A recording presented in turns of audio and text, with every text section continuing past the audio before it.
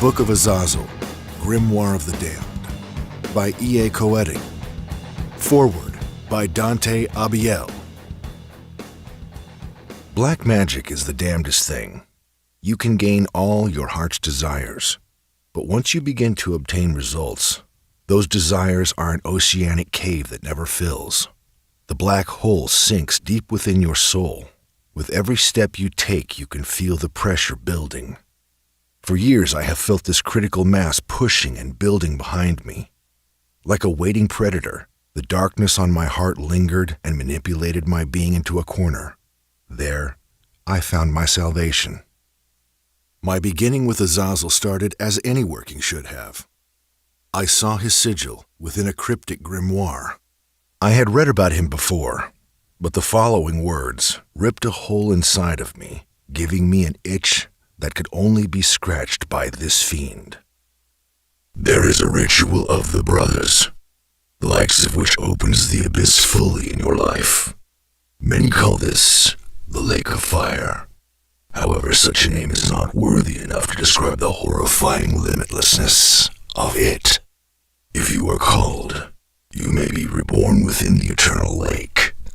What was this ritual? I had to know. I began searching with a ferocity that I had never known before. Madness set in quickly. The pressure I spoke of before pushed through a new barrier. Life as I understood it would end miserably if the search for the eternal abyss was not found. Perhaps I would have been better not to seek it in the first place. I laid out a fairly simple evocation in order to ask Azazel what this ritual was. Before I could even call the conjuration, he formed from the smoke of the incense. The swiftness of his manifestation made me stumble and fall to my knees. Rise. I will show you the path you seek. My sacrifice. You have chosen me, and I you.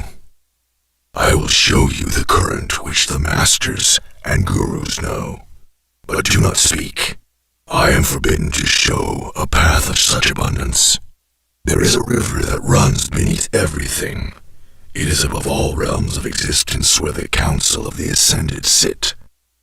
When reached, you will be not only renewed, but different in your very spiritual vitality.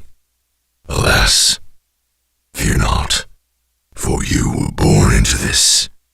Embrace your birthright. You are still weak and require much strength. You must master not only the spirit, but the body and mind as well. Hearing the demon's words, I became enraged, furious at the devil. I stood engulfed in a fiery chasm between me and this vile creature. In my own foolish arrogance, I looked up at him and demanded he obey me. Watching from up high, he spoke again. You have much to learn. I will show you. Agree with me now, a pact of possession. I will leave you within 9 days, after which your body, mind, and spirit will be refocused, and your true path will lay out. With passion still in my chest and pride burning, I reached out and shook his hand, feeling it hard like stone in mine. Repeat this incantation. Tal shata alshtu tulu shatula maski. I did as instructed. I fell into a trance, beginning with the mere chant of this incantation, which soon ended with a hint of a whisper. What felt like an eternity was only a few moments. When the whispering stopped, it began. The flames engulfed the candles and the shadows began to circulate around my body, building into a wild tempest. I became faint, and right before I passed out from the surge of power created, I felt all his spirits and power blast through me 1,000 times over, causing me physical pain and a massive spiritual overdose. Vomiting on myself, but with no stamina to wipe it away, I stood in a cross fashion on my tiptoes. I was suspended almost in midair. Then my entire body fell off the cross onto the Palestinian floor. I will not forget what Azazel told me in the split moment it took for me to pass out. 9 days of hell you must face. Face your fears and limitations. Be engulfed by the darkness. Embrace it. Then rise above it. My body gave up its ghost and was thrust onto an ancient ground. The sky burned velvet purple, blending into an eternity around it. The ground was desolate, destroyed, and ruined. I saw a throne ahead of me and willed myself toward it. The chair of majesty stood above all else, with Azazel sitting and pondering on his next task. He knew this world was his, and the next would be also. Dante, I will bring you the knowledge you have sought for so long. All will be yours. Embrace your birthright. Why did he keep saying this to me? Embrace my birthright?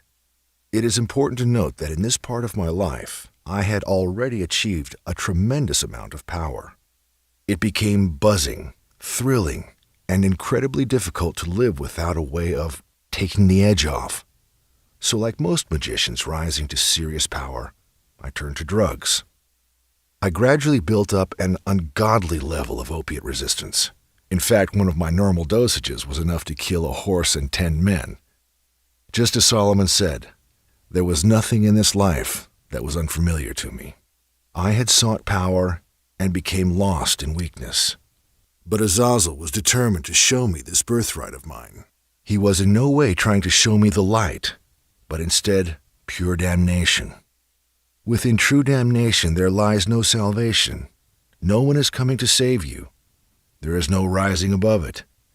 You just become it and spread the disease. I soon found out I was really alone. As I snorted and popped my way to nirvana, Azazel spoke to me the second night from my Ajna chakra. Tomorrow, you will no longer be addicted to the attachment that is holding you down. You will be free. I shook my head, not wanting to understand this fiend. I was always able to function, even with such a tough addiction. On that day, however, my wife approached me, demanding to know what had changed within me. Before I could stop my lips, I had told her about my 3-year addiction of which she was ignorant, and I was forced to be alone. She wanted nothing to do with me. Once the smoke had settled, I heard a rumbling laughter. Is this your power? Diminished in such a manner? No, I will show you. I will lift you above the throne of glory. You will sit amongst the stars, making them your footstool. But you must free yourself of the attachments that hold you, beginning with the drugs. May it begin. As soon as the demon's words entered my mind, I fell to my knees, vomiting on my blue carpet, shaking and convulsing. I understood. I must quit the very thing that was holding me here. So I began a 9-day detoxification. I could have easily scored any amount of drugs I needed. However, every time I tried, my body would become controlled by the demon that was possessing me. I had no desire to have them. However, my body still demanded the substance it had grown to love. Approaching the 48-hour mark with body shaking and the feeling of knowing I was alone, I called out to an angelic entity, one that I knew would be able to aid me in releasing the toxins from my body, or at least bring me some form of comfort. I staggered to reach my evocation elements, barely laid out a magic circle and triangle of manifestation, and began to bid Raphael's help. I knew if any would be able to rid me of this demon's grasp, it would be him. The incense slowly formed a pillar, uniting the macrocosm and the microcosm. Celestial trumpets and angels were singing in the distance, and suddenly a blinding light overcame all of my senses. I couldn't shield myself from it. I could see the light though my eyes were tightly closed. I could smell it, even taste it. Forcing myself to gaze up at the holy being, I mustered my request of being relinquished from the demon and the physical dependability of the drugs. I was not aware of the history between Azazel and Raphael. How convenient it was that I chose this angel during the possession of Azazel. Raphael spoke. "My son, there is nothing I nor the hosts of glory can do for you. These are challenges you must face, as you are with his guidance. I cannot save you, for you are damned in his might." Raphael then relayed to me the stories of old, how he smote Azazel in the past. "His grasp on you is too tight. I'm sorry, but you must embrace your birthright." Before I could dismiss him, he left. The light was no longer, and I was alone with him once more. A whisper echoed in the distance, telling me to evoke him, the demon, Azazel. Miserable and broken, I stood with pride, dignity, and most importantly, omnipotence. I summoned him within the holy construct. Instead of appearing within the triangle, his body poured out of my third eye and manifested in the north. "Speak, demon. I am ready to rise to power. I leave this powerlessness behind me. I demand control of everything. Show me the hidden river the gurus know but never speak." Azazel told me that I would receive written instruction on how to receive his power, and his brawny image faded into that of a crow with a man's head and flew back into my third eye. After 9 days of personal hell, it was time to expel this demon from my body. I proceeded down to my evocation site. I laid out all of the necessary implements and workings of an exorcism.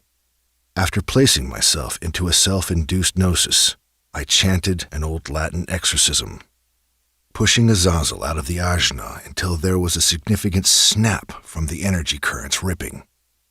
He stood within the triangle with his body becoming barely visible to me. "Dante, you have made it out of your hell. Now rise."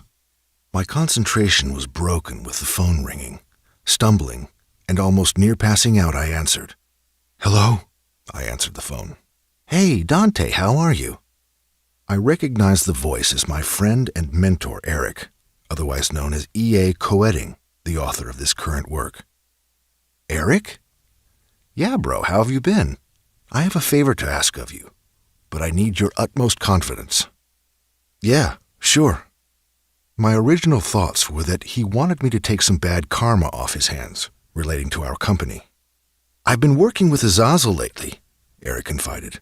"I can't get my mind off of him. He's teaching me some insane shit. He's telling me to write a book of all of his teachings. I can tell you now that it's going to be the last book I'll ever write. It's just that insane." "Okay, so what do you want me to do?" I asked. "Well, this is where you come in. I need someone with some real knowledge and experience regarding dark works. I have a rough manuscript. Would it be possible for you to study it and record your workings from it?" I was completely taken aback. How could he have known my recent workings with Azazel? This was all too much of a coincidence. "Listen, there are some things I have to tell you," I nearly whispered through the phone. And then I told Eric everything. My drug addiction, overcoming it, the possession, and Azazel telling me he was giving me a manuscript. "Yup, you're the man for the job for sure. Open all of the sigils. Contact all of the demons. Work your way through. But first, there is one ritual that needs to be done. It's kind of a crooked baptism." I intervened. "Let me guess. It involves Azazel, Bilal, Abaddon, and Amemon." "Oh yeah, you're the right guy. I have to go, but I'll send you the manuscript." After Eric had given me his unique bye-bye, I began to realize just how real everything had become. I stood back and evaluated the situation, and never once was I asked to do anything, not by the demon nor my mentor. My life in just 9 to 13 days had completely changed from manifesting negativity into producing pure power. Once I received the manuscript, I began working. I was obsessed from the first word, searching this grimoire for all of its secrets, paths, and hidden doors. I read, and reread every word, especially what was between the lines. I opened all the gateways, made the signed pact, and searched with the utmost intensity for the hidden current Azazel mentioned. I lost many hours of sleep, deprived myself of basic nourishment and pleasures. I fell slowly into the black psychosis of my soul. After about 72 hours of sleep deprivation, I decided to give it a rest until I got a good night's sleep. I walked up my stairs and turned into my bedroom. What should have been my bed was a 9-foot magic circle surrounded by 9 black candles. I was confused. Did I set this up? Wait, why are there no windows? This isn't my bedroom. I turned to the hallway and saw my body collapsed on the floor. I found myself in the circle chanting, whispering his name. Time moved infinitely slow, fast, and finally not at all. Azazel's form was that of a crow with a man's head. Azazel welcomed me and told me that it was time for me to open the gates to the eternal lake. He then laid out for me the entire ritual, of which I surnamed the Gatekeeper Ritual. Visions hit me like lightning from hell. I saw everyone that was to participate, implements needed, removed the blocks from the Grimoire and laid out the open path to damnation. Sacrifice all, Dante. Damning yourself will bring eternal liberation. May nothing be left sacred to you. When I came out of this vision, I wasn't in bed or on the floor. But I found myself gathering the necessary implements and the people needed for the ritual. It was as if Azazel suspended time itself and placed me in a time warp, landing me exactly in the time-space I needed to be. My wife broke my astonishment. "Babe, are you really going to do this ritual? Are you really ready to let go of us?" "Yes. This all must be done. I know it's mad, but it must be done. If I die, I die. If I am damned, then I am damned. Forgive me, but I am not sorry for this or any necessary decisions that must be made. Don't worry. You were born for this. I'm joining you." My brother, cousin, and son overheard the conversation, insisting they be a part of the ritual as well. My thoughts spun inside my head.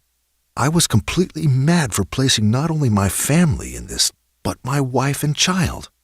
Sacrificing my life and the others' lives excited me enough to pierce my lip with my teeth, and so time passed. Together we studied and researched the entities, bought and made the tools, and chastised our mind and bodies. When the devilish night came, we were ready to take whatever came our way: death, damnation, or liberation. Or so we thought. When seeking the devil, you need only look inside, for you opened the gate to him a long time ago. We hiked about 4 miles into a black forest. Each of us felt the forest whispers. Somehow nature knew it would be defiled. God was not to be found in any of our hearts. The kingdom of heaven was completely forsaken, for we treaded on unholy grounds. We sought comfort in the serpent who lives in the pit.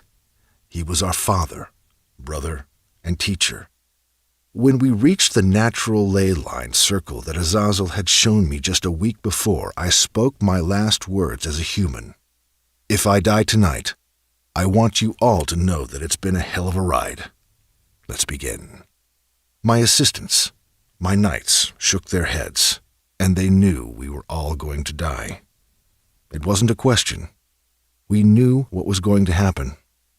My brother laid out a 13-foot hexagram. Following him, we laid out 4 triangles of manifestation in the cardinal directions with the respective sigils. We placed red candles on each hexagram vertex and black candles on the vertexes of the triangles, and proceeded with the rest of the ritual as Coetting had given it in this work.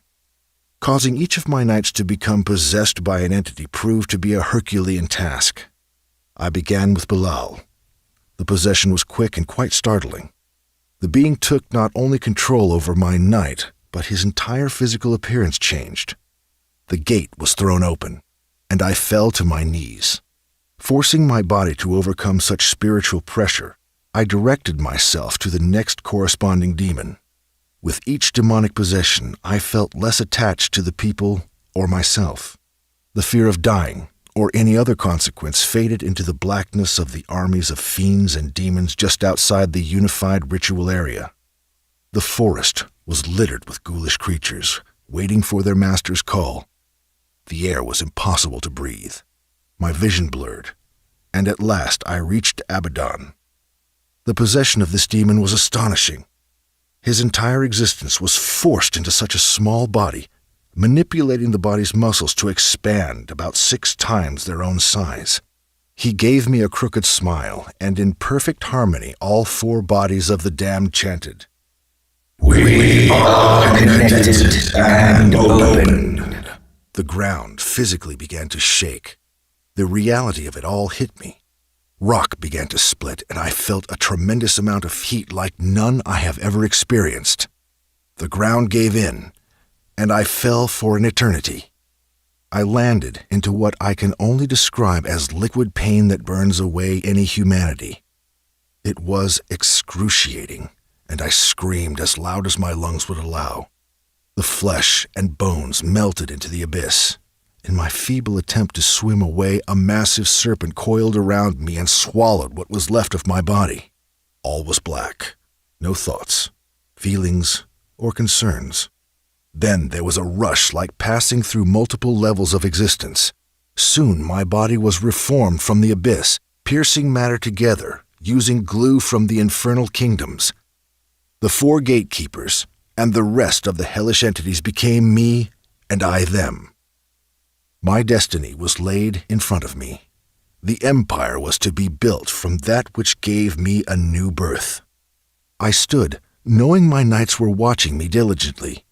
Reborn from the emptiness beset us on all sides. I opened my eyes. They spoke again in unison. Welcome, Dante. We have summoned you here to do your will. My reply was unrestrainable. I have waited so long to be released from that prison. His body trapped me, and now I am free. I am no longer who I was before my eyes looked on these pages. I am something stronger, something older, something less human. And there is no way to get back to that place again. All of the torches leading to my past were extinguished. I am damned. And because of that damnation, I have found liberation. Heed well these words, written in the text that follows. This is indeed a door that once opened can never be shut. Never a truer statement has been spoken or written.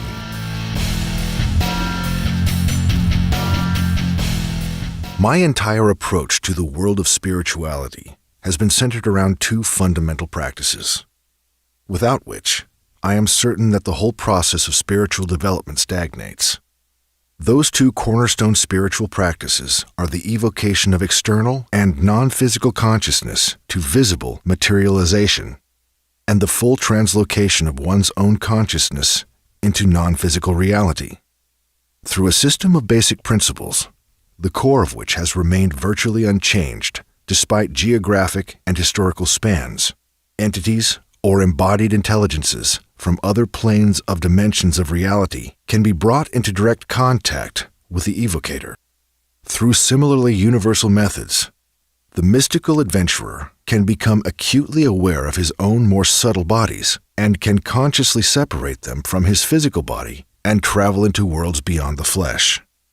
Evocation pierces the veil between the worlds from the outside. Soul travel pierces the veil from the inside.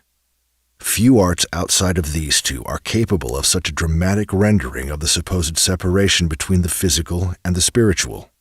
In both of these practices, a firm rule is in place that the operator must remain in control of the operation from start to finish, that he must never relinquish control over the process or the outcome of any of the multitude of non-physical entities surrounding him. I have violated this rule, and as a result, I was taken into a world where all of my assumptions on the nature of the world of spirits and its interactions with our world were destroyed. For a time, I turned the entire operation, not only of the evocations and the translocations, but of my very spiritual ascent, over to a demon, to Azazel. I can only trust that when this work is completed, he will set me free. Of the hundreds of spirits that I have summoned to appear before me, 4 or 5 have left an unmistakable impression. They materialize as all of the others, their appearance matching the Grimoire's descriptions, and they carry out their tasks with the same efficacy as all the rest. But something about them hints at the fact that what is seen in the initial ritual is but a shell, a presentation for the public, a mirage thrown up to discourage further inquiry, the silent statue behind the facade that smiles, and I could sense the grin. Of the handful that have left their indelible mark, Azazel is chief among these. A few years ago, I found myself on a long drive from the Rocky Mountains back to my home in southern Utah.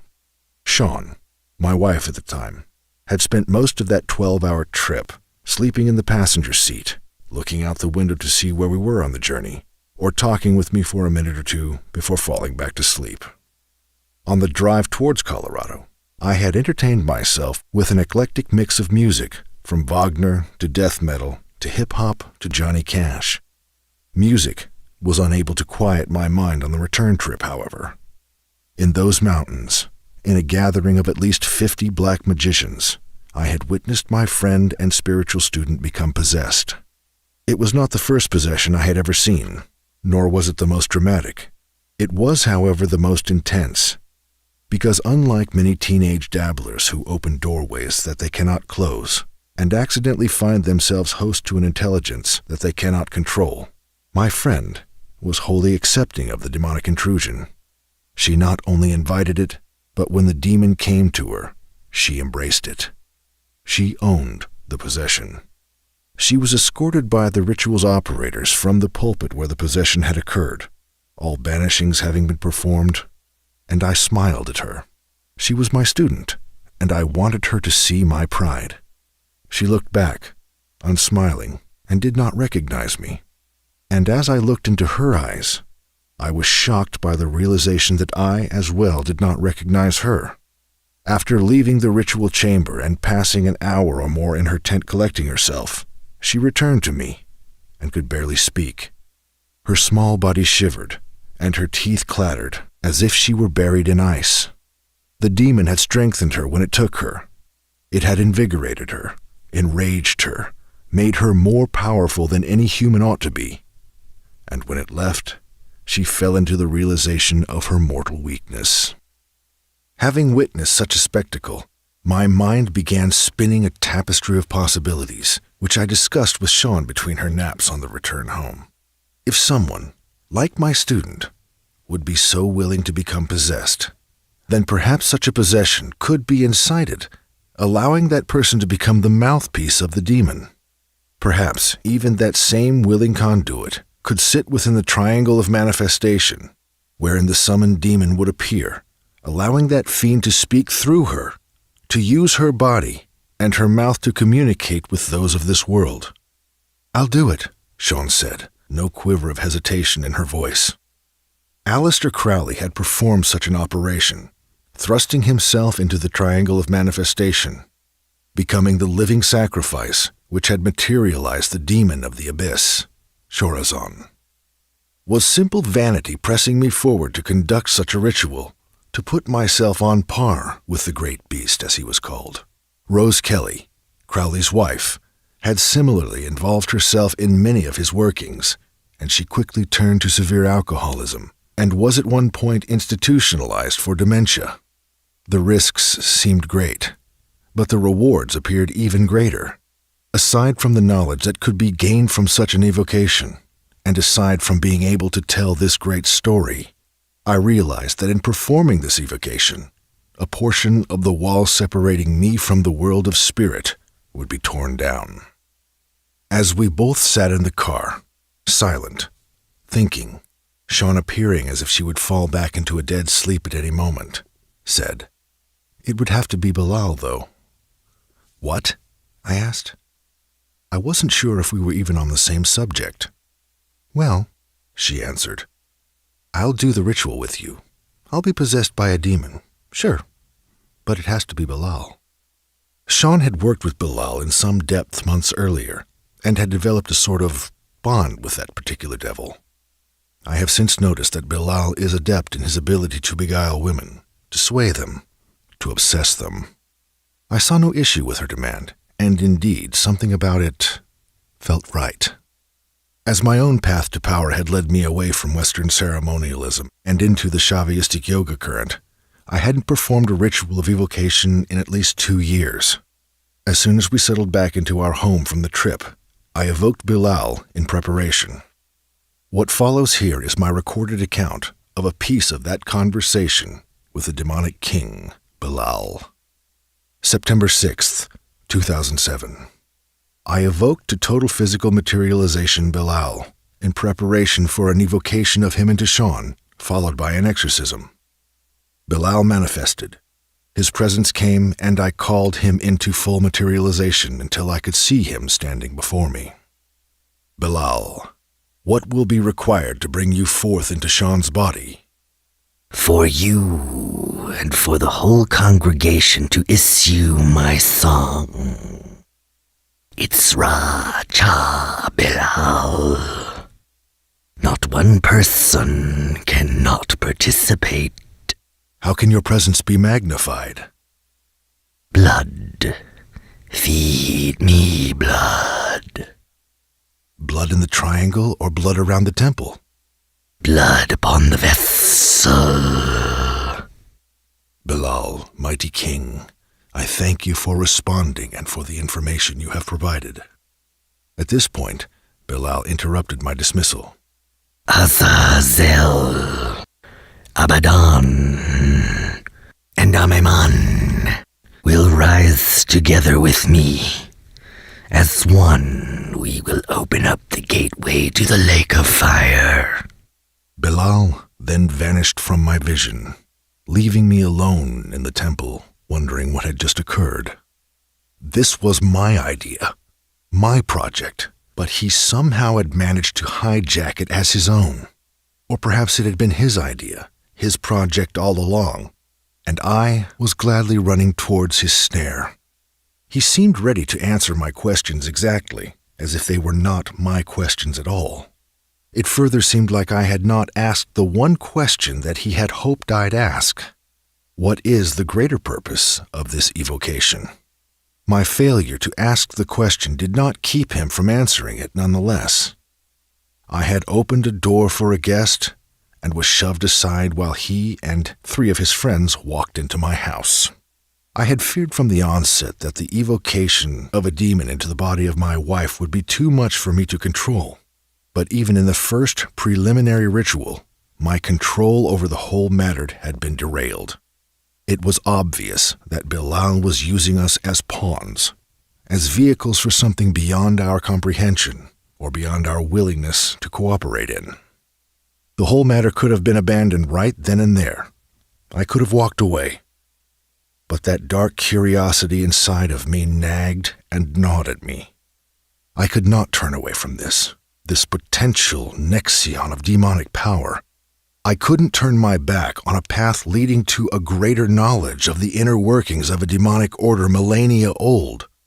My own wife had volunteered herself as a living sacrifice to the demons. It was my turn to do the same, to turn my body, mind, and soul over to them, to sacrifice myself at their unholy altar, to become the willing vessel for their plans. "Azazel, Abaddon, and Ameman will rise together with me as one. We will open up the gateway to the lake of fire." Bilal had laid out not only the purpose of his plot, the end result of this ritual that he was conducting through our bodies, but also revealed the formula for it. Outside of the Christian concept of a lake of fire, I had no idea what the fiend was referring to. September 11th, 2007. Evoked Amemon to physical materialization. I had some issues with the incense initially, so his materialized body shifted between visibility and non-visibility throughout. His voice was still heard the entire time. The lords of the House of the 70s are numbered. Saturnalia is the essence of my coming. Death and decay, sexual and literal. I will come in the east on the sign of the martyr. Call me with blood and semen and skin. The others will come and the gateway will be opened. But you four must be willing to enter first. Project into it and die in the lake of fire. Once you are reborn, you will have power over it and can call the souls of the marked to damnation. My legions are many, many more than 40. All demons must bow before me, and many angels too. Even you now bow. But once you have entered the lake of fire, you will never bow to another. The watchtowers need to be fully summoned. You will only partially call them forth here. They need to be fully summoned. Speak to John about his role in the ritual, and to Dawn. Some conversation continued here about the specifics of the ritual, but due to the speed of the dialogue, none of that was recorded. I dismissed Amemon, and his form vanished. He called out, Bare skin will evoke power. I had planned on this ritual involving myself, Sean, and possibly one assistant.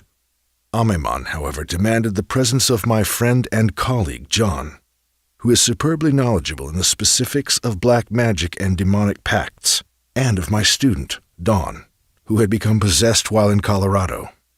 Dawn had already volunteered herself for the ritual, in whatever capacity she could serve.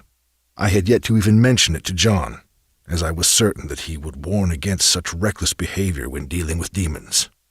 Let me know what I can do to help, John told me over the phone, as I told him about the planned ritual. Before I could even mention what Amemon had told me, I asked him to meditate on the ritual and perhaps to perform an evocation of his own, because, from what I had been told, it seemed that he would be an integral part of the operation. I searched my grimoires to find a demon that led 70 legions of familiars, but found none. The reference to the House of 70s remains a mystery. Amemon's instructions also sent me to a dictionary. I had never before heard the word Saturnalia. In Greece, a day of celebration of Saturn was held, in which the roles accepted in society were reversed. It was a time for drunkenness and indulgence, and for those who were slaves to no longer serve their masters. We were indeed entering into a contract of spiritual Saturnalia, no longer directing the demonic deeds, but instead being directed by them. September 15th, 2007. Evoked Azazel to full physical materialization. Itzrel, Azazel. This is the song by which I can be called. Are you to be involved in the upcoming operation? I will be involved, although I will remain silent. It is by our union that we will open this gateway. By your union with John, Dawn, and Cody, you will open your gateways as well. They are your knights, your army. Each of them commands legions, much as I do, but they are simply not aware of it. They will become aware of it in the moment of their resurrection. I had met Cody through John only briefly. I knew that he was a member of a few quite influential secret societies, and he had attended one of my presentations in northern Utah. Outside of those details, I had no reason to think that he would be interested in an undertaking such as this. I assumed that the demon must have meant another Cody, although he was the only person by that name that I personally knew. When John contacted him about it, though, Cody was ecstatic and insisted on talking with me personally about the ritual. Over the phone, I came to realize that Cody's own knowledge of the intricacies of occult, as well as Eastern religion, likely surpassed mine. We talked for hours about the ritual and our places in it. Only exhaustion in the late hours ended the conversation. September 18th, 2007. Evoked to total physical materialization, Abaddon, King of the Bottomless Pit, he who holds the key to outer darkness. I was instructed while trying to evoke him in my home to instead evoke him out of doors. When he rose, his materialized body stood at least 2 stories tall. He appeared as an armored warlord. His voice rumbled. I am he who will be called in the final hour to collect those who are impure and cast them into the lake of fire. That day and that hour have come, and now you stand before me, ready for the furnace. Before the infernal empire may arise, the kingdom of God must be destroyed. The 4 seals of the 4 archangels must be broken in the 4 corners of the universe, each in its place. Only then will the gatekeepers rise and unlock the door to the lake of fire. Call me with flame, and with a token placed upon the foreheads of all who will join. All must be marked who enter therein, into the kingdom of hell. In ritual, the whole of the universe is symbolized through the circle. The seals of the archangels are their sigils, the symbols through which they can be called. Those seals, then, needed to be drawn, imbued with the power of the archangels, and then destroyed at each corner of the circle. The archangels would then be utterly dismissed from the temple. The demons would not allow the angels to interfere with what we were about to do. My original plan had been to conduct the ritual alone, with Sean, and to reap the benefits of it alone. That number rose from 2 to 5 with Don, John, and Cody. That number seemed appropriate. 5 elements, 4 cardinal directions, plus the demon being evoked into Sean, 5 wounds of Christ, and 5 points in the pentagram. But that number was still rising, to include a congregation made up of faces that I had yet to see and names that I had yet to hear. Consulting with the other participants in the ritual, we arranged the entire ceremony. A bookstore in Salt Lake City that had hosted several of my presentations and workshops and carried my books offered their basement for use in the ritual. Punk, metal, and ambient music concerts were held there quite often, some of which I had attended, so the space and concealment of the venue could not have been better. The 2 owners of the shop insisted, however, that they be allowed to witness the ritual. I explained that they would not be allowed to only witness, that the demons demanded that everyone in attendance take part, even if it was only in some subtle, invisible way. They agreed. Cody, being a master mason among various other titles in diverse organizations, suggested that due to the extreme nature of the ritual, the temple space be tiled or protected from outside interruptions or interferences. This was done by posting a tiler, otherwise known as a black guard, at the entrance. While in modern Freemasonry, the presence of a tiler is largely a ritual formality. In other more sinister workings, the black guard is sometimes a very physical necessity and requires more than a daytime accountant with a ritual sword. It is no secret that many occult orders have ties with neo-Nazi groups, or that those who lean towards National Socialism also find relevance in the occult. This is something often denied or minimalized by those in both parties, but any person with an eye and a brain can see the link. Cody put in a call to one such group and found a soldier, a very young, strong man with tattoos covering every inch of his skin beneath his jaw, recently released from prison for aggravated assault with a deadly weapon, who was delighted to tile our ritual space. Word spread of the evocation from the few who knew of it. A group of musicians with heavy occult leanings that was playing in the area heard of the ritual and contacted me to ask if they could take part. After meeting with them, I saw no reason to exclude them. Cody and John also invited people with whom they had performed rituals. By the time the ritual began, the basement was filled with a congregation, packed shoulder to shoulder with at least 30 soldiers besides the original 5 participants. The black guard's eyes focused. "My duty is not only to keep those on the outside from getting into the temple," he announced before the ritual began, "but also to keep those inside the temple from getting out once we've started." I reinforced his statement, asking any who might have any second thoughts to leave immediately. I had no way of knowing what would take place once the conjurations had begun. John and I had worked together to create an elixir of manifestation, which was made of red wine, moss, various oils, sacrificial winged mammalian blood, and a large amount of human blood. This would fulfill the demon's requests for blood and bodily fluid as an offering, and at the same time has proven in the past as a remarkable base for providing the subtle vapors requisite for the materialization of spirits. The circle was drawn in the center of the basement. A waist-high altar was placed in the center. A triangle of manifestation jutted out from the circumference of the circle. At each of the cardinal points, the converging lines between the circle and the triangles, marked with oil lamps, provided the only light throughout the ritual. The overhead lights were shut off. The lanterns were lit. John, Don, and Cody donned black ritual robes and lifted the hoods over their faces. I buttoned up a full-length ceremonial cassock. Sean removed her shirt, and I drew on her chest the sigil of Belial. She sat inside of the southern triangle, legs folded into one another, arms dangling at her sides. The spirit started to move before the first conjuration was even spoken. The air thickened and whispered. Taking a box of sterile, unopened medical lancets, I passed them out amongst the congregation. The three operators, Sean and I, uncapped the lancets, jammed the sharp metal tips into our thumbs, and trickled the release of blood into the chalice of the elixir.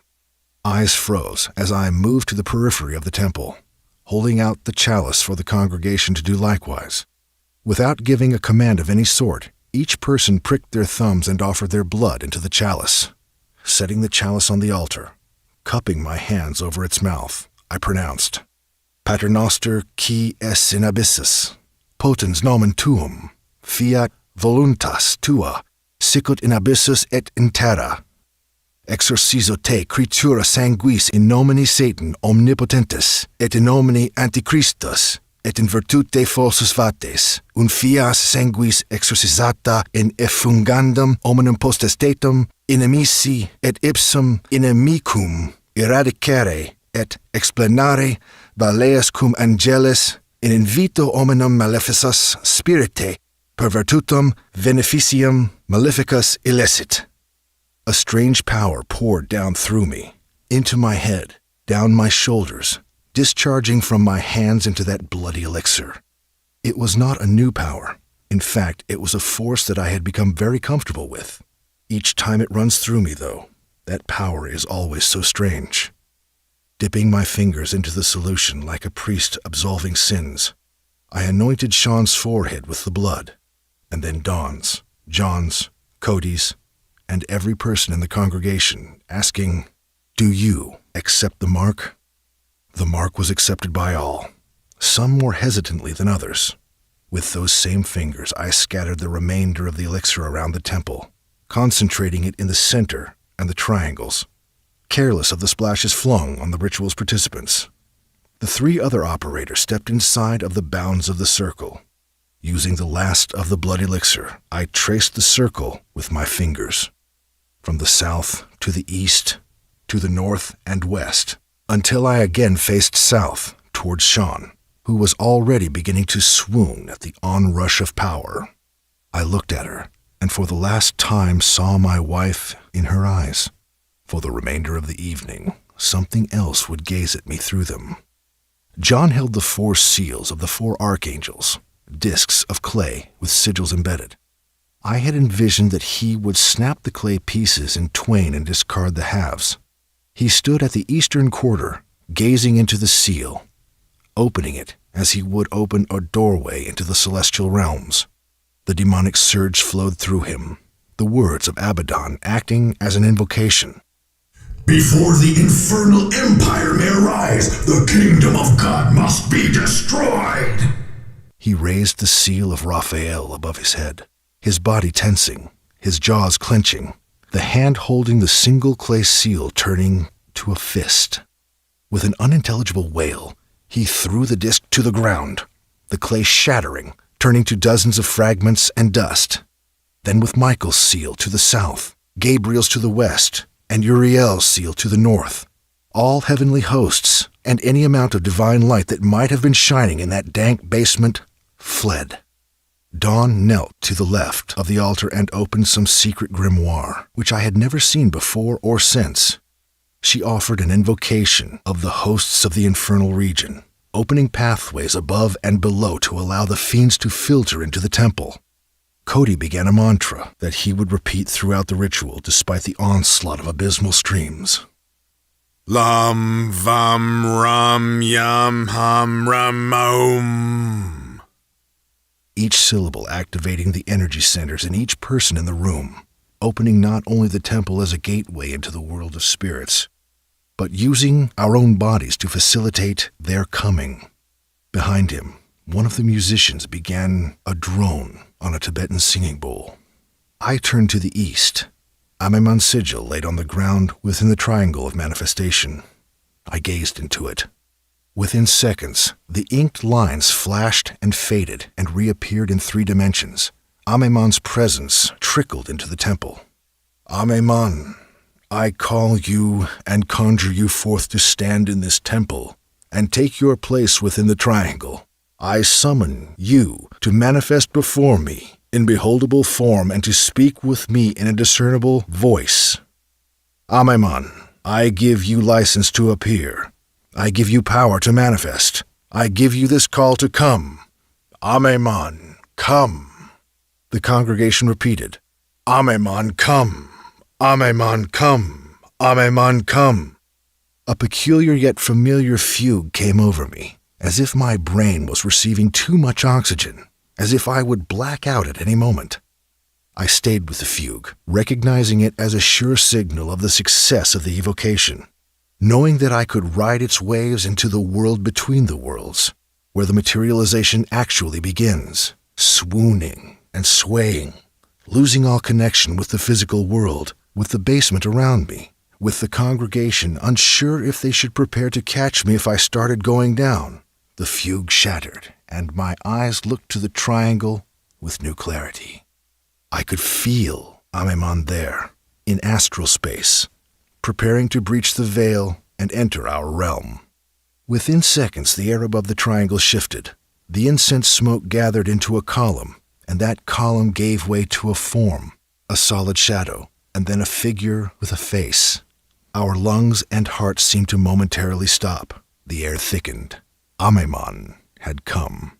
The chanting stopped. I turned to the north. Azazel, I call you and conjure you forth to stand in this temple and to take your place within the triangle. I summon you to manifest before me in beholdable form and to speak with me in a discernible voice. Azazel, I give you license to appear. I give you power to manifest. I give you this call to come. Azazel, come. Azazel, come. Azazel, come.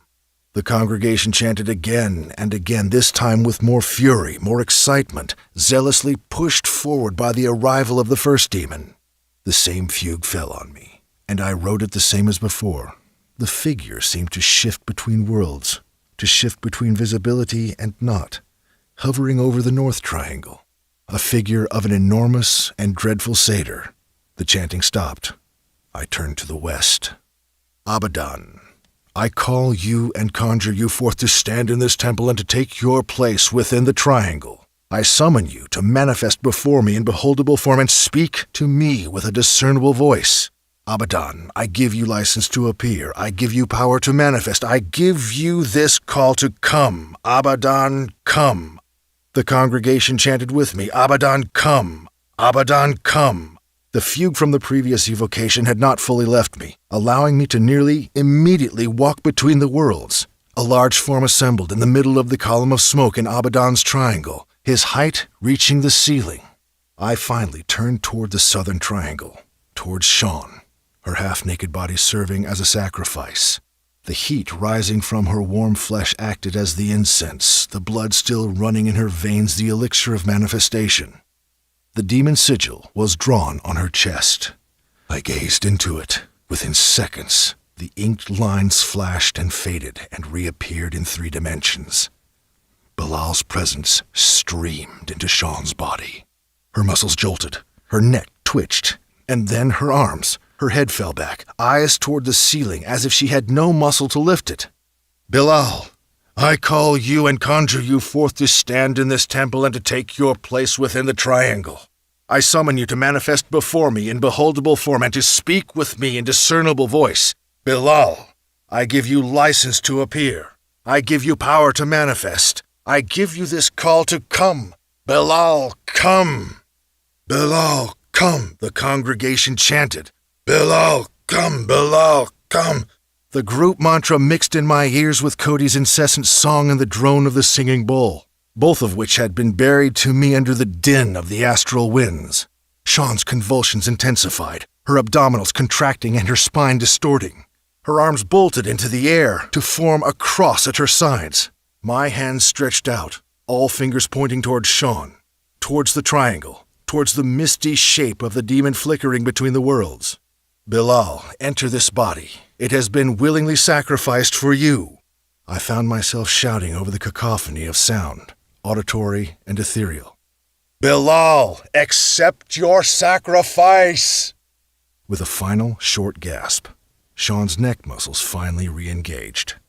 Her head tilted downwards, again facing towards me, and towards the congregation. Her eyes still staring at the ceiling, at some invisible portal which I could not see nor sense, through which the demon had descended into her form. Her eyes lowered. When they met mine, they were no longer her eyes. Her face was no longer my wife's, her lips no longer perched in a smile or a frown, but stood without any hint of human emotion. Her eyes were simply dead holes through which the demon could peer into this plane. Afraid to turn away from the devil in human form, a Herculean effort was required to continue with the ritual, to move my feet from their cemented place, and to move my eyes from that hideous face. I broke myself from the Gorgon gaze, turning my whole body to the east again, and to the north, and to the west, spinning in a slow circle. My senses drifted between the worlds, seeing the vaporous bodies of the demons within their triangles, their evil effluvia swirling around them, and then to the southern triangle, where Bilal sat in the body of a woman, her breasts, small body, and soft features eradicated by the sharp, hard form of the demon which possessed her. Welcome to our temple. All four demons spoke at once to me, all in some alien tongue translated somewhere in my brain as it passed through the tunnels of perception, except for Bilal, whose words were delivered in English through Sean's mouth. You have called us here to open a door into hell. We will open that door now. The words jolted from her mouth, each one forced, ejected, without the cadence expected in a sentence. Her arms raised again to her sides as if yanked by invisible strings overhead. I turned my head to see Amameon to my left and Abaddon to my right stretching out their arms likewise. Some strange light connected them, running a circuit through their bodies. All of my strength left me. I fell to the ground, my legs refusing to bear my weight. The concrete beneath me, upon which the circle and the symbols were inscribed, dissolved, and the earth beneath it fell away. In place of solid ground, the 9-foot diameter protective circle became a lake of liquid fire. My body, or my soul, the part of me that I then recognized as me, plunged beneath the surface of the steaming orange and yellow sea. I shrieked as my skin caught flame and disintegrated from my bones, and more as my bones dissolved. Even as I no longer had a body with which to scream, still the sound of terror bellowed out of me. 1,000 faces whirled around me, trapped in that unholy place, shrieking as well. None of us, comforted by the realization that we were not alone in our suffering. Whatever form was left of me began to burn away. Whatever soul or identity that remained was destroyed or utterly lost in anguish. And just as it departed, just as my entire existence was extinguished, a voice called out. I could not tell if it echoed through the depths of the lake of fire alone, or if it was spoken by one of the demons in that distant temple where my lifeless body remained. The voice commanded, Rise and be reborn! My mouth opened, and my throat begged for air, coughing and spitting as I crawled to my knees. The congregation had fallen silent save for the incessant drone of the singing bull. All eyes stared in horror.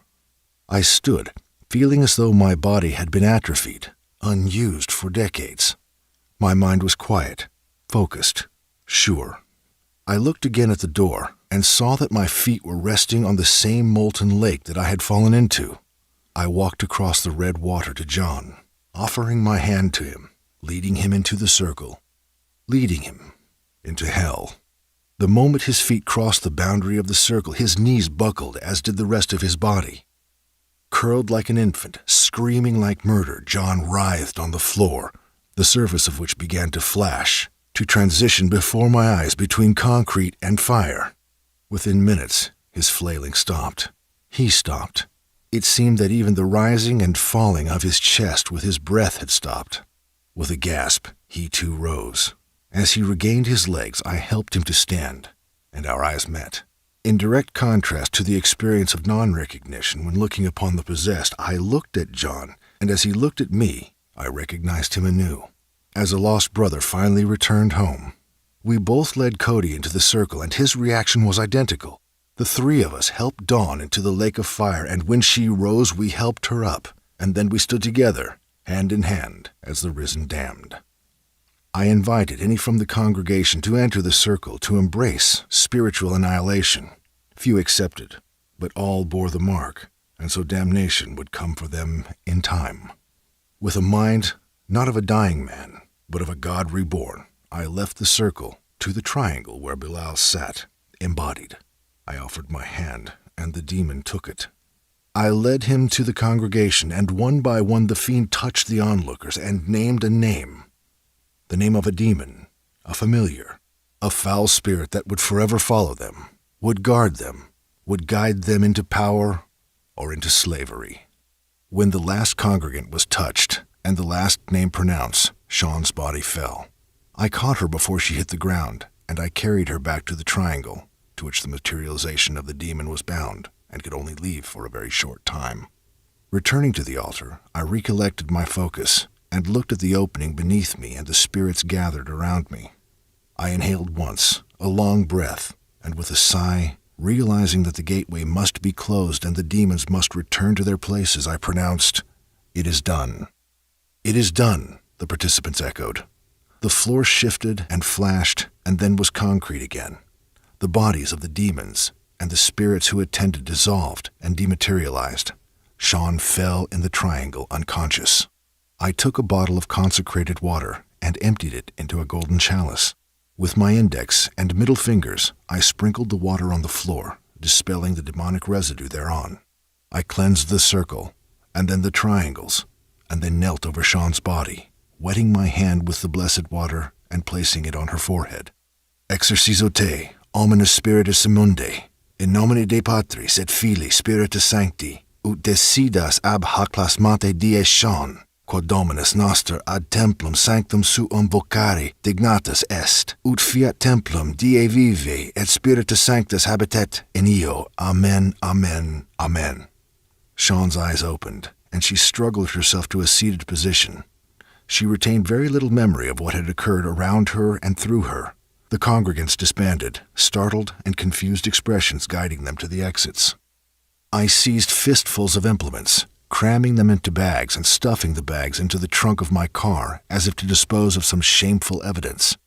After we 5 participants in the ritual had swigged from a bottle of home-brewed absinthe, we stumbled down the street to a diner. None of us were hungry, but we couldn't shake the need to do something else, to do something normal, to put our minds away from that basement. Nibbling on pizza, we sat silent, no one able to conceive of words not related to what we had just experienced. Dawn finally blurted out, "What the fuck was that? What did we just do down there?" The group erupted with laughter, having broken the ice and the maddening reality of the thing that had stared us in the face. The laughter quickly died, and an even deeper somber fell on us.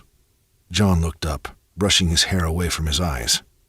"What we did down there," he said, "is something that I think we'll be analyzing for the rest of our lives." Back in our hotel room, Sean's image began to shift again. Her eyes stared dead into nothing.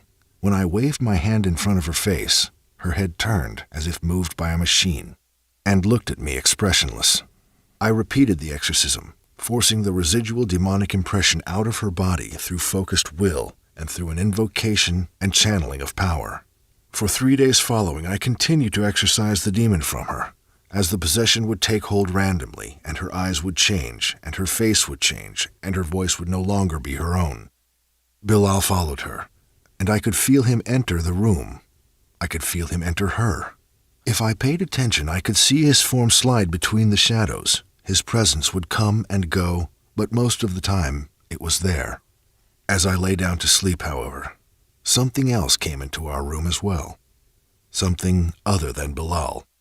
And this other spirit, this other demon, didn't bother hiding in the shadows, but seemed to drift at the left side of my bed, watching, waiting, perhaps whispering words that I could not hear.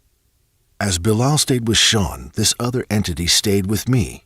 To this day, years after the fact, it is clear that Bilal never fully left Sean, that she never renounced him, but clung to his possession enough to keep a back door open for his return. Something remained with me as well. A demon followed me and waited for the moment to announce itself, to invite itself into my awareness, and to continue the work that had begun in that basement. Over a year later, my marriage having dissolved, my attention turned wholly to the worlds beyond.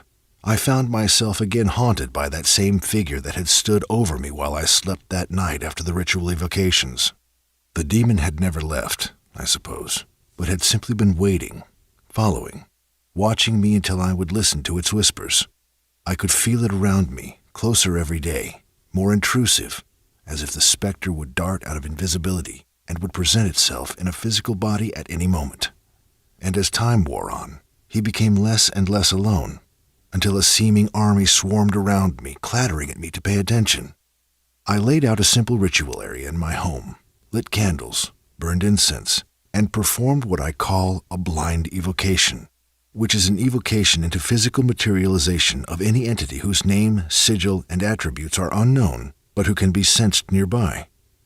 Such evocations are indeed dangerous, as the evocator has no idea what he will find forming in the temple around him, and he cannot pretend that he will be able to constrain whatever may arise.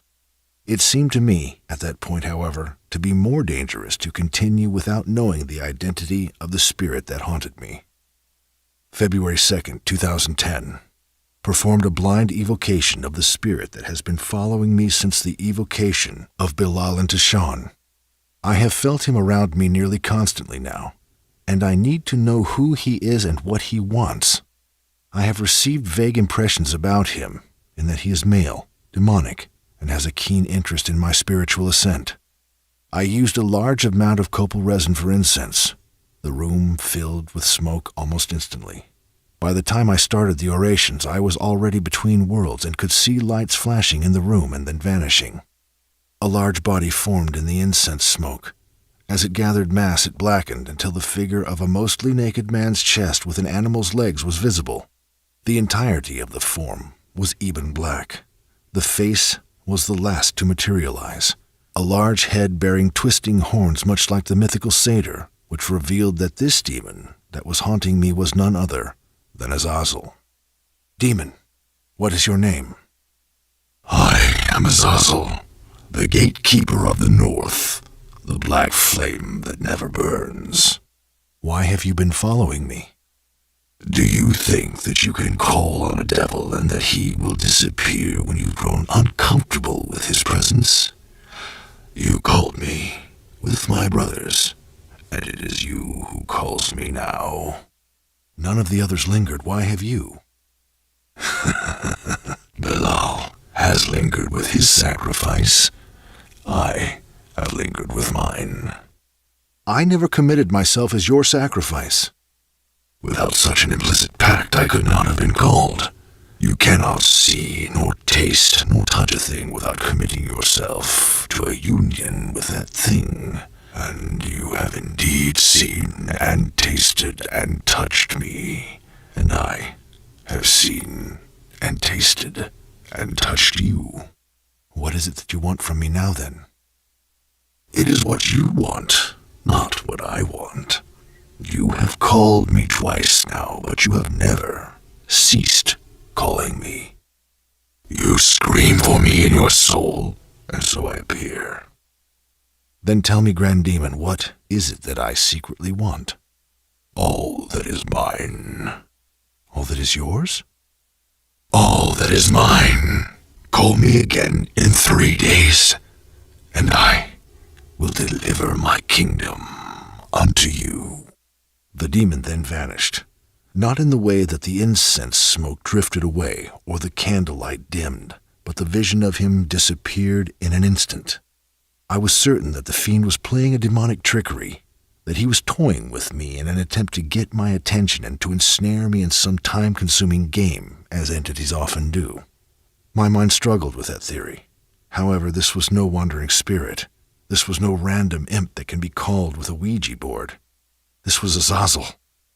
Once the theta haze had evaporated from me, I determined to not be reeled in by the bait of unlimited power, delivered from an entity constrained to incense smoke and a triangle. Lying to sleep that night, however, I felt his presence again, to the right of my bed, as silent as he had been throughout the ritual of the opening of the gate, as evasive as he had been in every evocation. The 3 days following, I tried to hold my resolution to not call the demon and was haunted not only by his presence but by the allure of his offer and the dangers inherent in beckoning to them. I battled myself on this matter until the final minute, when I laid again the circle on my floor, lit the candles, and even as the incense began to spiral towards the ceiling, I was still convinced that perhaps I would not complete the ritual. Azazel rose before me, no longer in the form of a dreaded obsidian satyr, but instead as a spectral raven with endless shadows for wings and the face of a devil. His words no longer rumbled through the air, but were injected straight into my mind. The infernal awaits you. Rise as a warlord into the halls of the mighty. Take your throne as a king among demons. Tread carelessly over the embers of dying suns. Take all that is mine. Call upon me each night in the 10th hour, and I will come. And piece by piece, the infernal empire will be yours.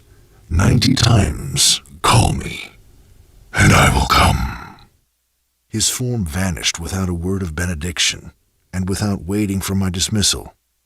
Azazel made no promises of power, flung no lures before my eyes, nor did he ask whether I would care to take his hand and embrace the secrets that he had to offer.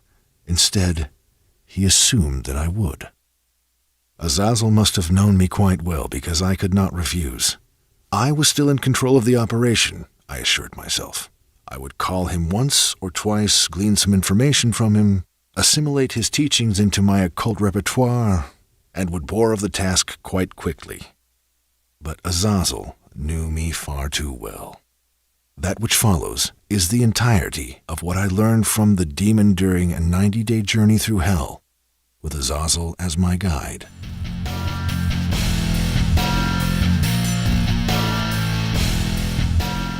Chapter 2.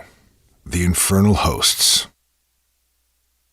Azazel at his right, a cherub tall, who forthwith from the glittering staff unfurled the imperial ensign, which full high advanced, shone like a meteor streaming to the wind, with gems and golden luster rich ablazed, seraphic arms and trophies, all the while, sonorous metal blowing martial sounds, at which the universal host upsent, a shout that tore hell's concave and beyond, frightened the reign of chaos and old night. John Milton, Paradise Lost. Azazel's name has been scattered throughout religion and lore for nearly 6,000 years, but very little has been discussed concerning who or what this figure actually is. The name was first mentioned in the book of Leviticus, without any background or context, but instead assuming that the reader would have a working and common knowledge of the thing. And Aaron shall cast lots upon the 2 goats, one lot for the Lord, and the other lot for Azazel. And Aaron shall present the goat on which the lot fell for the Lord, and offer it as a sin offering. But the goat on which the lot fell for Azazel shall be presented alive before the Lord to make atonement over it, and it may be sent away into the wilderness to Azazel. While it has been argued whether Azazel was an actual figure which accepted impure sacrifices counter to Jehovah, or if the term implied a place in the desert, or the simple act of sending away the goat laden with the sins of the penitent, the name appeared again in the book of Enoch. Chapter 8, verse 1. And Azazel taught men to make swords, and knives, and shields, and breastplates, and made known to them the metals of the earth, and the art of working them, and bracelets, and ornaments, and the use of antimony, and the beautifying of the eyelids, and all kinds of costly stones, and all coloring tinctures. Chapter 9, verse 6. Thou seest what Azazel hath done, who hath taught all the unrighteousness on earth, and revealed the eternal secrets which were preserved in heaven. Chapter 10, verses 8 and 9. And the whole of the earth has been corrupted through the works that were taught by Azazel. To him ascribe all sin. What had been revealed to me through my own personal interactions with this demon seemed minor to that which had been recorded, contradictory accounts of a very minute amount of information. If Satan's greatest trick was making people believe that he no longer existed, Azazel seemed to have cast an even greater illusion of making it seem as if he was never there at all. I summoned him, Azazel, at the 10th hour. He rose and he spoke, and his words failed to shove towards any further clarity. I am the formed abyss. We are not different. All things are formed from one primordial nothingness. Not at some point in the distant past, but in each moment. Every moment that you consider me, I come into being. Every moment you consider yourself, you are brought into existence. Stop considering yourself, and you will cease to be. I have appeared to men as they have considered me. I have taught them that which they were on the brink of learning themselves. I consecrated their realizations. I would say that I have always existed as this Promethean Pandoran figure, because all time for me is present. However, I have not existed at all until this moment. But neither have you. Where does this leave the idea of your objective reality? Reality is far from objective. Can you name a single thing that exists independent of your observation? Such a thing does not exist. When you and I meet, you and I come into existence. Until that point, there is no you. There is no I. You exist only in your relation to that which surrounds you. Your very physical form is held together, as mine is in this smoke, by the presence inside your skin meeting the pressure outside of your skin, and both forces holding you in one piece. This is a type and a shadow of the whole existence. Only through this application of various forces of pressure does anything exist. You have learned to master some of these pressure systems, and can apply them to summoning something forth from nothingness to speak to you. You ask if I am real.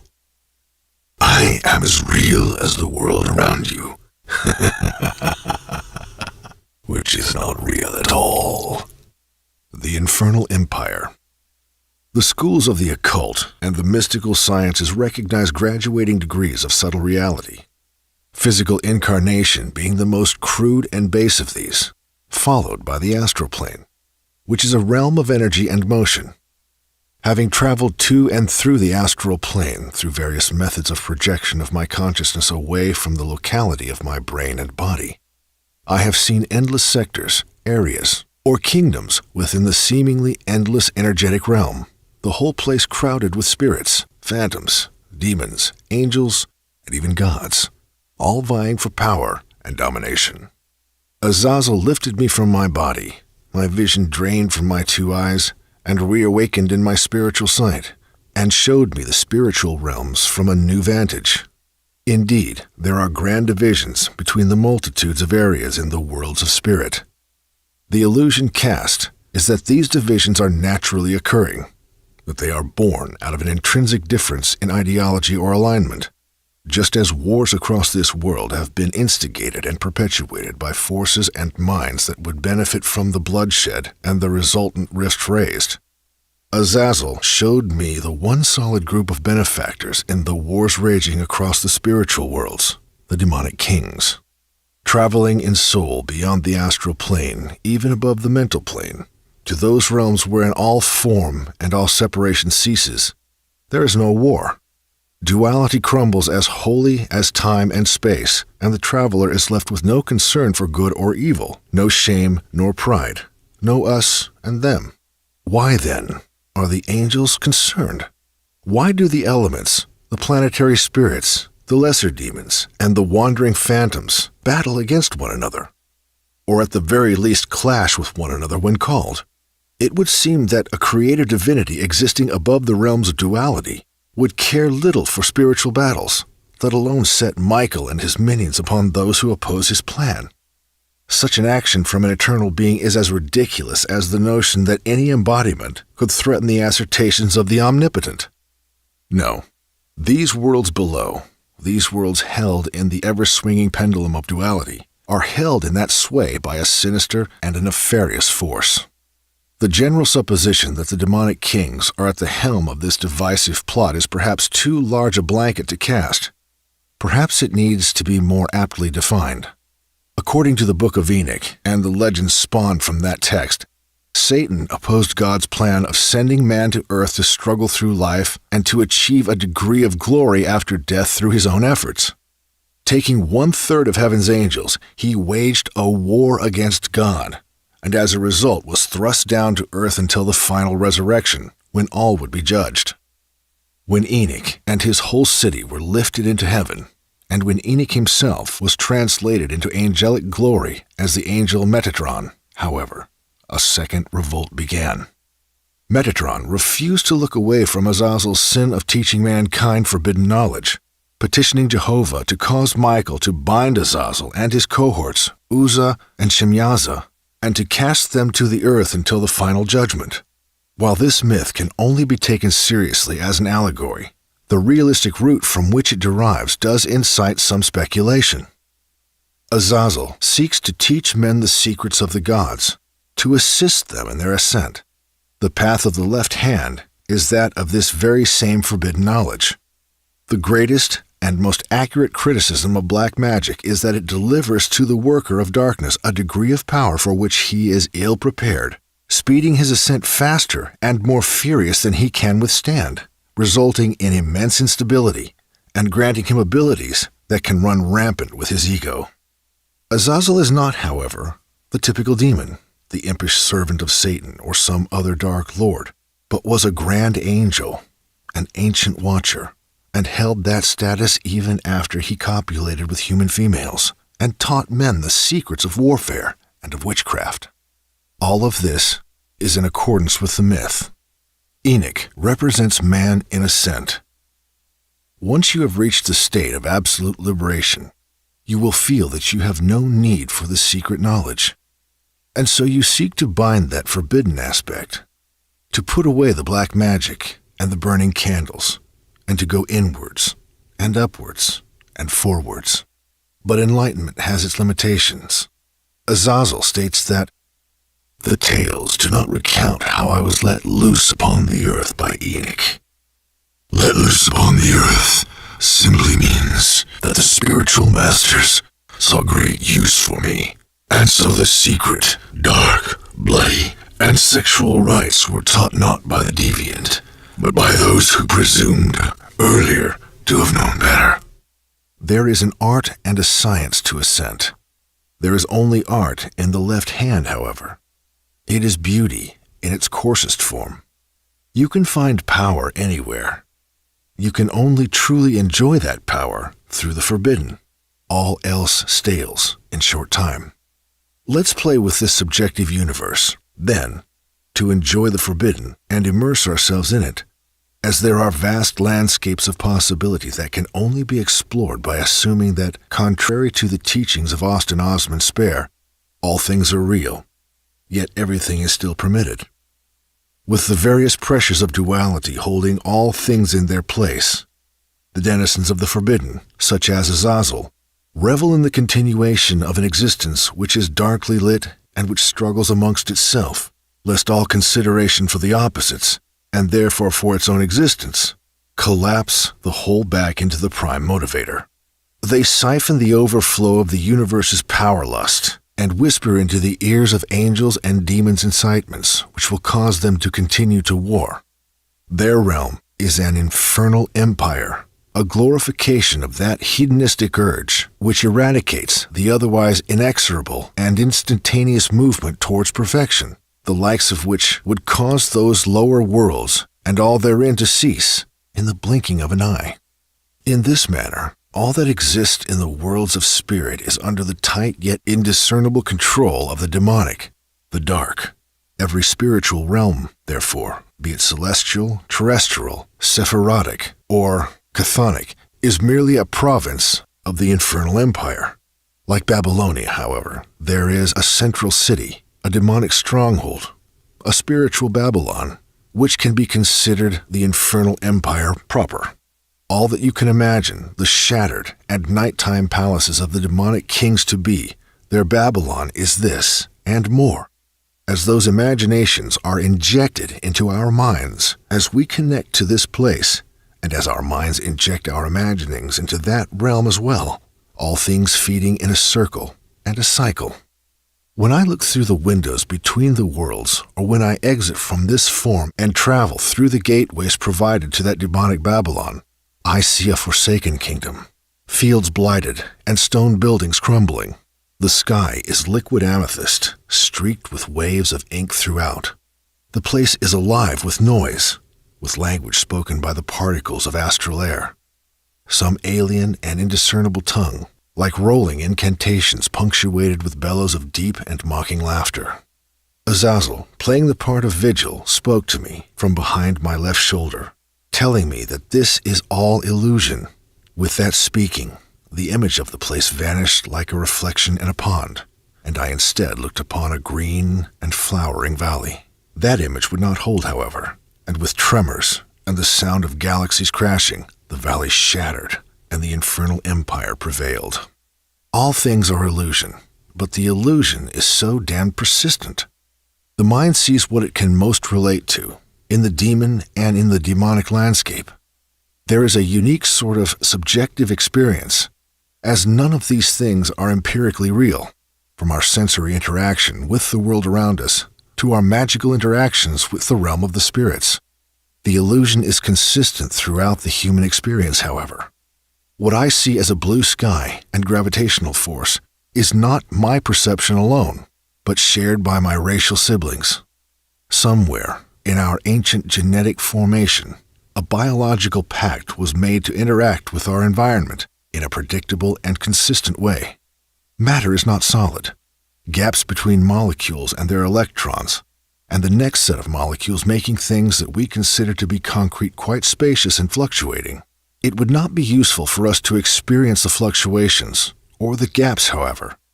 And so these details are passed over and the illusion of solidity is believed. Such is our interaction with the world of spirit as well, if not more so.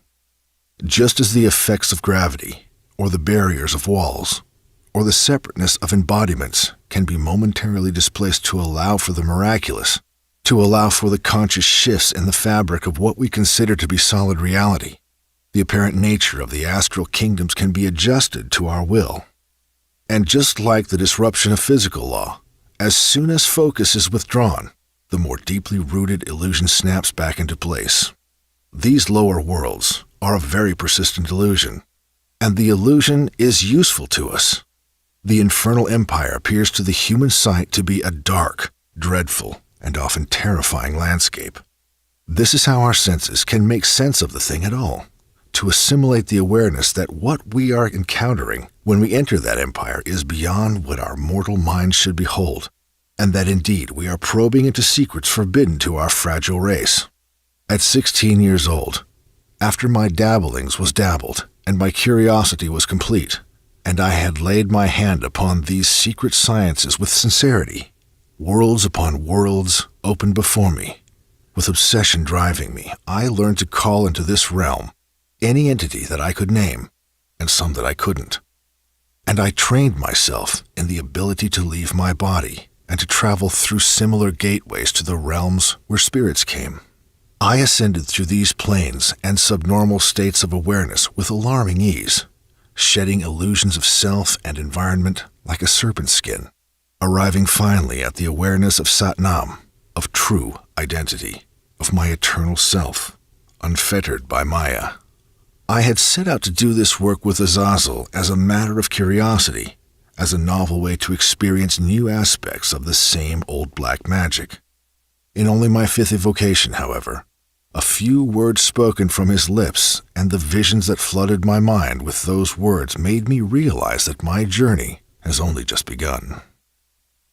As you see this encompassing spiritual force in the universe, the all, the magical thread, there is likewise a secret current beneath even that, the infernal empire, the whole of the astral realm, the mental and the physical planes, even the soul plane, are all just masks for this other current running through all worlds and all dimensions. You have aptly pierced into the heart of an illusionary truth. Go deeper. Through blood and sex and sin and through the flesh, which is the temple, will you learn to travel not to the backside of the tree, but to swim amongst its roots. Perfect the body, and see me again for this. The tales are true, that I was never to reveal this, because even the angels and the gods have not seen the secret passageways that I will show you. Perfect the body, perfect the mind, order your life, and I will show you. There is no name for the secret current, as none know it. Immortality is in your hands. Do not forsake yourself to ways of commonality. You are more than that. You hold yourself back because you fear that which you may become. If you call the world into alignment with your true nature, fulfill your duties and your obligations in this world. But know that these are passing illusions, to be replaced in only moments after you have chosen to live as king. Know that you are a king living among beggars. With my 90-day journey into the heart of the inferno, with all the secrets of power that Azazel revealed to me, the mystery of this unknown current, the dark rift winding throughout existence wound also through all of his teachings. Other spirits had been alluding to the existence of this dark rift, of a secret current running silently behind the supposed spiritual realities, and that by riding this river, I would add an even deeper degree of liberation, glory, and power. Azazel did not disappoint. The infernal hierarchy. Due to the stranglehold that Christianity and Judaism has around the throat of spirituality in general, and the occult in particular, and the obvious incestuous relationship of the church and monarchy, the hierarchy of the hosts of all hell has been presented for centuries as a reflection of our own political and military structures. The grand erroneous assumption, born like most of our mistakes from this egotistic belief that our race and society is reflective of the divine, has been that the same type of societal and hierarchical structure which exists in our feeble civilizations would also exist in the worlds of the spirit. That perhaps our own hierarchical systems, which were not created by the conspiring minds of evil and corrupted men, but were delivered to us from high. The classical demonic hierarchy, then, set Satan as the emperor of hell, ruling over kings, who rule over princes, who rule over marquises, who rule over dukes, who rule over earls, who rule over presidents, and finally, who rule over knights. I have proposed for quite some time now, and still maintain, that Satan is no more than any other demon amongst millions, and not an especially notable one outside of one particular persistent mythology. I had laid out the circle of demonic pacts on the floor, the likes of which I had been using for each evocation of Azazel. I placed a chair in the middle of the circle, black candles burning on either side, copal resin melting in front of me, filling the room with thick, piney smoke. With notepad and pen in my lap, I called upon Azazel. The air buzzed, filled with invisible, noisy locusts. I could feel the shift in the pressure around me, my ears plugging, my heart struggling to push liquid into my limbs. I fell through rings of reality, and the incense smoke coalesced into a column, forming the shape of that ebon horned giant with the legs of an animal, the chest and arms of a man, and a face unmistakably demonic. Azazel had come. I poised a single and simple command. Explain the infernal hierarchy to me. I perched the pen between my fingers, the tip scratching at the paper, ready to take the demon's dictation. The shadow figure fell silent. I imagined that he was thinking, or that his mind was reaching into millennia past and through the endless kingdoms of the astral plane to find the answer. He finally gave it. The infernal hierarchy is as follows: the operator, and everything else in existence. The form vanished, the incense smoke scattering throughout the room, taking the shape again as nothing more than smoke. I rose again through those rings of reality, seated in an empty room with a nearly blank notepad. The overlap. I had assumed, as many do, that I could conjure forth the demonic gatekeepers, that I could call them into spectral materialization before me, that I could ask them to open a gateway into the demonic realm, that I could direct one of them to possess my wife, and that when I was finished, I could send them away like paid prostitutes. What every grimoire has neglected to mention, what every mentor has failed to warn of, is that the moment you meet with a demon, that demon will in that instant have been with you from the beginning and will endure with you until the end.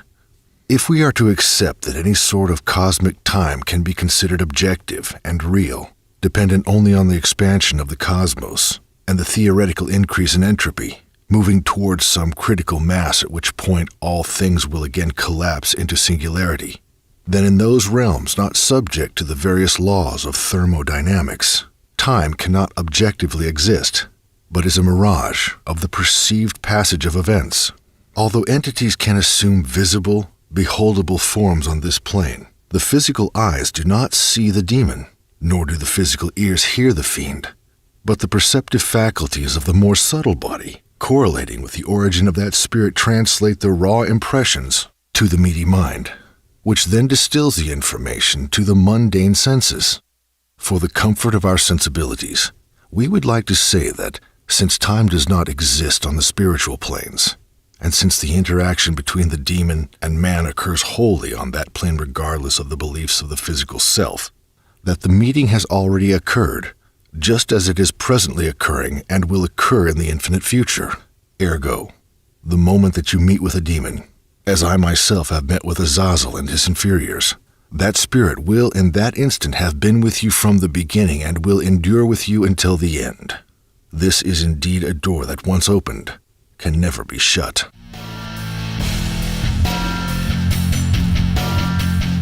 Chapter 3. The Pact. My grandmother by birth, my mother's mother, was a witch. She was not the sort of witch who reads books about candle spells and prays to the goddess. She was a witch long before Gerald Gardner and Anton LaVey stepped onto the scene. She was not a witch because she wanted to rebel against her parents and stand out in society. She was a witch because that was the only word that she knew to apply to her ability to conjure and command invisible forces to her will. She did not learn witchcraft from books, now accessible at every bookstore and library across the country. She learned her spells from the spirits themselves. My mother did not keep me long. She was young, confused, and overwhelmed.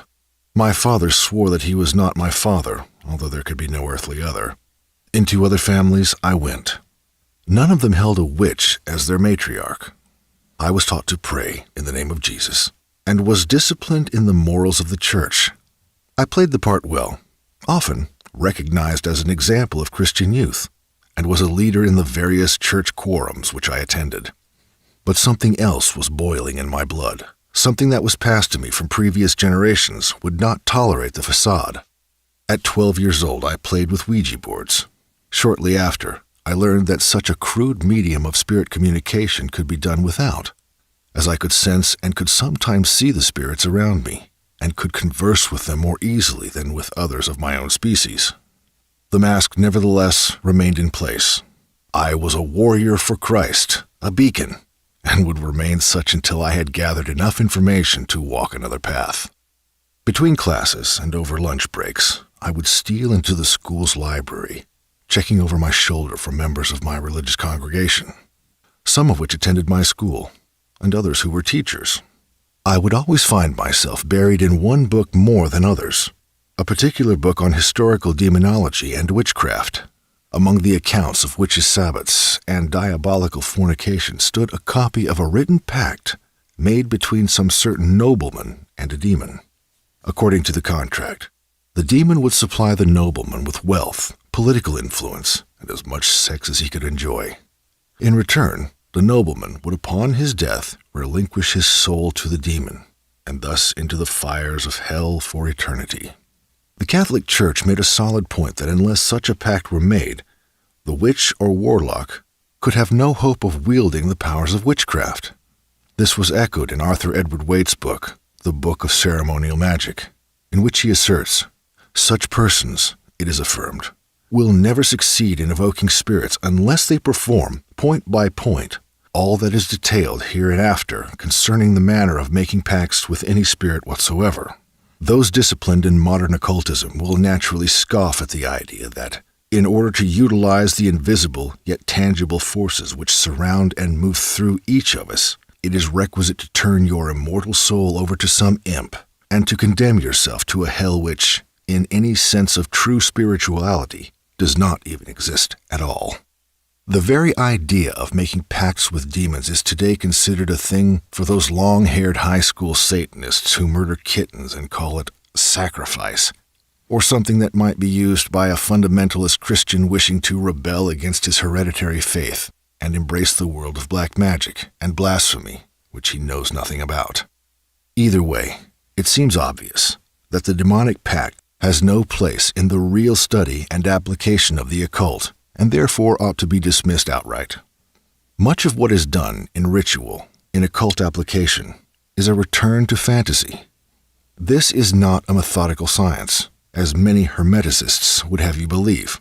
Otherwise, every ritual temple and ceremonial altar would by now be replaced with a laboratory, scrying mirrors, and a microscope.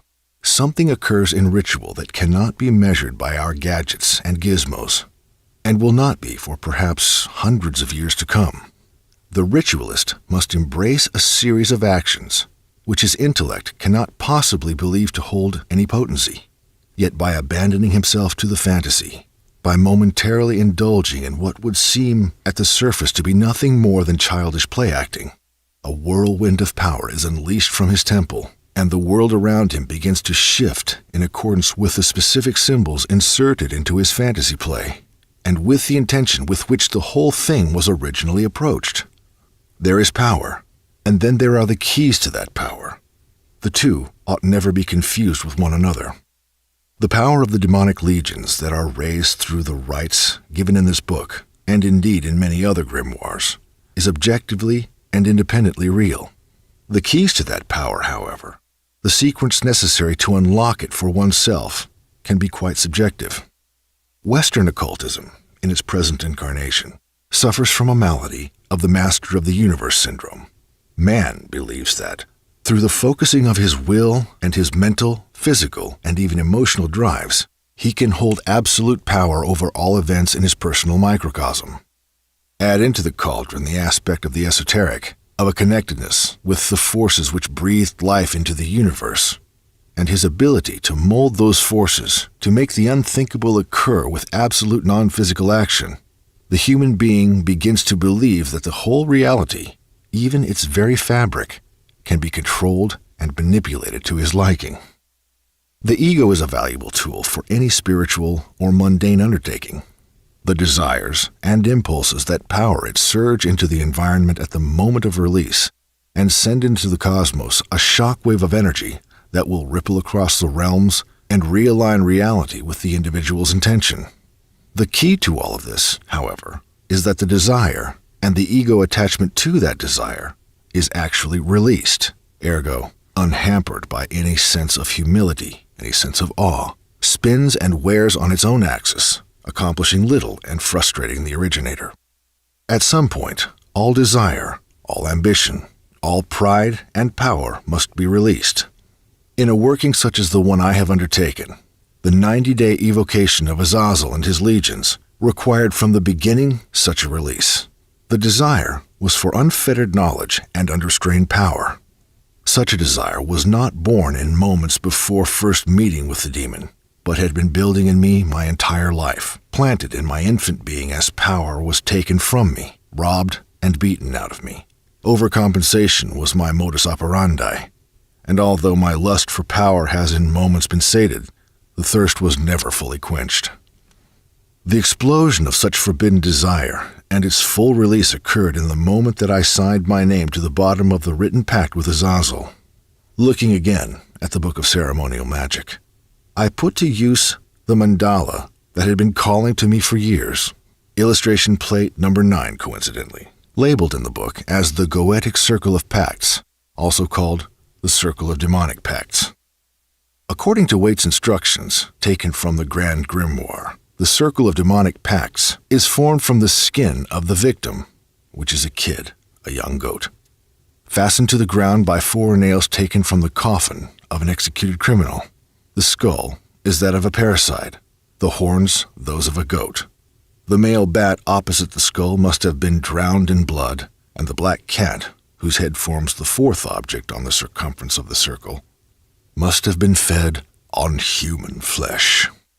After such a macabre and seemingly purposeless arrangement of fetish items, Wade continues, there is no authority for any of these stipulations. If there is no authority for any such stipulations, it is entirely possible that they were included in the Grand Grimoire as blinds, or purposeful misdirections, intended to render the whole operation useless to those who take the book at face value. Another explanation for such energetically impotent items is that a good deal of black magic is surrounded by an air of the heretical and the bloody, and that the sacrifice of the cat, grave robbery, and animal torture lend to the mystery of such works. Either way, outside of primal systems of spirituality, such as those which derived from the Congo, such inclusions seem to possess a psychological power more than a raw occult power. What enthralled me was the arrangement of the whole circle. The circumference is bound with double concentric circles, which is common with most circles used in the evocation of spirits. However, the triangle, where the spirit is to manifest, is traditionally placed outside of the circle, ostensibly forming a division or barrier between the summoner and the summoned. In this case, the triangle was drawn on the inside of the circle, illustrating the direct union between the two, or between the fleshy man and the infernal spirit, serving as an indicator of the intimate nature of the pact itself, which will forever link the two. 3 circles are drawn within the triangle, which, according to the Grand Grimoire, designate the positions of the operator, who would stand at the uppermost circle, and his 2 assistants, who would stand in the circles behind him. Such an arrangement is not coincidental, or simply practical, but is entirely symbolic of the Trinity, either that of the Father, Son, and the Holy Spirit, or of Satan, the false prophet, and the Antichrist. The list and evaluation of sacred or unholy trinities in religion could itself fill an entire book, but it seems sufficient to note that the circles, which in themselves represent eternity, are not to be excluded quite as easily as the aforementioned macabre fetish items. To further vindicate my view that if such a circle of pacts is drawn on the ground, in which the operator will stand or sit while communing with the demonic, that the 3 smaller circles must be drawn therein and not regarded as simply markers for the positions of the inhabitants of the circle. All 3 are connected by lines, and the uppermost circle bears small horns, forming perfectly the astrological symbol of Mercury, which has been held for nearly 10,000 years as the sphere of magic, of initiation, of science, and knowledge. Below the triangle is the labarium, inverted at either side the symbols of Alpha and Omega, The views on the meaning of this symbol, specifically as it appears in this case, differ immensely. The labarium, being a commonly used symbolic representation of the name of Jesus Christ, is most often thought to be present in the circle of demonic pacts as a final safety, a device which will protect the operator from the entities which he intends to call down before him. The fact that it is inverted could either be a blasphemy, an inversion of the name of Christ, or as simply a means to allow the Messiah to stand behind you as you enter the gates of hell. Unfortunately for such a single-minded explanation, the labarium, under the designation of Chi-Rho, has also been used to symbolize Chronos, or time. The general idea behind the symbol is that, like Jesus' self-assertion that he is Alpha and Omega, the beginning and the end, that the figure to whom the labarium is attributed is the master of time, or is outside of time altogether. As for the names inscribed outside the whole circle, these are the names of 4 major fallen angels, or watchers, interestingly tied to Azazel and his ilk, each of them responsible, like Azazel, for teaching men forbidden knowledge.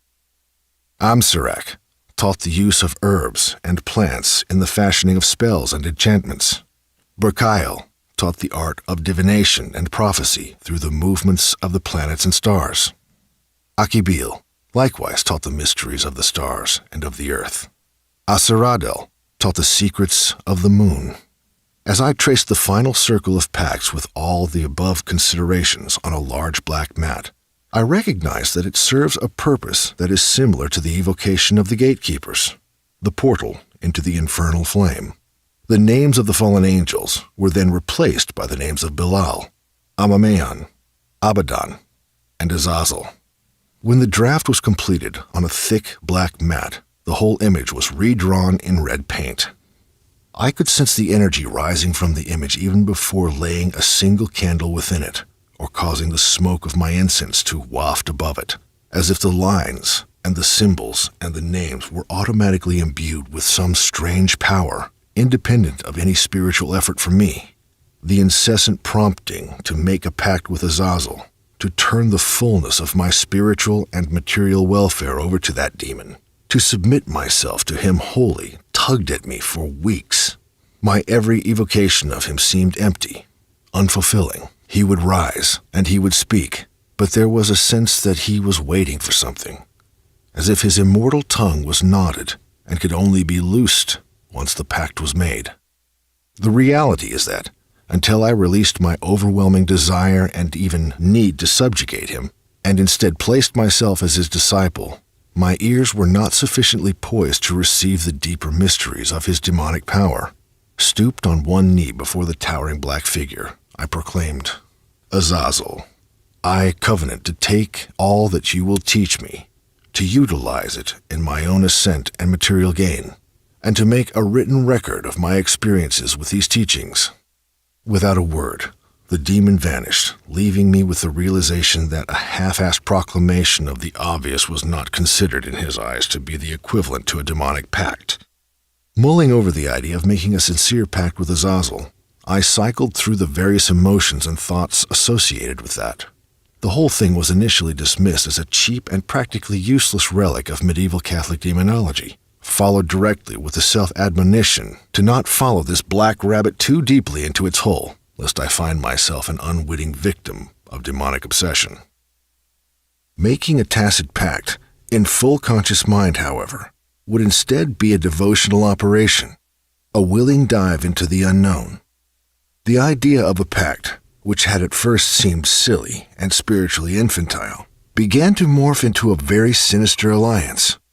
I had no reason to trust Azazel, and I knew that in not simply writing a pact with flashy Middle English words, but in doing the internal work of turning myself over to the demon, I was thrusting myself into the inferno in hopes to discover where the fire came from.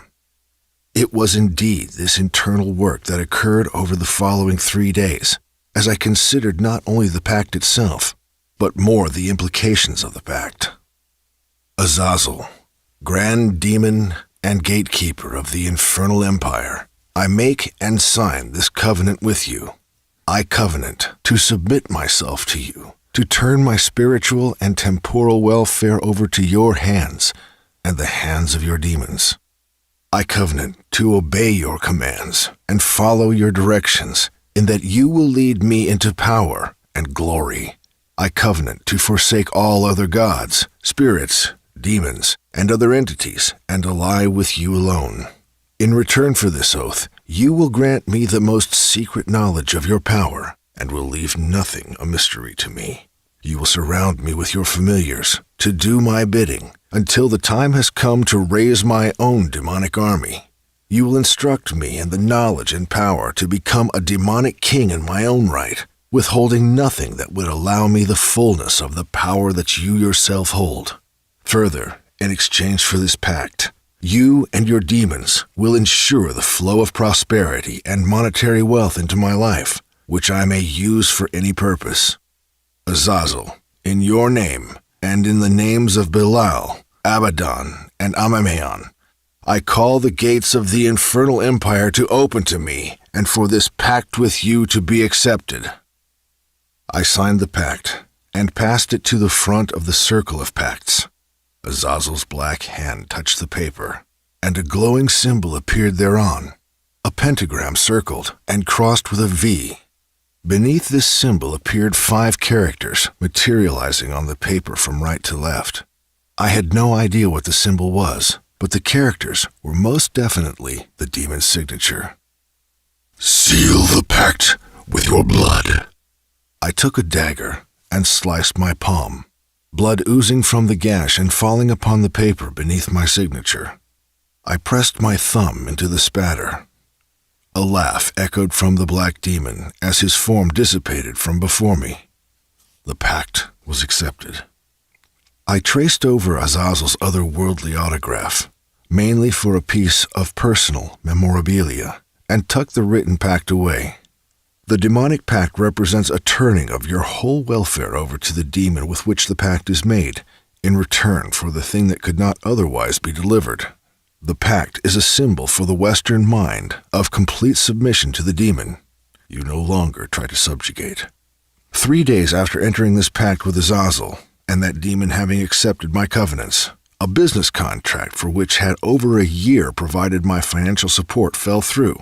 The specific contract locked me into less of a salary than I could find elsewhere, but what seemed to be guaranteed longevity. Though monetary gain has always flowed to me, or is pulled to me, through non-physical means, I have nevertheless always maintained full-time work, both to keep my hands and mind busy as well as to ensure that I can provide for myself and my child without negative fluctuation. I had met with the company president only weeks previous, as we often met to discuss the current direction of the company and my role in its continued success. In that meeting, all was well, and indeed the company profits seemed to be accelerating. The day following the signing of the pact, the secretary appointed to manage the clerical aspects of my exclusivity, my tasks, was laid off. 2 days after the pact, I was asked to double my efforts in the following week to collect outstanding debts from existing clients and to wrap up their existing services.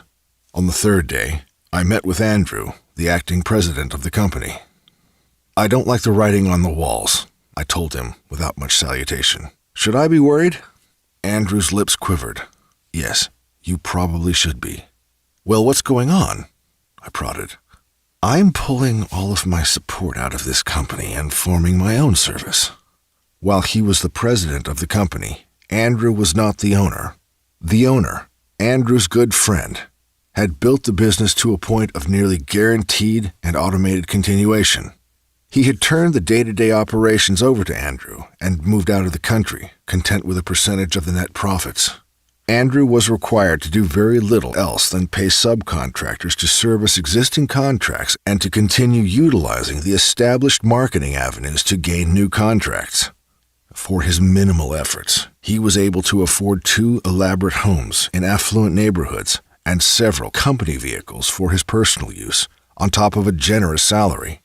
I don't blame anyone for pursuing their entrepreneurial whims, for wanting to start something that is entirely theirs, but in this particular case, it didn't seem to make sense. The ethical issues behind the whole scheme seemed to run contrary to Andrew's personal morals as well.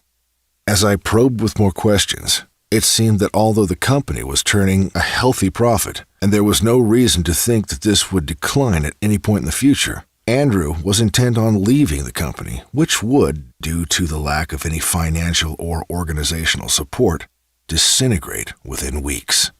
In discussing the matter with another contractor, I discovered that Andrew and the owner had had a falling out only days before, coinciding with the moment of the signing of the pact. Rather than accepting the even more generous offer from the owner for full partnership in the company, Andrew was consumed with spite. He immediately had his attorney draw up paperwork to form not only his own corporation, but one in direct competition with the one that paid both his and my salaries. In the 2 weeks remaining before he transferred his attention fully to his own corporation, Andrew's revenge was taken into full unethical action by recruiting nearly all of his friends' employees for his new company and signing service contracts with existing clients for his own business, thereby guaranteeing the fatal starvation of the golden goose. Through all of this, the only position that would not be transferred to his new company was the one that I filled. The needed equipment and service was more of an investment than he was willing to put in. Confounded, I asked him for a letter of recommendation, which he delightfully wrote right away, and left his office disheartened. I knew that I had no reason to trust Azazel from the beginning. I knew that placing my spiritual and mundane affairs in the hands of a demon was far from wise, but I honestly did not anticipate having my entire lifeline pulled out from under me. I spent the following week contacting every potential employer and contractor to no avail. No one was hiring, and those who were swamped with candidates. The demonic lords under Azazel were with me constantly, buzzing around me like a swarm of flies, busily working on something that I could not divine. I reread my notes on my evocations of Azazel and his consorts, as well as the pact, looking for some clue as to what was happening. In exchange for this pact, you and your demons will ensure the flow of prosperity and monetary wealth into my life, which I may use for my own purpose. The presence of one particular Dark Lord remained more pronounced than the others. I could feel him with me, as if he walked by my side, and I could sense that the others of his swarm obeyed his commands. At times, I could see his cloaked body out of the corner of my eye. Whatever was happening in my life, he was to blame. I threw the circle of demonic pacts onto the ground, which had become the only mandala that I used to call upon the demons, followed by 2 black candles at either side of me. I lit the coal within the censer, and before it could turn red, I began heaping incense resin onto it. Alash, tadalash, talash tu.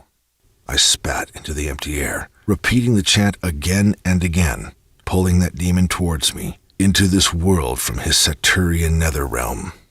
Anharatu, stand before me to answer my displeasure. Alash, tadalash, talash tu. The smoke flooding the room gathered before me, not in the north, as Azazel always did, but before me, and to my left in the northwestern corner. His black hood covered his eyes, but I could see the constant grin on his marbled, cold face, and I could feel the calm reeking from him. By the pact made between Azazel and myself, you are to ensure the flow of prosperity into my life. Instead, you have taken wealth away from me, and have left me with no way to provide for myself. The demon stood silent, still smiling, still calm. How do you answer this?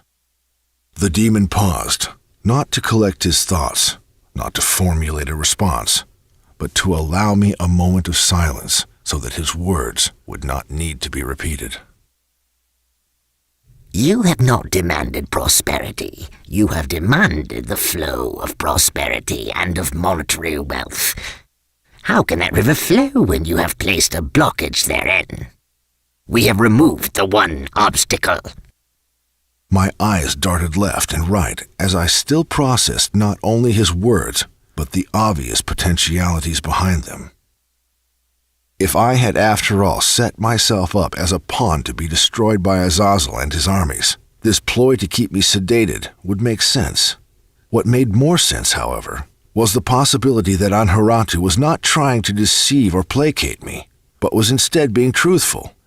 My business contract was, in fact, quite an obstacle to any continued gain in prosperity, but it was a welcome one in its supposed certainty of continuity.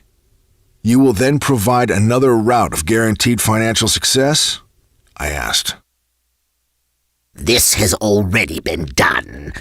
Remember now this same pact in which you covenant to turn your temporal welfare to our hands and to forsake all other gods, demons, spirits, angels, or powers. Do not break your oath." The figure vanished, and as the smoke cleared from the room, I realized the utter foolishness of such wording in the pact. In order to continue this journey and to have delivered to me the knowledge that I was sure only Azazel held, I would be forced to trust him and his demons entirely, as my oath bound me from any other occult methods of summoning success that had proven efficacious in the past. I had played my hand, and Azazel had played his. All of our chips and all of our cards were on the table. I resolved to remain true to my oath, and prepared myself for homelessness. I continued to do the physical work needed to find employment, and hoped with fingers crossed that I was not a fool, nor a pawn, but that my original hope, that through Azazel I would attain and obtain a good portion of what I sought after, was not in vain. 13 days following the signing of the pact with Azazel, one day before my failing employment was to expire, I received a call from a potential employer to whom I had submitted a resume and portfolio at the onset of my crisis. The office manager asked me to meet with her and with the company owner to discuss possible employment. Rather than meeting in their office, however, they invited me for Sunday morning coffee in their home. A young, striking blonde woman answered the door. Autumn, co-owner and office manager, was only 3 or 4 years older than I was. As I sat at their heavy wooden dining room table, the walls covered in picture frames and accessories that only a woman could enliven a home with, and the scent of potpourri candles dancing in the air, her husband, the company owner and operator, joined us. They both announced that they had already sifted through hundreds of candidates and had already chosen an applicant for their position, but that an unknowable something had urged them to speak with me before finalizing my competitor's career. We discussed my background, history, personal life, and my interest not only in their job offer, but in the industry itself, all with an organic flow to conversation versus the usual interview grilling that I had expected. The couple was young, energetic, humorous, and quite successful. The position that they were offering was for a field assistant for Jason, as he was the only field technician in the small business. He was a perfectionist, and therefore wasn't going to trust the continued success of his business to multiple crews and mass production. I told him that I would agree to come on as his assistant, but that I am, by nature, an ambitious person, and I wanted to know what plans he had for me in the company's future. Jason and Autumn looked at each other, their answer being one that they had apparently spoken of in great length, and were only now verbalizing this to an outside party. "I want to train you to take over my job, to run the company. If you're capable, I want to hand over the day-to-day operations of the business so that we can pursue other business interests. If this works out, we could even talk about a partnership in the company." They had already chosen a candidate for the position. They had already established the day and time for this other person to begin work, but something else had intervened.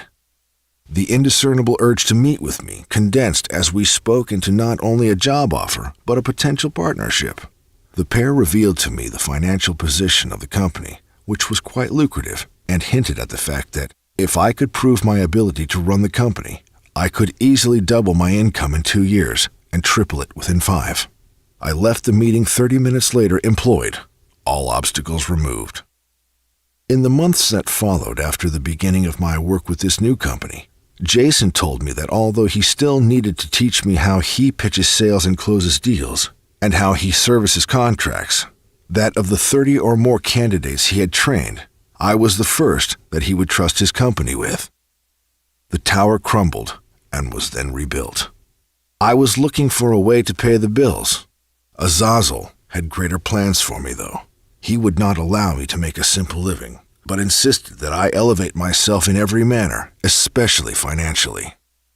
I assumed that this was the fullness of Azazel's work in the respect to the pact. The money that I was making, and that would continue to multiply, seemed grand indeed. I was content. I am contented by such simple things. Azazel's vision of an empire differed greatly from mine. Before Azazel would release me from his service, he would ensure that I would not carry his name without being a fit representative of what real power looked like.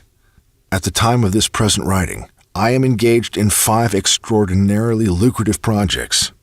In none of them am I an employee. One of these projects will make me a great amount of money over the next 2 years, guaranteed.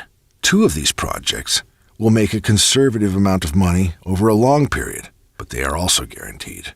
The remaining 2 projects will take 1 to 3 years to bring to mature fruition, at which point I will essentially retire from the necessity to work for a living at all. All of this materialized, literally, brought to my doorstep within weeks of signing the pact. I did not seek these opportunities out. They sought me out. Azazel had a great task before him when he agreed to the terms of the pact. He was required to bring wealth to a person who didn't care for it, and then he was to teach that person how to manifest in the physical world sensory objects and physical delights for which I was entirely indifferent. He had to alter my perception of myself as a being in this world in order to show me my own capacity for greatness in this world. I had failed to define what my empire would look like without resorting to a vocabulary composed of grunts and whines, and so he interjected his own vision so that I could see what wealth, fulfillment, accomplishment, and real and tangible power looked like. Although it may seem obvious that the demonic pact has no place in the real study and application of the occult, and therefore ought to be dismissed outright, in adhering to Azazel's charge to offer such a clear and distinct devotion to him and his mentorship, it was not only the pact that momentarily crumbled my financial life, but it was the power of the pact that caught the falling bricks just in time to erect a tower that could potentially reach to the heavens, at least monetarily. As I continued in my progress through Azazel's teachings, it became increasingly clear that he was not simply teaching me the same mystical escapism to which I had become accustomed, but instead was guiding me into the step-by-step exaltation of every aspect of my life. Convergence was upon me, and the gateways through which I had previously traveled to other worlds would instead be used to bring those other worlds and all of their treasures to me.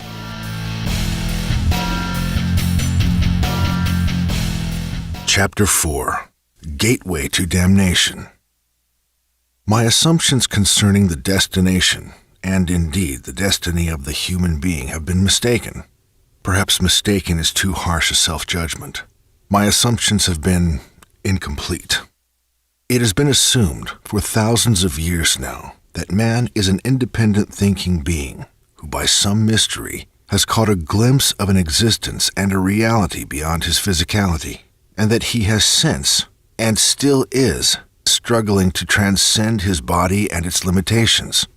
For quite some time, death seemed to be the great, and in fact the only method of transference of consciousness beyond this plane. The idea of an afterlife, which is either more glorious or more comfortable or more enduring or somehow better than the physical world, provides at least a fantasy and a hope for transcendence of the human consciousness into a realm or a place greater than the physical. When the sorcerers and the shamans learned that the finite consciousness could be ejected from the body and even from the brain, and possibly even expanded infinitely into all things, merging with some amorphous unified spiritual field, the hope and the fantasy was transformed and could be said replaced with an active process of spiritual ascent, a conscious, spiritual transmigration. Even if such a transmigration of the soul occurred after the death of the physical body, the end result was no longer seen as assured. The deeds done in the flesh would dictate the state of glory received in the hereafter. The more advanced shamans and prophets, however, recognized that the afterlife experience did not necessarily need to occur after life, but could be beheld and participated in during life through methods as diverse as prayer and revelation. the use of entheogenic plants and compounds, sexual orgy, sensory deprivation, and prolonged meditation. By whatever means, in learning how to actively activate the projection of the finite mind into infinite states of awareness, the whole mythology formed as to the nature of the spiritual realm, dividing what had until that point been considered the spiritual world into various degrees or depths of penetration, now often segregated into planes, such as the astral plane, the mental plane, the ethereal plane, and so on. My entire approach to the world of spirituality has been centered around two fundamental practices, without which I believe that the whole process of spiritual development stagnates. Those two cornerstone spiritual practices are the evocation of external consciousness and the translocation of one's own consciousness. This can be clarified even further by stating that the process of spiritual development is twofold: the projection of the self into the worlds of spirit, and the reverse flow of bringing the powers and intelligence within those worlds into this one. I have termed the former ascent, the latter convergence. My faulty assumption has been the same erroneous supposition made for millennia, that the human state is imperfect and needs to be transcended and even escaped from into those more perfect worlds beyond. Through my own active transmigration through the worlds of spirit, my individual form gradually dissolving into an eternal mind, an omnipresent locus, momentarily possessing in a conscious way the attributes of omnipotence, omnipresence, and omniscience, I declared that this is the natural state of man. From my most recent work, Ipsissimus. In fact, it is not the consciousness which is expanded. Being aware of the self as a microcosm in relation to the greater macrocosm, but instead, it is the identity of the spiritual self that needs to be expanded. In that expansion, however, in the states of omnipresence, omnipotence, and omniscience, the individual comes to the stark realization that there is no individual soul, there is no spiritual self to be expanded, but that such is a very sordid metaphor used as a tool to enter into the awareness of the boundlessness of all things. If you can expand yourself into everything, into all places at once, what is being expanded, and did it ever exist in a minute form? This is all Maya, a trick we play on ourselves to believe that we are separate from that which surrounds us, and therefore necessitates our entrance into those objects, spaces, and psyches. With repetition, it is realized without exception that you are not entering into objects apart from yourself, nor are you expanding into an endless space outside, but that you are transforming your awareness into another part of your own eternal body. Evolution, whether genetic, social, spiritual, or in any other form and incarnation, seems to be a law with as much solidity as gravity. The completeness of my assumptions began with the supposed realization that the process of ascent, the active transmigration of the soul while still incarnated in a finite form, is in itself an evolutionary process. If we are inherently and fundamentally eternal beings, naturally possessing the latent faculty of entering spaces of omnipresence, omniscience, and omnipotence, then simply activating that dormant aspect of ourselves is not evolution at all, any more than a cripple regaining the use of his legs is evolution. I consciously and actively began this process of ascent when I was 12 years old. At the writing of this book, I am 30. For 18 years, I have not been working towards spiritual evolution, as I had arrogantly presumed. Instead, I have only been learning to use those parts of my own being which have, through millennia of atrophy, become crippled. And only now, at this juncture, when I find the whole of my life devoted to the most foul demon, does actual evolution begin. Azazel carried my vision away from my living room, from the circle of packs laid out on the floor, from the candlelight and the gyrating shadows. He carried my vision outside of this planet, but not far, the short journey ending in front of the ringed planet of Saturn. The infernal empire can be accessed through the moon in the dark ring of Saturn. The voice, which did not originate from a form, silenced, and my opened eyes stared no longer at that planet, but at my living room walls once again. I had long understood that Saturn, under the name of Binah, is recognized as one of the 4 gateways beyond the realm of causality in a realm of chaos. The enormous rings of Saturn possess within them a dark ring, known as Cassini's division, which is thought to have been formed by the gravitational displacement of the ring pattern by the moon Mimas.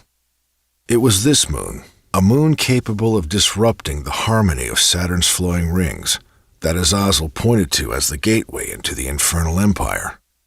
On questioning Anharatu on this gateway, that demon seemed to have become my constant invisible companion. He delivered 5 more gateways to be inscribed.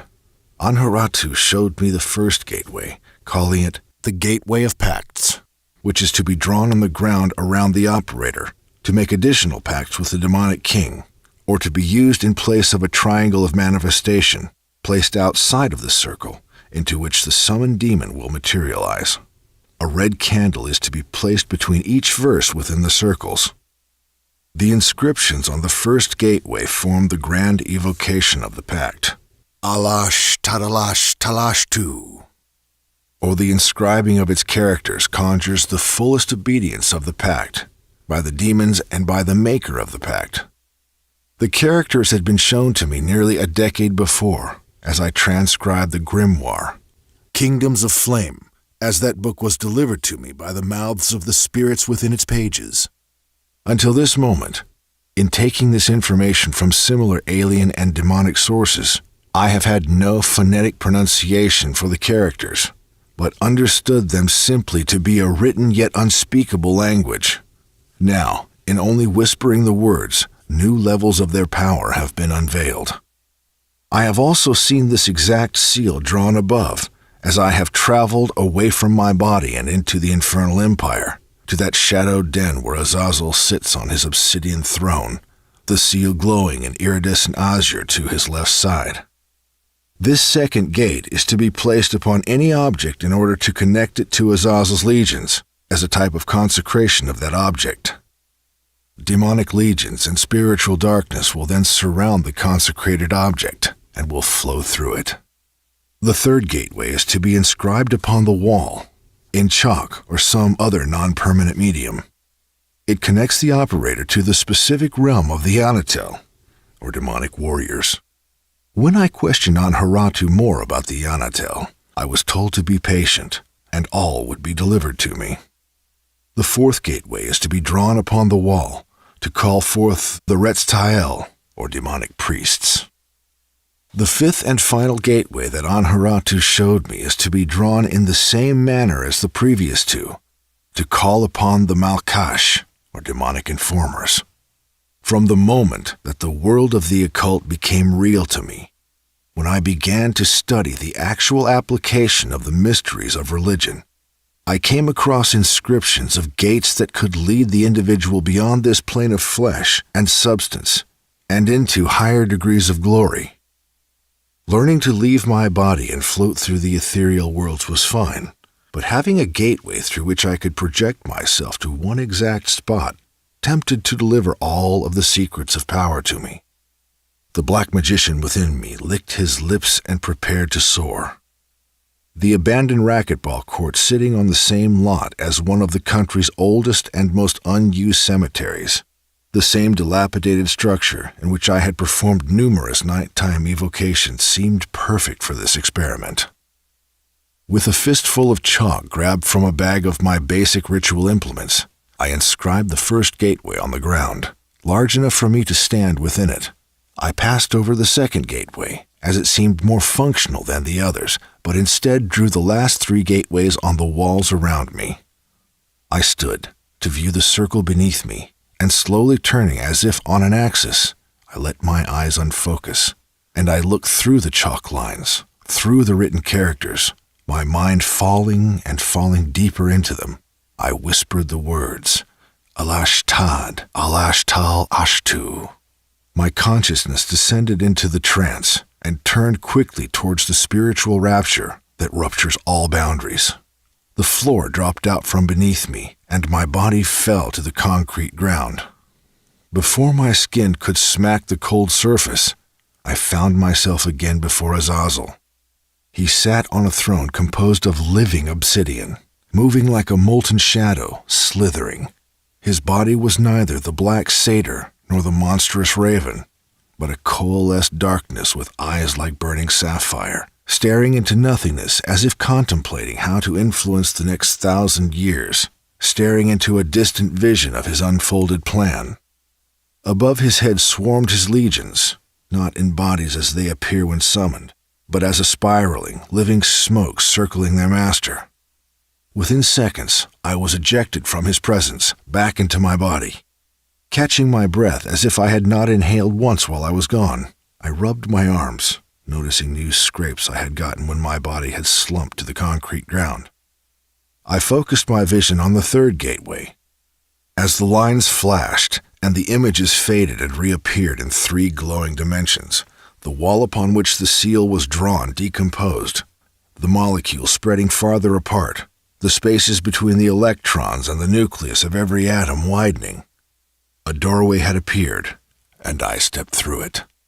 A desert waited for me on the other side of the gateway, the cracked and barren black earth holding a sea of demons, vicious and fanged and desperate to attack, to pour through the gateway to my side of it, to this earth and this realm, to file through that open doorway. A blue glow caught my attention to my left, and when I looked down, I saw on the ground beside me the seal of the first gateway, which was also inscribed next to Azazel's throne. I could sense that the seal of the pact would not only protect me from the hideous army, but could also allow me to command those most terrifying legions. The shining doorway was closed as I returned again to my body. I looked upon the fourth gateway, drawn on the concrete wall, gazing into it, beyond the lines, beyond the concrete, and that doorway opened. Stepping through the door led me to an ancient temple, the high stone walls dripping with some sort of phosphorescent moisture, the condensation oozing through the astral mortar.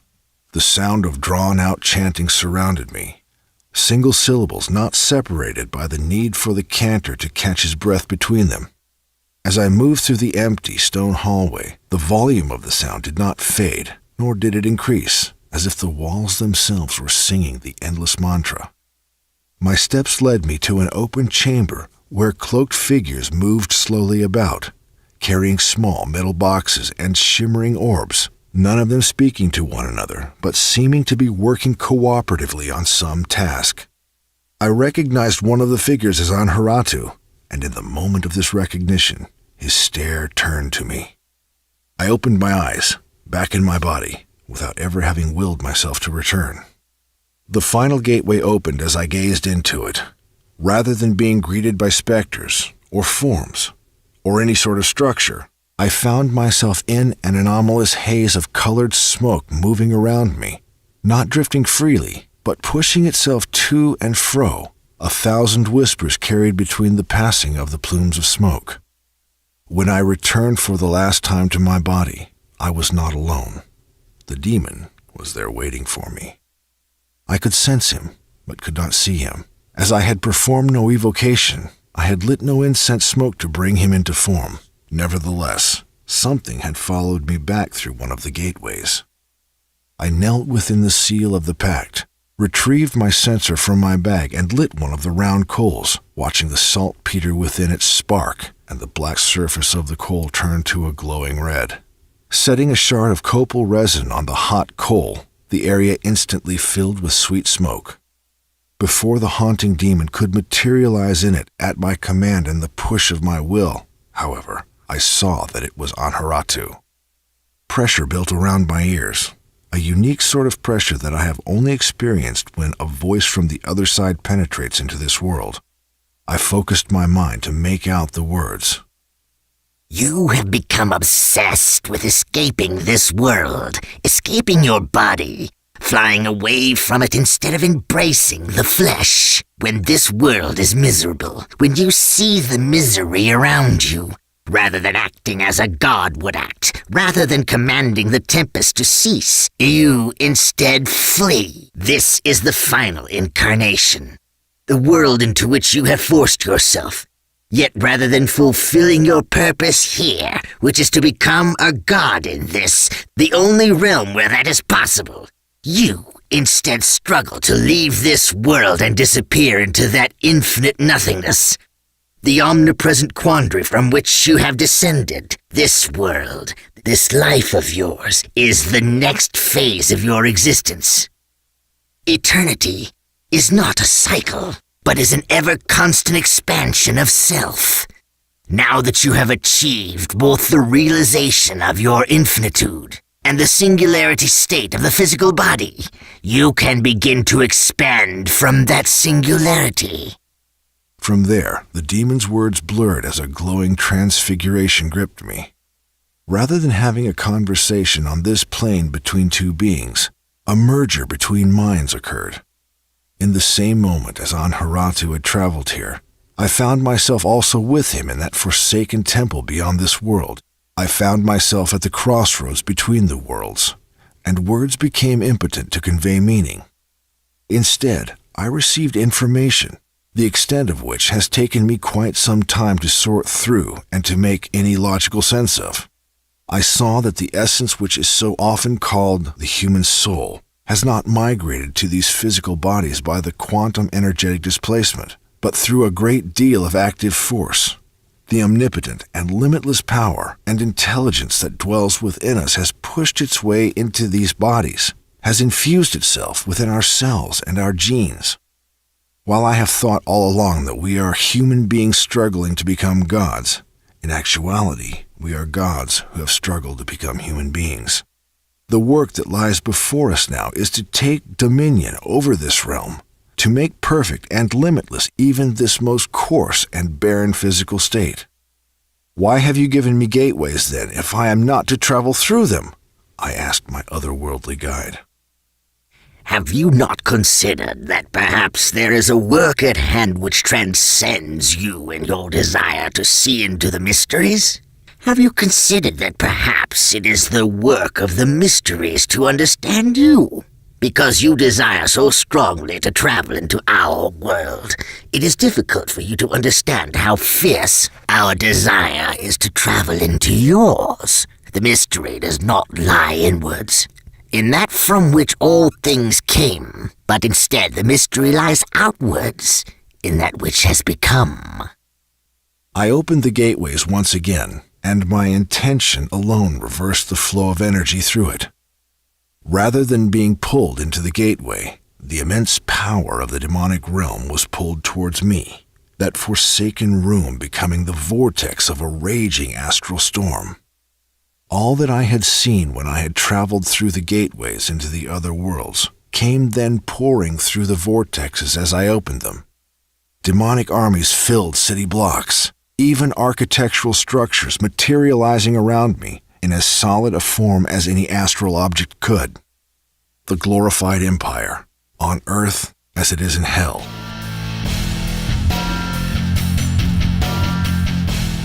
Chapter 5. The Keys of Constraint. Evocation is the grand key to godhood. It is an operation which serves as an outline for the creation and destruction of all things, an infinite universe expanded from one finite point. Azazel had made it clear to me that he, as an entity that can be summoned and which brings with him a very specific sort of power and knowledge, is not in any objective way real. Such statements issued by that fiend have always been followed by making clear that neither am I real, other than through my own observation of myself. Reality, then, as defined by this creature, is determined only by the observation or observability of the thing. In the moment of observation, that which is observed enters into known reality. Schrodinger's cat may be both alive and dead to the observer before he opens the box, but to someone unaware of the experiment, the cat does not exist at all until the box is opened. In that moment, the cat is evoked into being, both retroactively, for the time it may have been in the box, unknown, and for the future in the memory of the evocator. Through evocation, that which is in no quantifiable way real, but instead resides wholly in the realm of the imagination, can be brought forth into materialization before the five senses and produce results in the physical world which are quite quantifiable. Evocation is the anti-transmigrational format. and the journey towards godhood begins in earnest through evoking the legions of the infernal realm. No other spirit, angel, elemental, or intelligence can tear down the walls of singular consciousness and allow the evocator to peer into his own limitless potential as aptly as the demonic. Simply possessing the sigils, names, and attributes of the demons are not quite enough to be able to call on them. Neither is any limerick infused with references to Satan, darkness, or other nighttime mental memorabilia. The power of evocation is an invisible power, which is able to produce visible and quite tangible results.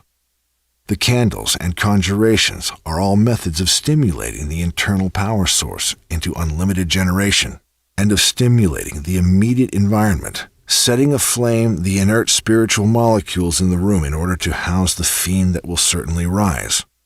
The elementary principles of evocation stand and are to be applied here to the infernal realm, to the demons that will be summoned. Preparatory immersion. The subjective synthesis, which is the integration or full insertion of the individual into the system and paradigm in which he will operate, is essentially to his ability to summon forth an unreal entity from the depths of universal imagination into objective and observable reality. In modern times, with worldwide information as accessible as mouse clicks and button presses, such a preparatory immersion into the realm of the spirit is most often and most easily conducted through intellectual identification with the system, through a sort of mental immersion prolonged as to blur the barrier between the real and the imagined. If the intellect can be bypassed altogether by carrying a direct route into the imagination, an undisturbed path beyond ordinary observation will allow the operator to descend, without limitation, into a world where mystery and miracle are made manifest. An exponentially self-multiplying process begins, as my own process began with Azazel. An initial evocation of the demon momentarily solidifies its reality in your observation. Subsequent evocations of that same demon further substantiate its place in this altered reality, causing the observed reality to be superimposed upon the previously accepted reality. And finally, through a sort of immersion that can only be described as fanatical, the self-created, superimposed reality becomes the dominant observation. The demon summoned forth from universal imagination becomes a more solid observation than the physical world in which the operator exists daily. The pact cannot be made with any degree of seriousness until this final stage of disidentification with the impossibilities is reached. Once such a fanatical stage is reached, however, the pact is the only possible option. No greater immersion into the world of impossibility exists. The use or development of a working system. Somewhere along mankind's spiritual evolution, we discovered specific, syntactical methods by which invisible or even imaginary forces can play upon this three-dimensional realm, often to alarming degrees. A two-way bridge was then drawn between the spiritual and the physical, or otherwise between the imaginative and the real, allowing that which is physical to pass into the spiritual, and that which is spiritual to affect the physical. As we near the fast-approaching next evolutionary jump, the boundaries between the two are dissolving. Indeed, within a short time, we will see that there is no difference between the imagined and the real, or the spiritual and the physical. The closer in time that we draw towards this singularity, the less mysterious any of it seems.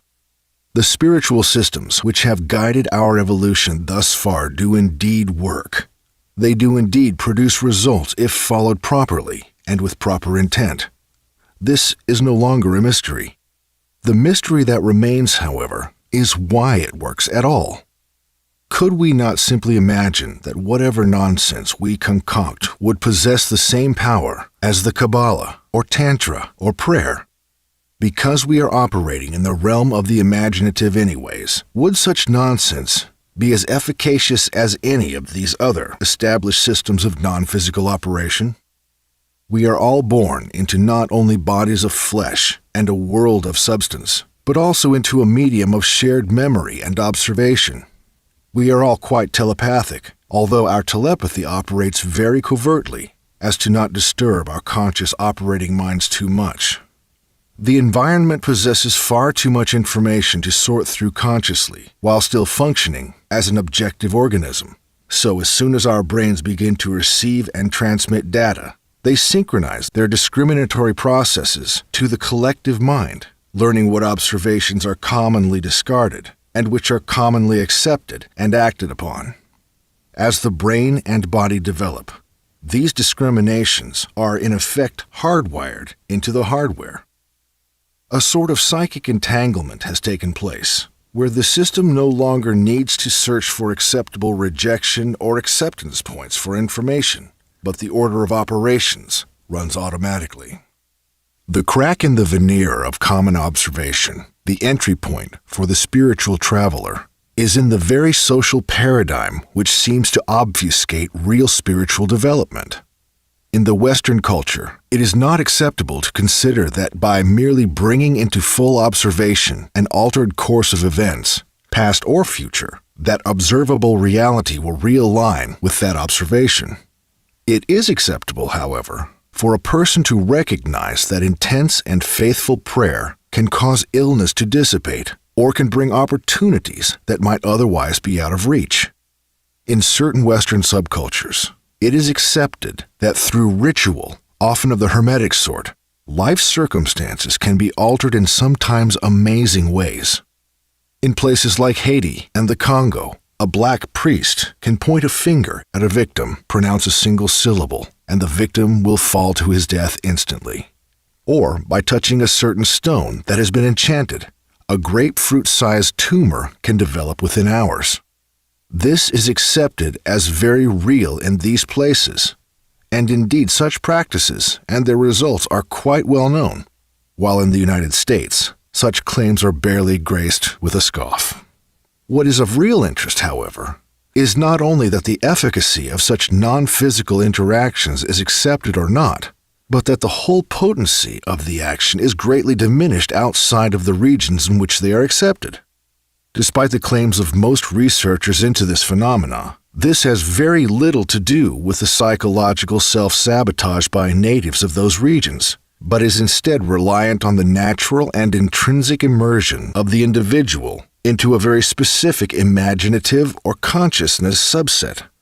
In the middle part of the last century, it was popular for those seeking spiritual enlightenment to travel to India and seek out a guru there who could teach them. Even though the Vedic knowledge is accessible in the West, and even though many Hindu gurus have located to the United States, it was understood that real alignment in that system could not occur unless the seeker immersed himself fully in the Hindu life. Similarly, it is understood that in order to be initiated into Haitian voodoo, one needs to travel to Haiti, spend a certain amount of time on the island, and be initiated into the religion there.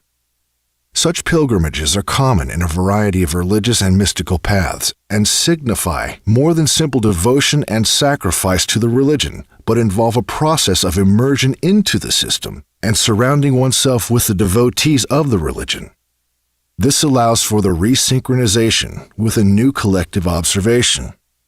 What this all comes to is that because of the limitations imposed by yourself on yourself, in order to penetrate into the mystery, a reliance on that which is established in your own culture as effective is required. Alternatively, the adoption of another culture and system is also effective. Eventually, you can indeed simply alter your observation of anything whatsoever, and thereby cause a dramatic shift in reality without any prolonged ritual, or observation, or formality of any sort. At such a point, you may then imprint the imaginative medium with any idea that you desire, and such an imprint will glisten with all the power of the ancient spiritual secrets. There is a ladder that must be climbed out of the collective observation and into true liberation, however. Attainment of omnipotence. Humans are multidimensional entities, existing in 24-dimensional hyperspace, yet normally only experiencing 4 of these dimensions on a conscious level, those of height, depth, width, and time. The fifth dimension of consciousness is experienced at a less conscious level until deeper mystical states are achieved in which the consciousness of all things is realized consciously. During sleep, meditation, ritual, and prayer, as many as 8 dimensions may be experienced at one time. In the ecstatic states of soul travel, when ego identity is dissolved and form and formless unite, 12 dimensions can be briefly experienced. In such a state, however, relative time is elongated, causing mere milliseconds to be experienced as minutes, hours, or even days. In order to evoke an entity into 4-dimensional materialization, simple 4-dimensional models of action and interaction are not sufficient. The evocator is not summoning an entity from another realm as much as he or she is summoning existence as a whole to alter entirely enough to allow such an impossibility to become present. It is his task, then, to create a new world, a world wherein gods and spirits commune with mortals, and then to replace the former world with the one of his creation. The issue of attaining omnipotence is less actively working towards such a state, but instead is a relinquishing of the 4-dimensional consciousness to the rapture of the ritual. As the theta-gamic sync is triggered and the worlds begin to collide, a peculiar sort of mental fugue and exhaustion sets in. From my work on the subject of evocation, evoking eternity, it is also at this point in the ritual of evocation that lightheadedness, physical exhaustion, and general weariness will begin to manifest. At first, the evocator will fear that he does not possess the natural stamina to complete the ritual, or will be hounded by anxiety that in such a state he will not be able to wrestle with the spirit for control. The state of weakness can be more appropriately called a state of rapture. The body is being transfigured, prepared by a power that is beyond the flesh to see and hear that which is also beyond the flesh. The mild exhaustion which you feel at this point early on in the ritual will increase as the ritual progresses and as the spirit moves closer to materialization within the triangle. Do not fight it, as in doing so you will be fighting the very thing which will lift you from your dying state into one of godly power. Instead, give in to the exhaustion. Allow it to overwhelm you. As the ritual moves forward and the rapture grows more fervent, you may begin to feel as if you are near complete conscious collapse and will faint at any moment. You must walk the line between the blackness of unconsciousness and the willed command over your own body, giving up your will to do anything at all but to remain alert. If your knees are locked, unlock them and loosen your stance. Control your breath, focus your mind, and continue the ritual. Substantial contact. A large part of the modern evocation ritual attempts to fulfill this single elementary principle of gaining and maintaining substantial contact with the spirit to be materialized. Some occultists will meditate upon the sigil of the spirit to be called and will recite incantations to bring it forth. Some operators spend hours concocting various oils and incenses specific to the astrological attributions of the spirit. The practice of dressing wholly in the planetary colors of the spirit for days preceding the ritual is common, as are daily devotions to the spirit, sphere, or god form associated with the spirit. Despite the most fervent assertions that these practices in their own right bring the spirit to materialization, in actuality, they only serve to create a substantial psychic contact between the evocator and the evoked. The assertion made by Azazel, and even more by Anharatu, is that in the very act of reading this text, of becoming aware of the evil spirits whose names are given in this text, and in the unveiling to your mind the secrets of the infernal empire, its invisible hosts will move nearer to you, the reader, the seeker, and indeed these demons begin to make substantial contact with you. Their materialization in your ritual chamber and in your life is almost guaranteed, as you will sense their presence and will soon be able to scan the following pages and call their names, and they will rise in forms and bodies which you can behold. Sigils for the demons will be given in the following chapters, which can be used to establish the vital link to the demon along with its name. The summoning rite given later in this text, when performed, will provide the necessary substantial contact to facilitate the full materialization of the demon. Incantation. Certain sounds that can only be made with the human vocal apparatus seem to put into motion immediate and substantial shifts in the environment, in the being of the operator, and in existence as a whole. Unfortunately for adherents to the system of the traditional grimoires, in which the conjurations used to summon a spirit exhaust up to a half an hour, such transformative and transfigurative orations most often consist of only one or a few syllables, the intonation and repetition of which alter the whole of existence in accordance with the inherent intent of the mantra. The license to appear, the constraints, the bindings, and the commands that are given to the spirit once it stands before you are primarily for the benefit of getting straight in your own mind that which you wish to achieve through such an operation. The spirit that you have materialized into this reality does not speak English or any other language, but ideas seem to muddle and mesh in the mind until they are spoken aloud or committed to writing. Even such a simple command as "Rise before me, foul fiend of the inferno," clarifies the otherwise ephemeral desire for the spirit to materialize. Rather than going on for 30 minutes in a memorized conjuration, or worse yet, reading one aloud from a book, pocket-sized flashlight in hand, I recommend utilizing the demonic tongue given in this text, which consists of only a few interesting and alienic words. Along with this, the operator would do well to write a single sentence declaring that the spirit rise, the whole of which is to be repeated again and again.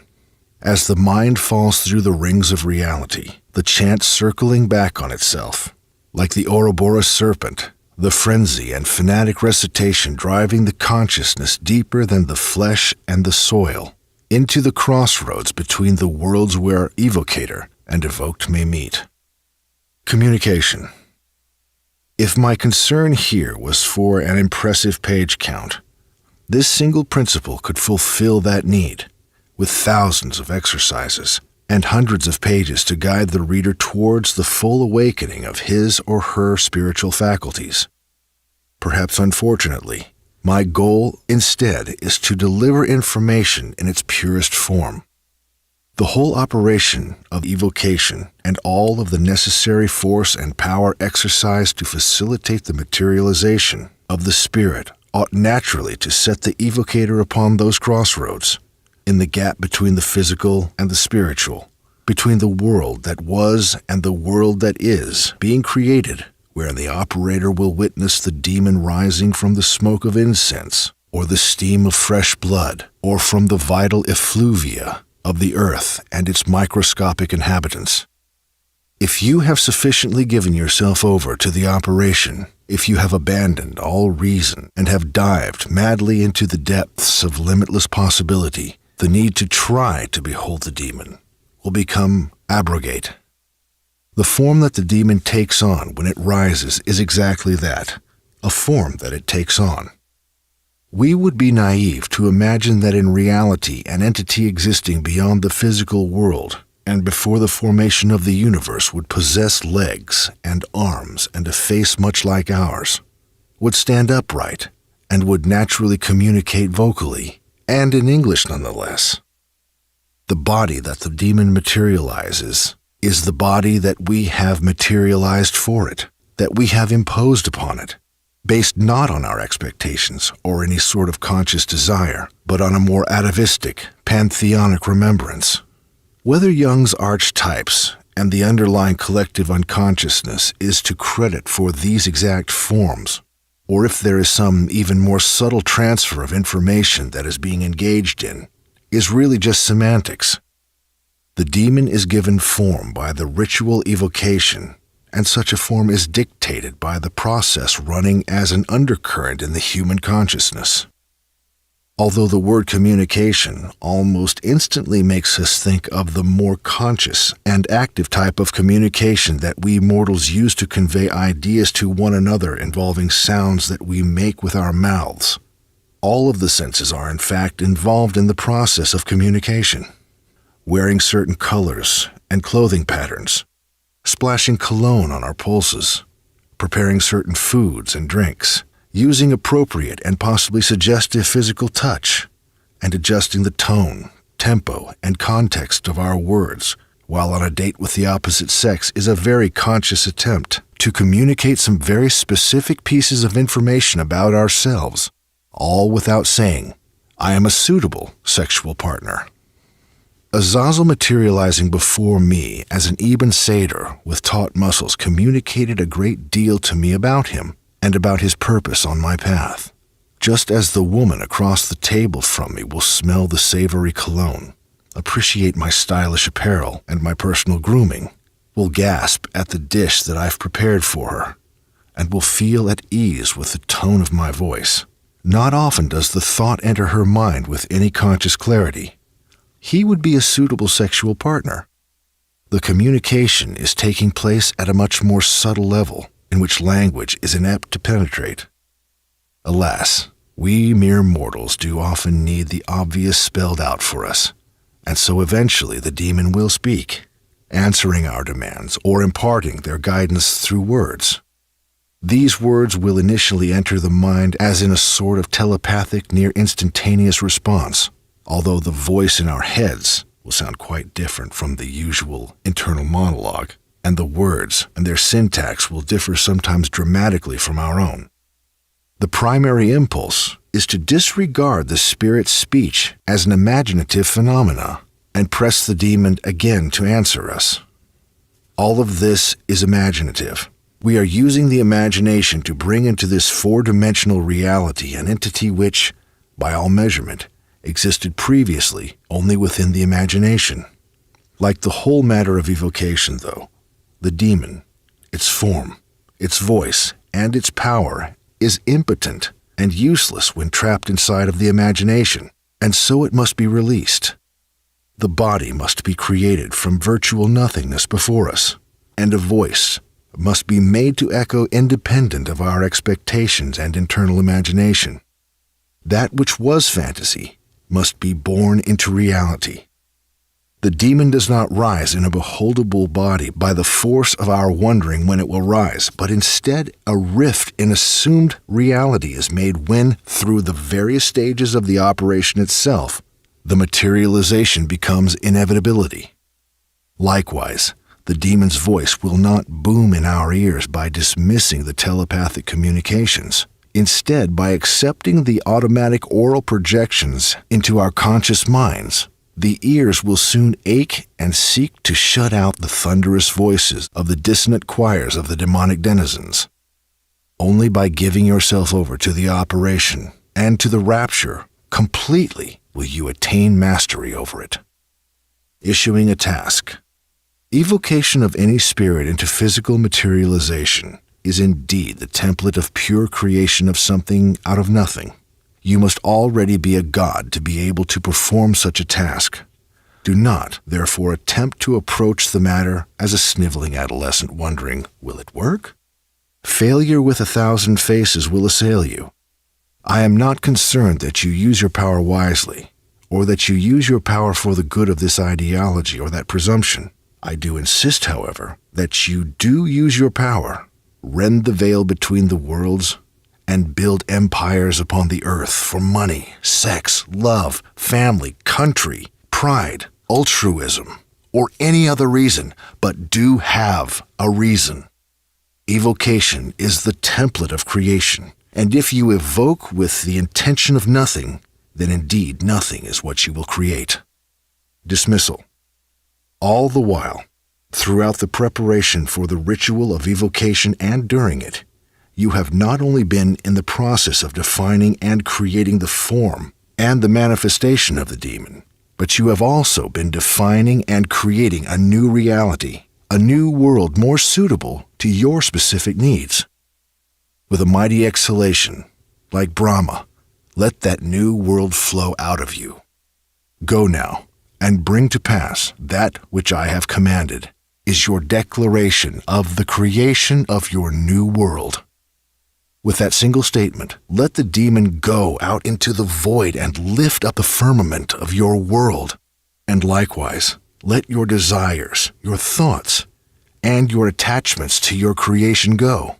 In the moment that the shock wave of desire leaves you, that which you have previously desired will be delivered.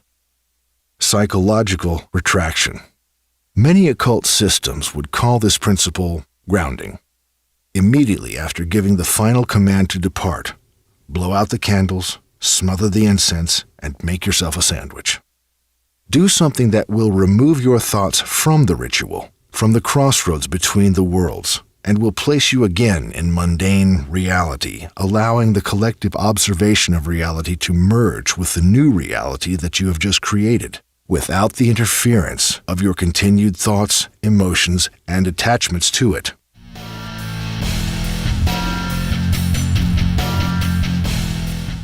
Chapter 6. The Grimoire of Legions. Azazel commands 200 legions of spirits.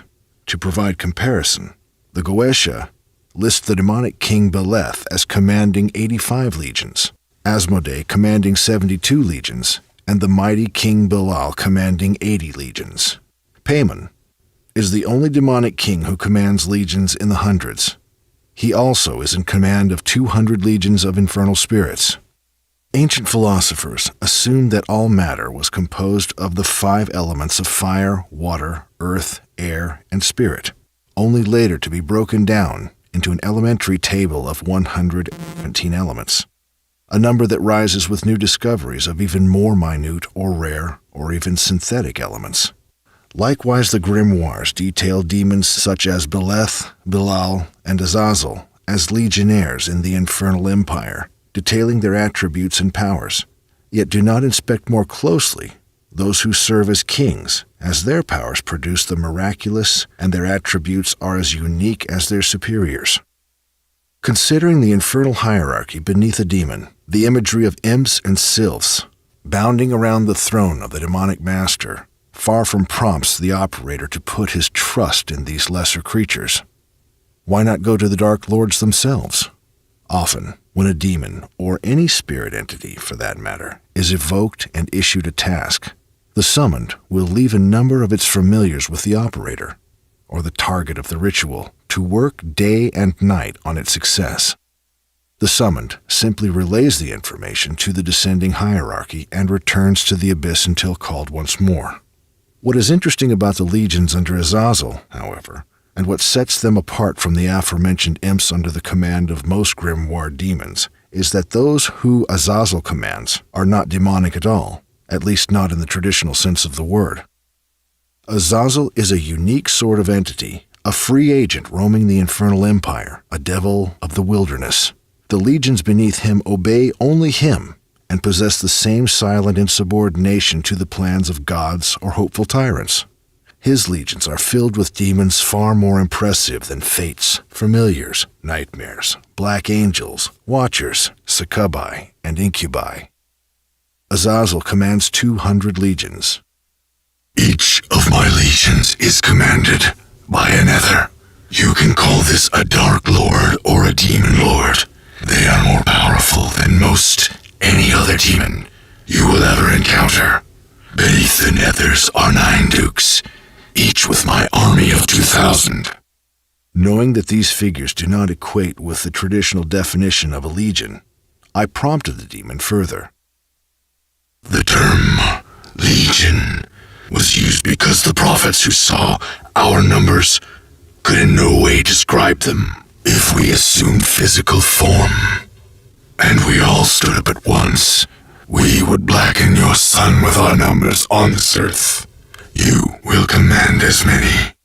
Azazel revealed more concerning his legions, lifting me out of the circle of demonic packs and into the infernal empire, where I could see his armies gathered, lying in wait and standing at the gates ready to pour into this world. Once I had done the math and checked it thrice, arriving at the conclusion that Azazel alone commands 3,600,000 demons, I sat in my office with books littering the floor, trying to make sense of the remainder of Azazel's dictation. Azazel's legions are divided into 3 groups, categorized by their general functions. Most occult disciplines would call these 3 groups families. I have preferred to refer to them as houses. Azazel's first house is called Anatel. These are demonic warlords, those who go out into the world and cause change. These are the foot soldiers, the movers and shakers of the infernal empire. Azazel's second house is called Retztael. These are the priests within the legions, the demonic sorcerers, those who rain the miraculous down from the heavens and up from the cracks of the abyss. Azazel's third house is called Malkash. These are the informers, the gatherers and deliverers of information. They are Azazel's spies, the eyes in the shadows and the ears in the walls. Each legion is composed of demons from each house, although there is no exact ratio. In my interactions, my evocations, my work with Azazel's legions, there are fewer Retztael demons than the other two houses, but that those few are powerful beyond measure. The following are the names and attributes of a comparatively small number of Azazel's emissaries. These are they who have assisted me in this work, and in my own work in my own becoming. The House of Anatel. Fortash materializes as a strong man, laden with iron armor. He seems to stand at least 7 feet tall. Upon his head sits a Corinthian helmet, hiding his entire face under the tarnished metal. In my evocations of Azazel and his legions, instead of setting out a triangle of manifestation, I would simply lay out the circle of demonic pacts, facing towards the north, where my brazier fumed with incense that soon filled the room. The spirits would materialize wherever they chose, and Fortash always chose to appear on my right, in the east. Fortash has the power to overthrow your enemies, formed or unformed. He removes obstacles from your life, and even more remarkably, from yourself. All that is needed while he stands beside you is to name your obstacles in writing. Vivify the words with the recognition of their impediment on your path, and with your intention to have them explanted. Once the words are written, meditate upon them, and envision your life without them. Fortash will feed your mind with a clear vision of this, and will aid in magnifying this imagination until it is brought to life, and within your own self the obstacle no longer exists. Finally, burn the paper with the obstacles written thereon, and naming your obstacles aloud, ask that Fortash remove them from your path. Such will be made manifest in short time. Salasash is able to bring money to you rather quickly. The greatest shortfall is that he is not able to generate continual success in any endeavor, or in general, but is able to deliver a single sum of money within hours, or at longest within days. I have seen that it is important, when working with Salasash, that you not demand any particular amount of money. Simply release your desire for financial gain to him, and he will deliver all that is needed.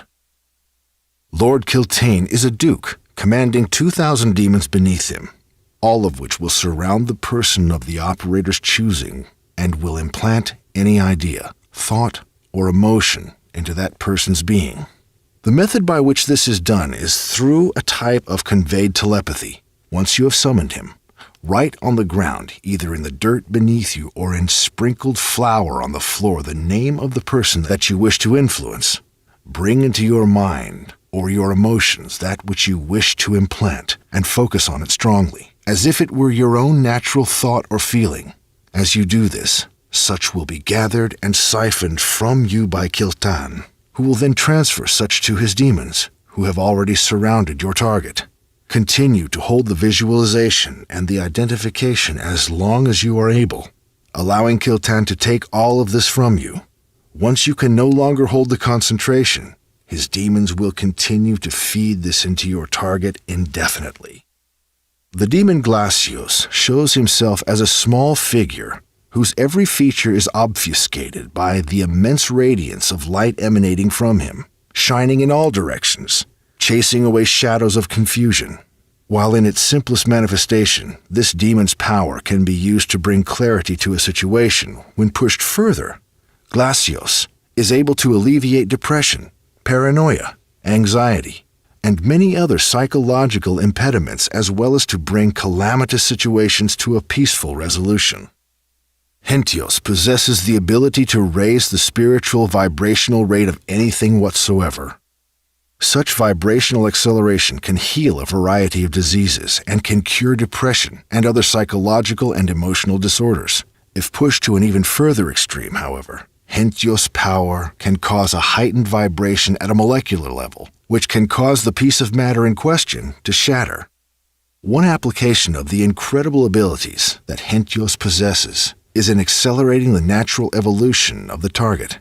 When applied to objects and life forms, this will have little effect, as the evolutionary span is so incredibly vast that even a dramatic increase would not be apparent. When applied to situations and obstacles, however, you will see problems resolving themselves faster and more smoothly than expected. Abriayan appears as an old diminutive white man. He speaks slowly, but if you call him, be sure to pay attention to every word. Of all the demons in the house of Anatel, Abriayan seems to be the most knowledgeable. Abriayan is the initiator into the secret sciences. Once evoked, his very presence will set into motion subtle and even mundane forces, resulting in your gradual understanding of the nature of spirituality and of existence as a whole. Once this process has begun, however, it cannot be halted. If you desire knowledge or understanding that is more specific and less imposing than offered by Abriayan, simply write your query on a piece of paper and trace Abriayan's sigil over the words. Do not call him into full materialization, but charge and open that sigil and be prepared with pen and paper to copy the flood of information that will descend to you. Sa'atlar appears as a finely dressed gentleman. One aspect of his appearance that I found particularly startling was that his clothing, his hairstyle, his trimmed mustache, and his speech is reflective of the style associated with the early 1900s United States upper class. This is a stark variance with the manifestations of spirits usually in centuries-old fashion. I've not been able to discern why he appears in this manner, but I've noticed that when he is issued his task, his form shifts from the above-described gentleman into a reptilian creature definitely not human, but more like a sort of dragon or giant-winged serpent. Sa'atlar possesses the power to weaken your enemies so that they can no longer work against you in any manner. He is able to disperse entire armies in confusion and inability. I have also found that the demon's power is not regulated to human or spirit aggressors alone, but can equally be applied to unformed or circumstantial obstacles. Gra'at Talyan is a powerful demon having dominion over the thoughts, emotions, and behaviors of humans. He appears as an emaciated, naked man whose skin is gray and ashen as a corpse. Despite his undress, when I have summoned him, I have found it difficult to pay attention to his sagging skin with ribs and bones threatening to push out of it, as his eyes emit a sort of black light, a mesmerizing glow. Normally, I would advise that you look away from such hypnotic eyes, but with Gra'at Talyan, allowing yourself to become lost in his gaze will transport your mind into the infernal empire directly, and into the region of it that is controlled by him, which is a gloomy, dead, and cobwebbed forest wherein your communion with this demon will reach a new depth, and he will be able to teach you his secrets more intimately. Sun-Tal-Ak is one of Azazel's strongest leaders, as he possesses not only the knowledge but also the power and the resources to raise an entire empire out of nothing, and to increase it exponentially and limitlessly. It is said that Sun-Tal-Ak existed long before the Infernal Empire, while many of the legions were brought into existence after the empire had flourished, and that it was through his abilities alone combined with Azazel's grand vision that brought the fullness of the Infernal Empire into existence. Sun-Tal-Ak can do the same for the Evocator, taking the raw visions of the Summoner and bringing them to life in the world. Once the process of building your own empire in the world has begun, repetitive evocations of Sun-Tal-Ak will help you expand your empire in every conceivable manner. Crew Vest is a demon of protection, appearing in golden armor from crown to foot. In the several evocations I have performed in order to call Crew Vest, I have yet to hear him speak. In the instant of his manifestation, however, it has been clear that I am untouchable until the moment that he departs. While I have experienced amazing degrees of protection from Kruvest against physical assault, accidental injury, and even financial loss, I have been told by Anharatu that Kruvest is capable of even protecting the summoned against death. For some reason, it seems that Kruvest's power endures only a short time, and so he must not be called until the dangerous moment is at hand, lest his protection fade before it is needed. Dra-Talan appears as a spirit, cloaked only in shadows. Only his ocean blue eyes pierce the black fog that surrounds him. I have also noticed a marked drop in the perceived ambient temperature upon his materialization. Dra-Talan acts as a demonic assassin. Once he is directed towards an enemy, he will attack that victim day and night, plaguing him or her with anxiety, depression, mania, even hallucinations, which culminate in complete madness, preceding a violent and unavoidable death. This demon is not to be evoked for any other reason than to torture and kill an enemy, as once he is set on his victim, he cannot be recalled. Al-Fardan is able to bring you food, water, and provide you shelter in the most dire circumstances. The modern application that I have found for Al-Fardan's power is the ability to bring the necessities of life to you, supplying the very basics of life in emergency situations. He works faster than most spirits and demons centered around wealth, but he can bring only exactly what is absolutely needed, rather than that which is desired. Has-Kotor can harness the power of animals, bringing you guides and protectors in the form of animal familiars, either physical or astral. Has-Kotor can also teach you how to communicate with animals as higher intuitive beings, and thereby learn how to better access your own intuitive nature. House Retztael. Iriesh Taitol appears in the north as a figure covered in an azure cloak. He holds a tall silver scepter topped with a quartz globe in his right hand. When he speaks, his words seem not to come from his mouth or from his person at all, but instead emanate from the scepter's orb. Iriesh Taitol possesses the secrets of immortality.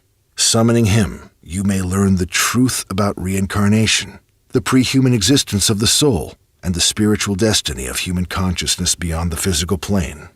This demonic nether can instruct you in the methods of manipulation of your spiritual bodies, which will allow not only for a consciously controlled reentrance into a physical body, but also for the dissolution and rematerialization of form over distances.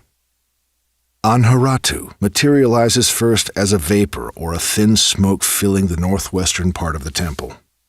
After spiraling about for several moments as if surveying the temple for danger or trickery, his form materializes as a figure cloaked and hooded in black.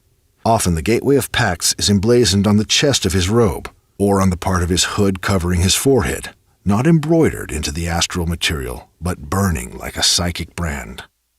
Anharatu is possibly the most powerful of all the nethers. He is the maker of miracles. He claims to have taught sorcery to the priests of Babylon, Egypt, and Olmec. It was by Anharatu's invisible hand that many of the miraculous alterations in my own life and circumstances were brought about. Once called on to fulfill a task, Anharatu is relentless, even at the dismay of the evocator. He begins working on the goal immediately and foresees the best route to achieve the most complete satisfaction of the desire. As I experienced, he will often find it necessary to remove obstacles from your path, which can cause momentary anxiety in the operator, as it seems a reversal of the original command. However, bearing with the changes unto the conclusion will result in a much more fruitful end than any human mind could organize. Ishtalishtu manifests as a beautiful, slender, nude man, his body and head absent of any hair at all. A peculiar radiance beams from within him, making his skin appear to glow with a faint blue energetic light. Ishtalishtu holds the knowledge and the power of transmutation. When evoked, he is quick to explain that the assertion of modern alchemists that true alchemy is the transmutation of impure human elements into that which is divine is entirely false, and indeed is quite the opposite of reality.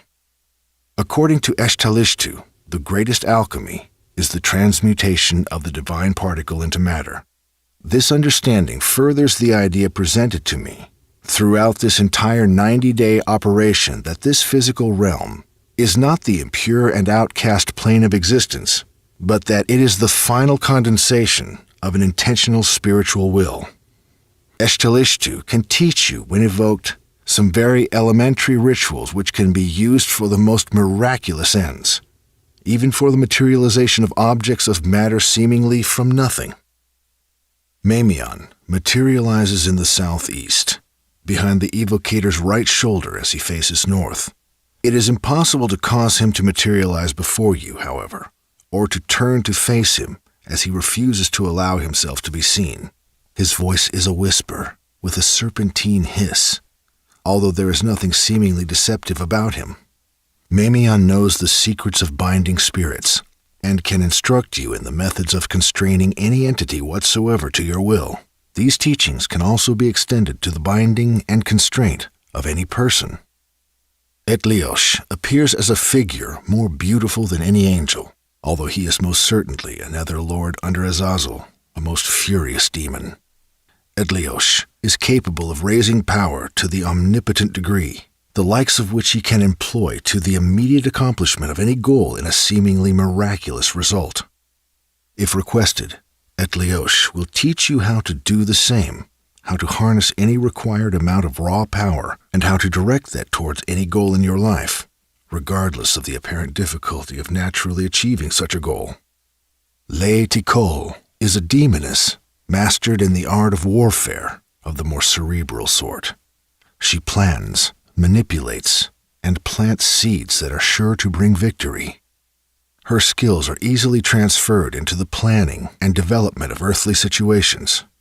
If your intent is simply to call Le Tikol and ask her to move in your life, all that will be needed is for you to tell her how you want your life to look in a specified distance in the future, and she will begin to bring it to pass. A much better route is to bring a list of questions into the evocation, where she can instruct you on the alterations that you need to make to bring your life into the position that you desire, thus putting all of the control in your hands, and teaching you, most of all, that you alone hold the power to your destiny. Crosius is a demonic priest lord of the dead.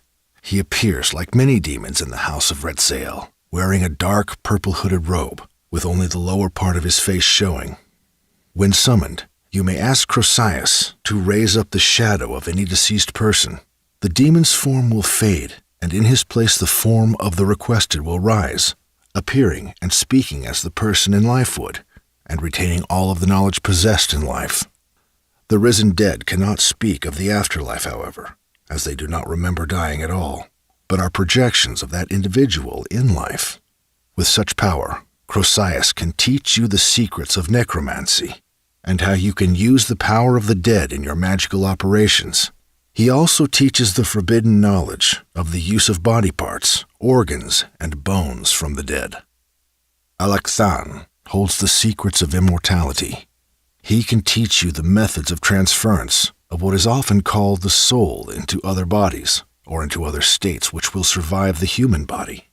The demon's initial instruction on the nature of spiritual immortality dispel any idea of reincarnation or afterlife, and instead will dissect for you the reality of the evanescence of human identity or samsaric consciousness.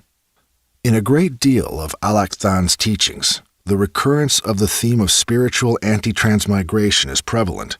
As I first approached the demon, interrogating him on how I could translate the flesh, and instead learned that the flesh is the glorified position, that this physical world is the untested landscape, and that we are the gardeners of our own destiny.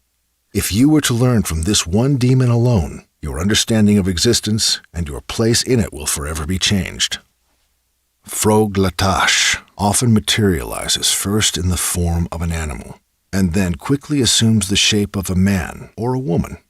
Since I have yet to collect notes from other evocators on this demon, I only have my experience to draw from, and from that experience I have seen that Frog Latash most often initially comes in the form of a wolf, and then most often changes into the form of a woman in a long, tight silken dress. I imagine that the subconscious desires of the evocator are assessed in order to create an alluring image to manifest in, and would therefore change with each evocator. Froglatash is capable of fulfilling every sexual, intimate, or emotional need, calling into the life of the evocator a lover, spouse, a friend, or any person that is able to help fulfill the specific needs of the evocator. Whether such a person already exists in his or her life and is unresponsive, or if that person is called out of a crowd of strangers from great distances to the summoner's doorstep. Krela Teral is the master of miracles. He can teach you how to perform the most miraculous spectacles and how to produce the most extravagant phenomena, such as invisibility, levitation, pyrokinesis, telekinesis, illusion projection, and transmutation. When you first begin to learn from Krel Ateral, your manifestations of phenomena will be short and sporadic.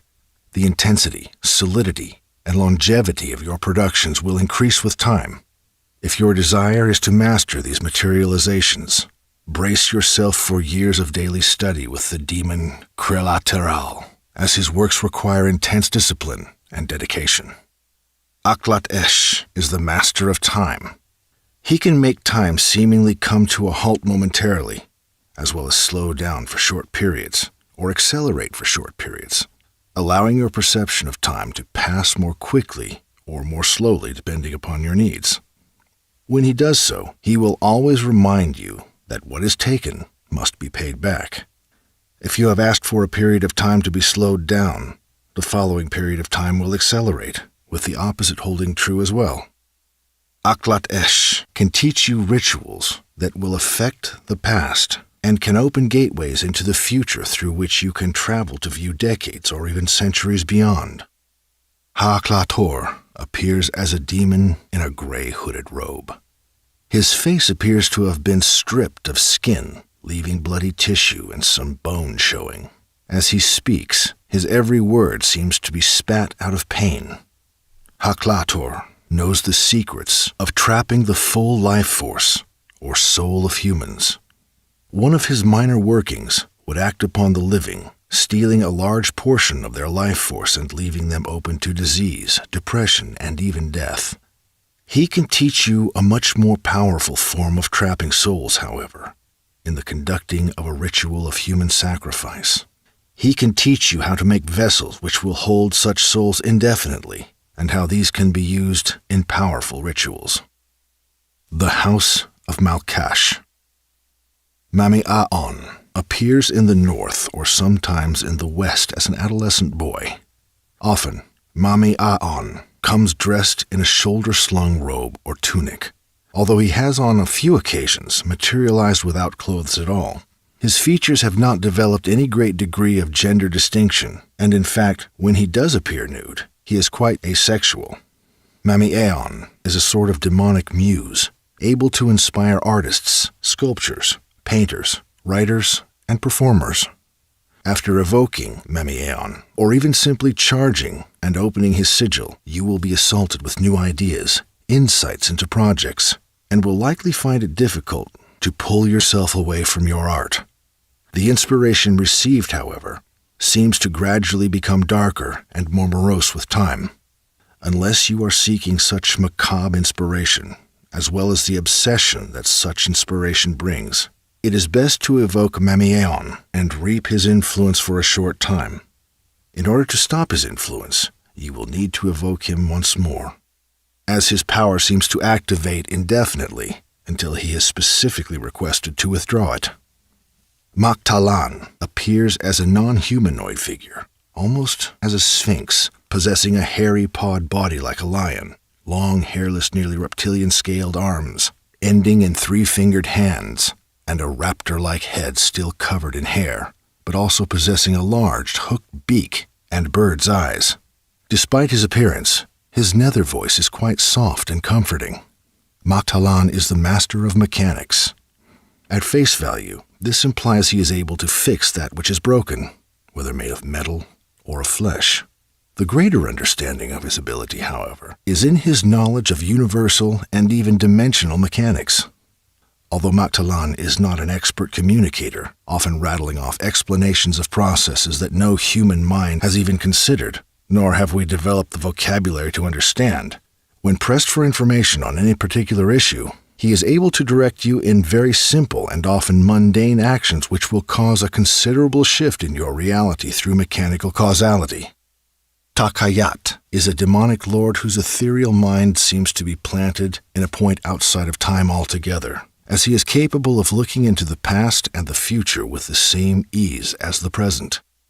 In conversation with him, he will often speak without relying on tense, or will refer to future or past occurrences as if they are happening in the present.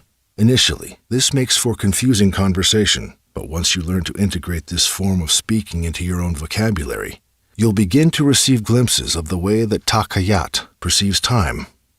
Obviously, Takayat is able to utilize his abilities to predict the future, but if his teachings are applied consistently, they will also allow you a greater degree of clairvoyance, and your methods of divination will be catapulted beyond what is thought to be possible by most professional readers. Yashalten is a demonic lord under Azazel who appears as a spirit engulfed in blue flames. The demon's form will appear quite solid, and then will fade, nearly disappearing, before returning to visible solidity again, as if experiencing some sort of difficulty in maintaining his form. Throughout a single evocation, I have witnessed this shifting of occurrence up to 21 times. Yashalten holds precise knowledge of every galaxy, star, and planet in the universe, and can provide detailed information concerning those planets which do indeed bear life similar to our own. In speaking with him on these, however, it is clear that he refuses to use our modern classifications and names for the various celestial bodies, either relying on terms from ancient astronomy or calling them by names never before heard on Earth. The demon can also advise you of the magical or occult properties of the stars, planets, and moons, and their various alignments. Pentosh is able to make incredible changes in the seemingly circumstantial procession of events, often by altering one or two minor things which then have a ripple effect on the entire timeline of that circumstance. With this ability, Pentosh can derail negative situations in your life, no matter how immovable they may seem to be. He is also able to put your life on the track that you desire quite easily. It is best, when working with Pentosh, to partner with him in making these changes rather than just setting him loose in your life. In doing so, you'll discover the simplicity of changing even the most difficult situations, and in establishing the sort of empire that you want to manifest in your life by planting very small seeds. Halathor is a demonic lord who appears as a refined gentleman, his hair neatly trimmed, his face clean-shaven, and dressed in a tuxedo. In questioning him on his appearance, he has revealed that through the ages he has assumed the presentation of the era's common conception of wealth. Halathor has the power to help you establish a career that will not only provide for you financially, but will also align with your greater destiny. If you are creating a certain prosperity for yourself, this alone is not your empire, Halathor told me. Every aspect of your life must be made perfect, and perfection in this manner is not misery, but is joy and sense satisfaction in all things that you do, all things that you have, and all things and all people in your life. Indeed, Halathor can materialize an enviable existence in which you are wealthy, happy, passionate, and moving in the direction of your own destiny. Berthan is an earthly demon lord, possessing detailed knowledge of all minerals, gems, metals, and stones. Some are drawn to him for excavation projects, mining, and the finding of precious metals, as he is indeed able to direct you towards success in these endeavors. Berthan's real value, in my opinion, comes from his knowledge of the occult or spiritual applications of this knowledge. He can teach you how to use these solid substances to enhance various occult faculties, as well as how they can be used in practical ritual goals. Alatal Sta appears as an elderly woman, slender, with flowing white hair. Her voice is soft and kind, but she speaks very directly, not engaging in conversation outside of her area of specialization. Alatal Sta teaches the secrets of combining physical elements such as plants, stones, bones, organs, and insects to create powerful talismans, which can be applied to any ritual goal whatsoever. I have personally witnessed the potency of her teachings, having put to use several of her combinations, and having seen dramatic and nearly instantaneous results. The Summoning Rite. 1. Draw upon the ground the circle of demonic pacts. Bring into the circle the sigil of the demon to be summoned. Set and light a black candle at each of the cardinal points around the outer perimeter of the circle of pacts. Set your censer in the direction in which the demon will materialize. Light the coals therein, so that they will be ready for the incense at that time. 2. Sit or kneel in the center of the circle of pacts. Bring your attention to your breath, letting its rhythm guide you down through the rings of reality into the theta-gamma harmony, which is often called the Gnostic trance. 3.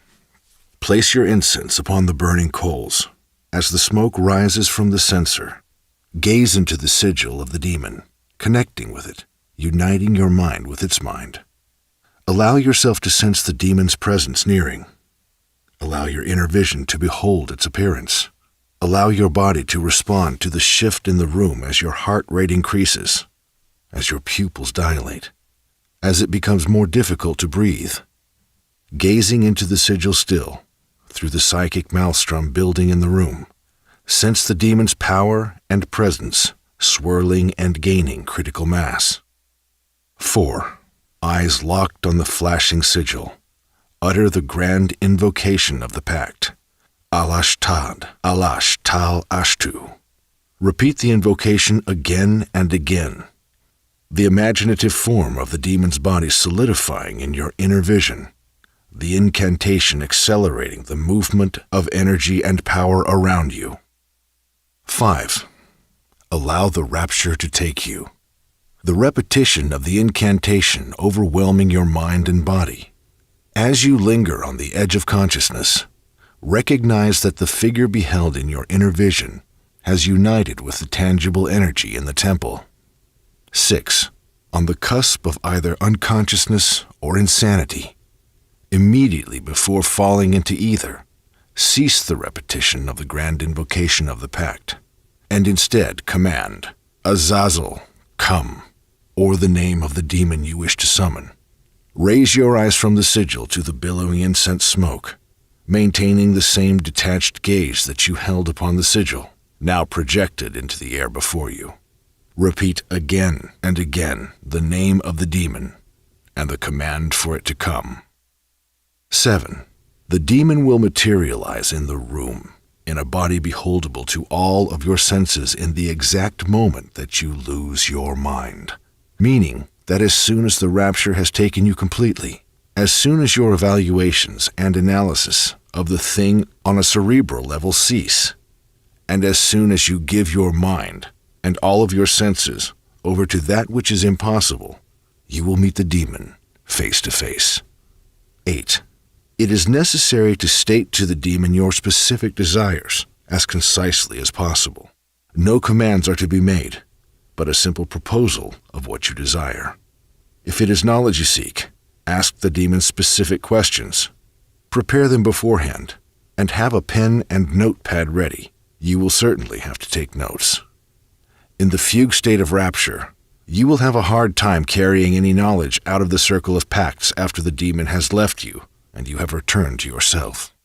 Insisting that you don't need to take notes because you'll commit the information to memory is a waste of both your time and, infinitely worse, the demon's time.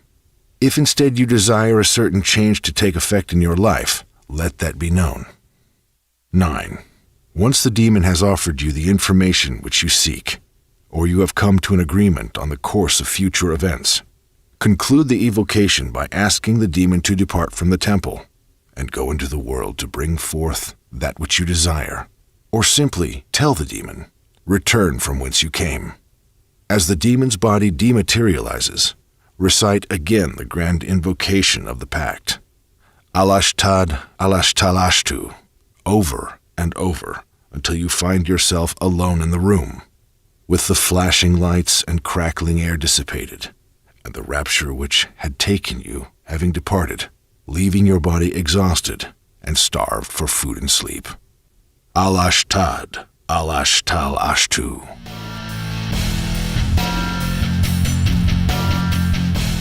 Chapter 7. Preparing the Vessel.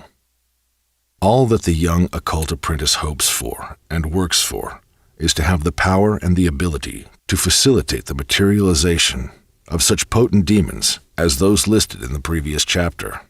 Alas, their names and their signs have been given, and the formula by which they may be summoned and the tokens by which they will obey have been revealed. The rite of summoning, however, is not the end destination for the godly incarnate, but its successful completion marks the true beginning of the path of becoming. The neophyte's initial experiments in the occult are usually aimed at simple goals: sex, money, popularity, scholastic or vocational success. Like a child who can plainly see that the emperor has no clothes, the neophyte recognizes that the power of the occult lies in its potency to affect the physical world through wholly non-physical means.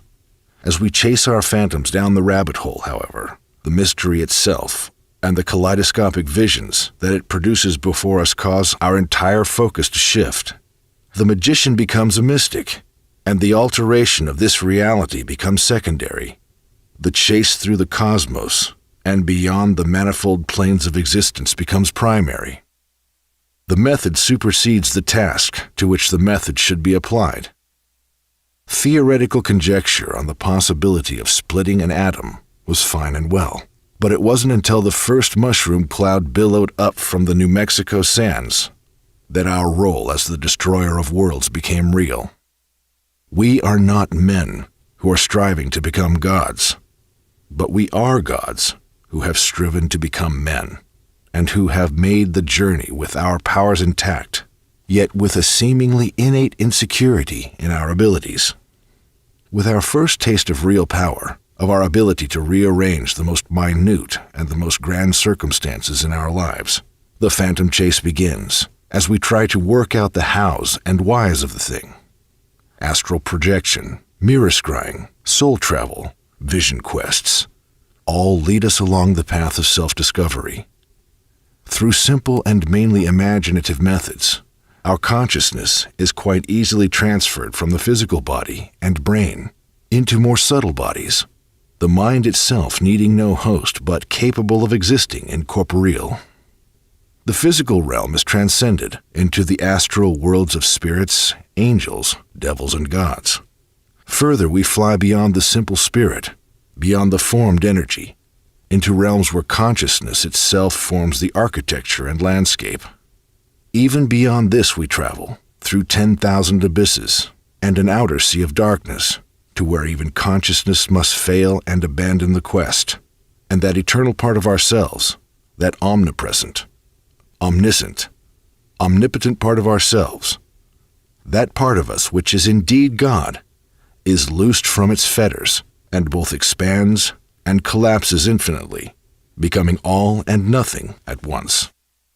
Upon our return to our naked, shivering, sweating bodies, we begin to understand who or what we are. But that other place, that ocean of formative flame, is not a place that must be discovered, but it is our birthplace.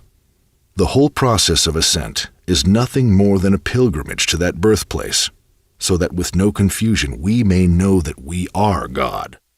Yet throughout the pilgrimage, the method has trapped us. The journey itself has drawn us away from the goal. We are not men who are striving to become gods, but we are gods who have striven to become men. And once we have seen ourselves clearly, the rift of insecurity is healed. We are gods, walking the earth in forms of men, and all that exists flows from our timeless fingertips.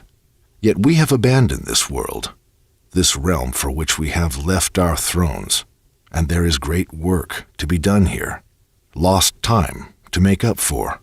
We are here for a purpose, and that purpose is not to simply escape back to the place of our birth, but to utilize our powers here and now, to transmute the course of elements of this coarser world, to push our power beyond its limits. vessels of the flesh.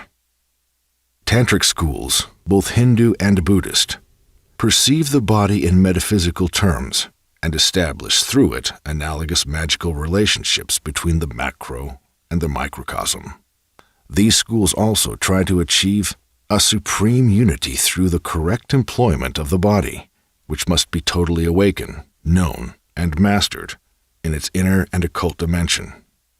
The hierarchy of the body's elements and powers is believed to mark different stages on the way to the supreme goal. According to the Upanishadic saying, every god is enclosed here in the body. Julius Evola, the Yoga of Power. We are not men who are striving to become gods, but we are gods who have striven to become men. We have taken the bodies of bipeds, of pack-hunting apes, yet bipeds with the brain capacity and potential for self-awareness, which allows us the advantage over most other living beings, sharing this planet with us to question our place in the universe and to formulate hypotheses and to begin to stab at answers to the existential question. And through the subtle movements of the body, through the flow of blood and the flow of oxygen, and through the conscious manipulation of the various chemicals rushing through the fleshy machine, we are able to enter into states which allow our consciousness to transcend the machine completely, and we are able to induce, again through alterations in psychology and subtle chemistry, the theta-gamic sync, which allows us to expand our facilities of control beyond the barrier of our skin, spilling our power into the world around us. All power, all control, all transformation begins within the body. The omnipotent essence is inert until activated by the intentional manipulation of the body's chemistry and physiology. When I first started to mingle in occult and pagan circles, I quickly theorized that perhaps the constant flow of power through the human mechanism caused it to deteriorate more quickly and more intensely than was natural, as nearly every person over the age of 40 who had involved themselves in the occult throughout most of their adulthood were quite obviously unhealthily overweight and were known to complain of suffering from diverse physical ailments, along with lacking any real physical strength and stamina. Witnessing this again and again, I was shocked, as it seemed clear to me that those who possessed the keys to spiritual power would be able to heal and strengthen their bodies, and the same zest put towards their spiritual maintenance through meditation and ritual would concomitantly and quite unconsciously be applied to their physical well-being. As I summoned Azazel, and as he materialized before me, the general directions and advice that he offered morphed into very specific instructions, dictating even the most tedious details of my life. Among these instructions, he clearly shouted, "Make yourself strong." Before my mind was allowed to interpret this statement, I knew within myself that he was not referring to mental strength or emotional solidity, but instead to physical strength. I looked again at the smoky phantasm before me and noticed muscles about to tear the skin from their bulge. You are a being of power, of strength. That which exists in the formed invisibility is to be made flesh. Solidify and strengthen your own temple, and your empire will rise around you.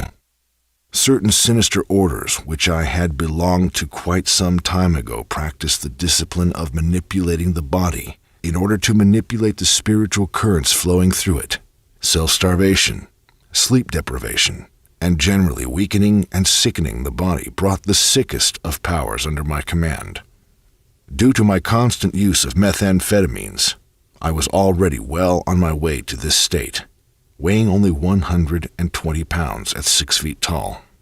Within a few weeks of adding to this the other recommended deprivations, I was not far from a walking corpse. And I did find that the most deviant, ghastly, and downright creepy entities drew nearer to me, and that I had become much like them, possessing remarkable power over the minds and emotions of others, and over the gross physical elements around me, always in a decadent manifestation.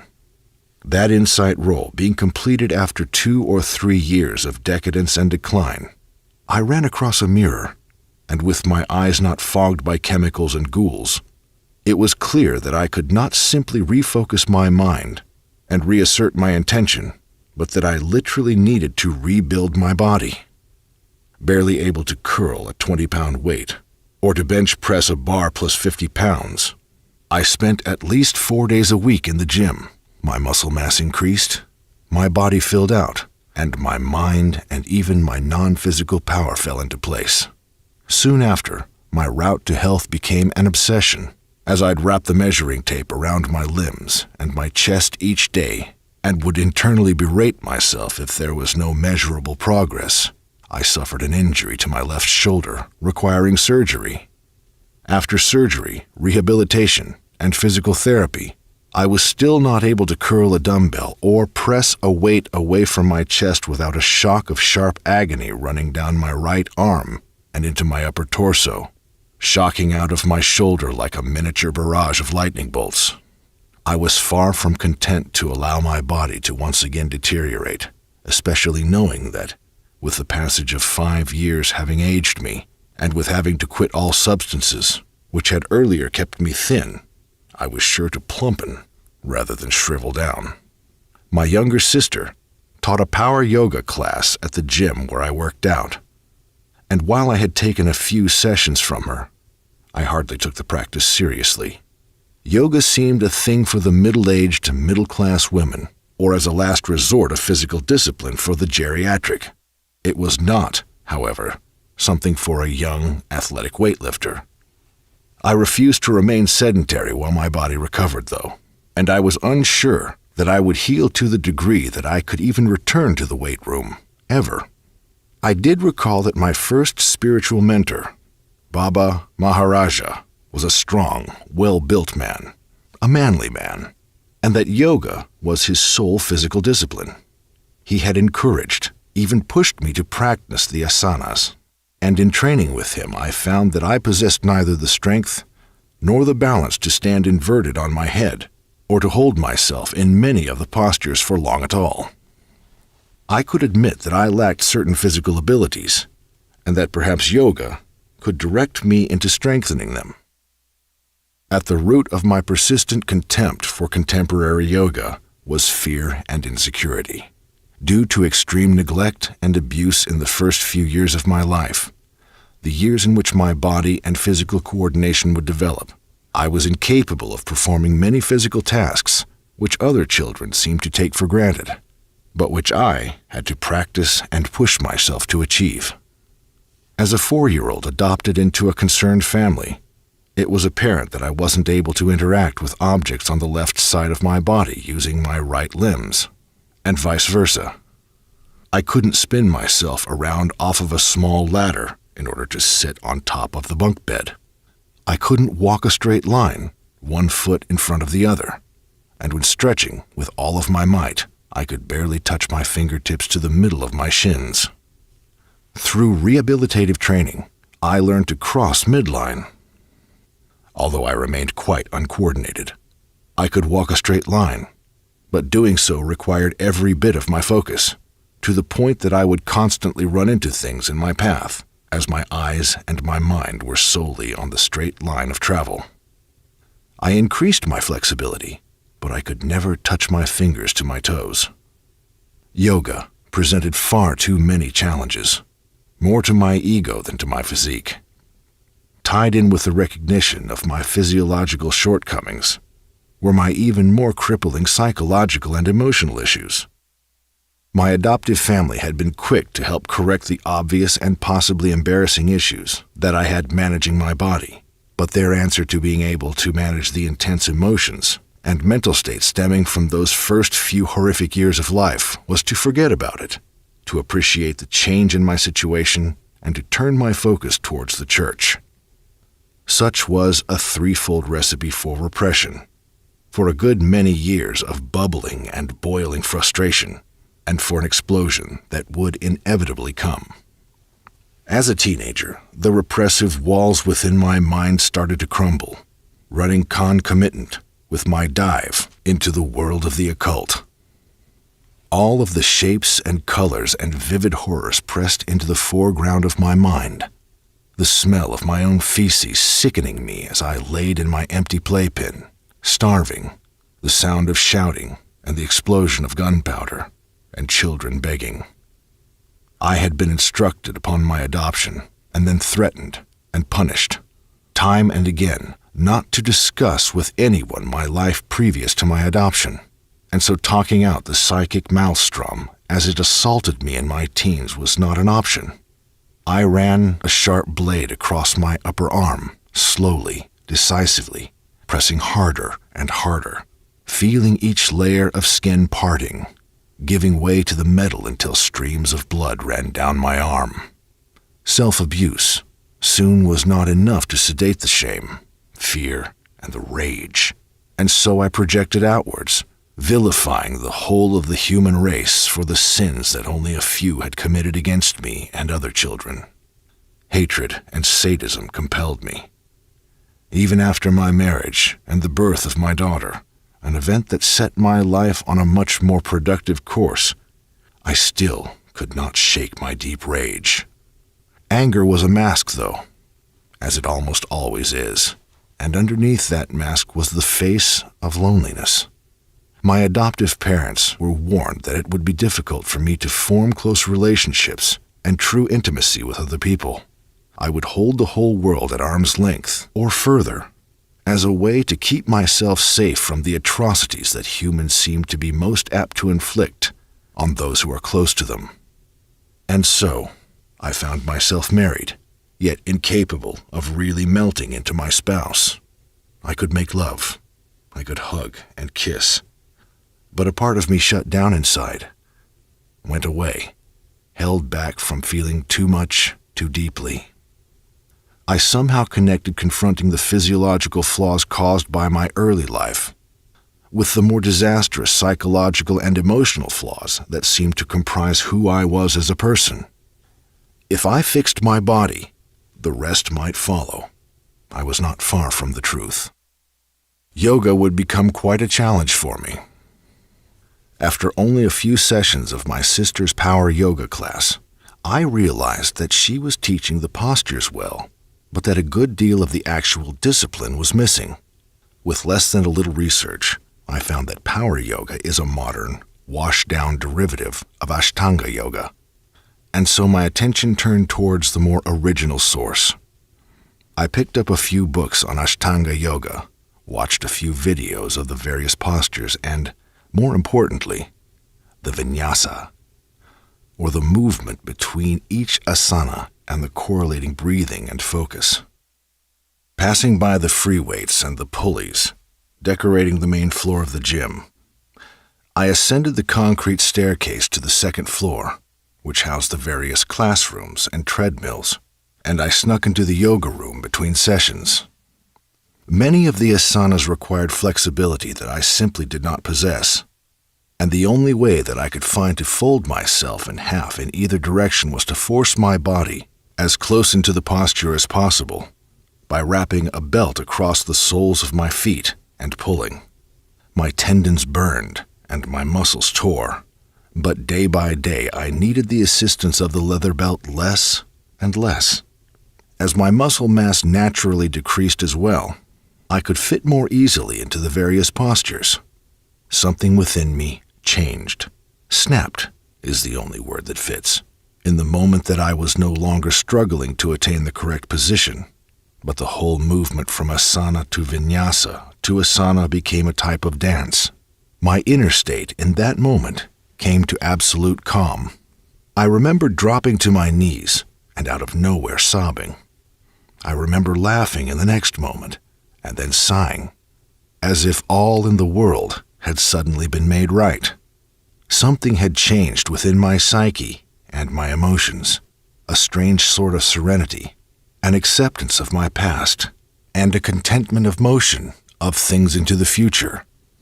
I had sat in 12-step meetings for various addictions, and on psychologists' couches, and in spiritual mentors' temples, and in ritual mandalas in hopes to achieve that single seemingly unattainable moment, a moment that fell on me and crushed me. not because of something I was doing with my mind, or my focus, or my emotional state, but by something I was doing with my body and with my breath alone. My daily life became from that moment not a struggle for more, but a graceful receiving of all the gifts that were constantly poured upon me. And I began to expect all aspects of my life and my environment to match up to the peace and love that I felt within.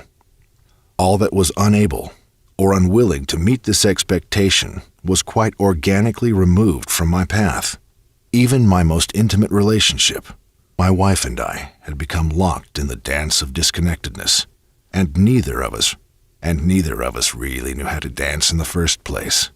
The origin of our meeting was in chaos and various degrees of despair, so as my despair diminished and her need dissolved. The origin of our meeting was in chaos and various degrees of despair, so as my despair diminished and her need dissolved, so did our marriage. Something also changed within my invisible self and my invisible environment. Rather than scribbling sigils of spirits to call and chanting incantations in some alienic tongue, I found that bringing my mind to peace, the same peace that was following me wherever I went, and releasing from my lips a grateful and accepting and ecstatic "ah," that which I desired was pulled to me almost instantly. My whole life shifted, the stars falling from their fixed positions, replaced by new stars, in a new alignment. My destiny had been rewritten, it seemed. Yet the demon stood before me, not long after discovering my secret serenity. He stood before me no less than 12 feet tall. His skin was black, as if formed from congealed oil, and it seemed ready to tear from the strain of muscles bulging underneath. Make yourself strong. You are a being of power, of strength. That which exists in the formed invisibility is to be made flesh. Solidify and strengthen your own temple, and your empire will rise around you. I had spent 3 years of my discipline in Ashtanga Yoga, the first year of which I spent wishing that I could give up on the practice and hit the weights with the men rather than dancing around on a mat in a mirrored room. For 3 years, I hadn't touched a weight. Ashtanga Yoga had provided me more of a physical challenge than weights ever had. Azazel's command terrified me in a similar way that the prospect of taking up yoga had terrified me. I was not afraid of confronting myself this time, however, but instead was terrified of reverting. I had made so much progress, physically, psychologically, emotionally, and spiritually, and I simply could not afford to regress. But I had contracted with the demon. I had made a covenant to submit myself to him, to turn my spiritual and temporal welfare into his hands, and to obey his commands and follow his directions, in that he would lead me into power and glory. And I meant it. If Azazel meant to drag me to hell, then I was ready to leap into the inferno for the simple hope of incinerating my remaining stumbling blocks and rising unfettered beyond the throne of God. If I was going to lift weights again, I was going to do it right. The only direction that I received for my first few years of weight training was from my friend Jack, who told me that I should never spend more than 30 minutes in the gym per day, and that if I was able to lift the weight more than 6 times in one set, then I needed to add more weight to the stack. Like most men, I wanted manly, muscled biceps and a chiseled chest. On odd days, I would curl weights to build my biceps, and on even days I would bench press and push up and dumbbell fly my way to a strong chest. When my shoulder was x-rayed due to a sharp pinch that wouldn't go away on its own after my little Japanese car was T-boned at an intersection, along with an impact-related impingement, the surgeon noted that my shoulders were already in a deteriorated state. Looking at my body and at my injuries, he asked if I lifted weights. I affirmed that I did, and he warned that the constant repetitive exercises, not balanced by a full-body routine, were causing me more harm than good. In rehabilitative physical therapy, my therapist designed a program of muscle rehabilitation which strictly required that I not use my pectoral muscle groups or my biceps. He took note of my posture and my muscle development and said that while I had impressive strength in my arms and chest, that I needed to balance that with strength in my legs, back, and shoulders. All of this should have been obvious, but the success that I had seen in taking my biceps from 10 or 11 inches to around 16 or 17 inches was quite a distraction from the obvious.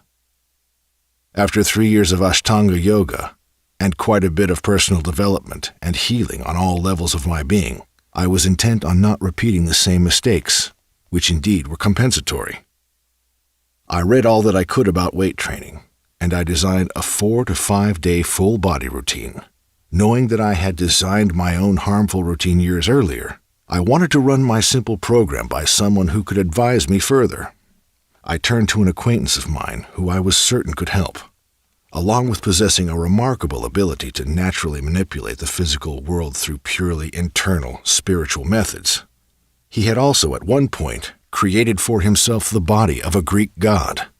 He had studied and applied the science of bodybuilding to perfection, from resistance training to weight loss, peak nutrition, and most importantly, the focus of spiritual power into the physical being. When I showed him my workout routine, I expected him to say something like, "Yeah, hit the weights hard," or "You might want to throw some cardio into the mix." Instead, he threw science at me, mathematical formulas to increase the effectiveness of my routine for my age, body type, and weight. And then, once my routine was polished, he also gave me a secret, something that I had entirely missed before. You have to put your focus, your intention, your energy, and your will into your muscles. All hormones are literal living entities just as demonic or angelic entities, and they must not be ignored because of sheer ego alone. They're even clinically defined as chemical messengers. So I ask you, what fool would ignore the messenger when the messages relate to their very own health and life? It seemed that something far beyond the simple building of my muscles and strengthening of my body was taking place. For the first few weeks of my return to weight training, my muscles, and even more my ligaments ached. My body faced quite a task of readapting to the stress.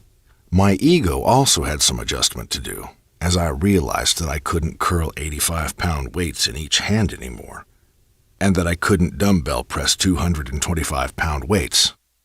As my associate quickly predicted, though, muscle memory quickly activated. My muscles grew back to their previous size, my chest bulged and rounded, along with the new development of increased muscle development, and stronger back muscles balancing my body, thrusting my shoulders back, increasing not only my vanity muscles, but my whole body's strength and power. I had set the intention of the routine as well, not to gain muscle, but to be strong, fit, and healthy. Rather than gaining weight as I usually did when I put on muscle, I started noticing that I was losing weight while gaining muscle. My advisor's mathematical formulas seemed to be working, seemingly miraculously. I had prepared myself to see a massive gain in body weight, bringing me from my steady 215 pounds to 225 and higher. Instead, 4 months after my muscles had adapted to the routine, I started to lose fat while gaining muscle, bringing my weight down to 195 pounds. I was leaner, healthier, and without a doubt stronger. Another level of strength began to peak as well. In the height of my yogic discipline, Kundalini flowed effortlessly through my body, all blockages having dissolved, all restraints being loosed. If I stretched out my hand to cause a change, power would flow through it and into the world. I was in energetic harmony with existence. As my muscles grew and my body strengthened, it seemed that something unique was occurring within the Kundalini flow itself, as if my muscles themselves were pumping Kundalini through my system rather than just letting it flow. I could feel myself becoming literally a more powerful spiritual machine. Make yourself strong. You don't have to be a bodybuilder. I'm not aiming to compete on stage, my muscle-stretched skin rubbed with oil. But as my body becomes stronger, so does my mind, my emotions, and my spiritual abilities. All of these are bound together, and the intelligent spirits living within our bodies, being pushed into our bloodstream through the endocrine system, are multiplied by the continual strengthening of the body. And the doubt arises, sure, this is fine and good for a healthy, athletic male of only 3 decades in age. What of those with hormonal imbalances, genetic dispositions, deteriorated bones, or other very real and very physical impediments to the strengthening of the body? If you are able to reach into the world with invisible hands and to strangle the life of your enemies, or to raise from deathbeds the dying into perfect health, as you surely are, and as I surely have, then you possess all of the tools to destroy internal enemies to your health, and to resuscitate and revitalize every aspect of your physical being. One does not need to rise from his wheelchair and run a marathon, or to drag a 70-year-old body into the weight room and lift the same weights as I do, but make yourself strong in whatever capacity you are able, to whatever degree is necessary to achieve a peak psychological, emotional, spiritual, and physical state. In yoga, I learned that the pineal gland can often become physically encrusted due to a lifetime of inactivity, and that through raising kundalini and causing nearly imperceptible vibrations in the pineal gland, the incrustations break loose. Once the pineal gland is freed, the rush of chemicals and more subtle forces through it creates an ecstasy beyond that which any artificial drug can duplicate. And the pineal gland is merely one of the many glands within the endocrine system. Consciously and intentionally activating these restores not only our bodies to their original functioning capacities, but triggers even deeper faculties with us. Most people in modern Western society concede to the reality of a mind-body connection, in that thoughts, attitudes, intentions, and perceptions greatly influence the well-being of the physical body. The polarity runs in both directions, however, a fact that is often overlooked. The health, strength, solidity, flexibility, and stamina of the physical body greatly influences the inner aspects of the human being. Physical well-being translates into mental, emotional, and spiritual well-being. Physical balance and flexibility translates into mental, emotional, and spiritual balance and flexibility. And physical power translates into mental, emotional, and definitely spiritual power. We are no longer simple mammals living in harmony and symbiosis with this biological sphere on which we were born. But we have taken dominion of the earth, and now beyond. We have been neglectful of the needs of the body, as well as the needs of the earth which feeds and houses us. But with the applied force of our godlike power, we could restore our bodies, and we could transcend the need to pillage to extinction the earth's resources for our simple survival. If we were content to live as other mammals live, a simple balance with nature would suffice. But since we are intent to master the atom and play with the electron, to dominate matter and antimatter, to dissect quarks and quasars, to become not only an interstellar, but an interdimensional species, more is required of us than allowing our power to flow as it naturally does. The machine of the human being needs to be perfected, and simple perfection is not enough. The vessel of the flesh needs to be empowered, strengthened, doubled, and magnified. And our power needs to reach beyond ourselves, beyond our lives and our enrichment, and towards the expansion of our empire. Build your empire upon this earth. Greed is not the key by which you will rise, nor is contentment, but assertion of your godhood. Into every alley of this world is the key. Nearly 6 years prior to authoring this present text, I stood in a bookstore in Salt Lake City, Utah, waiting for the crowd to arrive. I had rented metal fold-out chairs from a party supply store and had at least 50 of them set up in neat, curving rows. To my left, as I faced the empty chairs, I had set a plastic card table up with copies of my first 2 books, Kingdoms of Flame and Works of Darkness. A tripod stood at my right, holding a giant flip card. On the first page I had written, "Occult Principles Applied," in fat, black letters dominating the page. This was the very first public appearance I would make as E.A. Coetting, occult author. Sean took a seat several minutes before I was scheduled to begin. Friends who had come to support me, and a few others who were genuinely interested in what I would be presenting, scattered in purposeful randomness among the seats. A man with narrow shoulders and a squinting distrust of even the shadows in the room took a seat, the seat closest to the exit. After minutes of shuffling in his chair and adjusting his long coat under him, he squinted even harder, his unsure glare magnified by his thick glasses, and read the flip chart.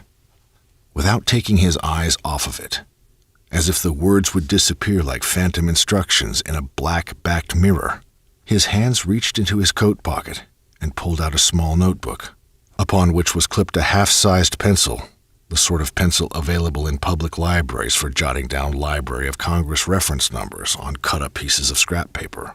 He jotted the words in his notebook, the completion of the task allowing him to look again at those mischievous shadows and bustling shoppers, and all of the other dangers possible in a place such as a bookstore.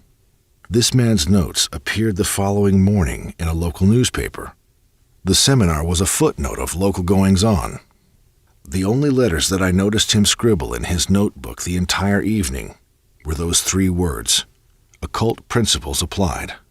Those, along with my name, were the only details given in the newspaper the following day. I introduced myself as a presenter is supposed to do unless you're Deepak Chopra or Tony Robbins.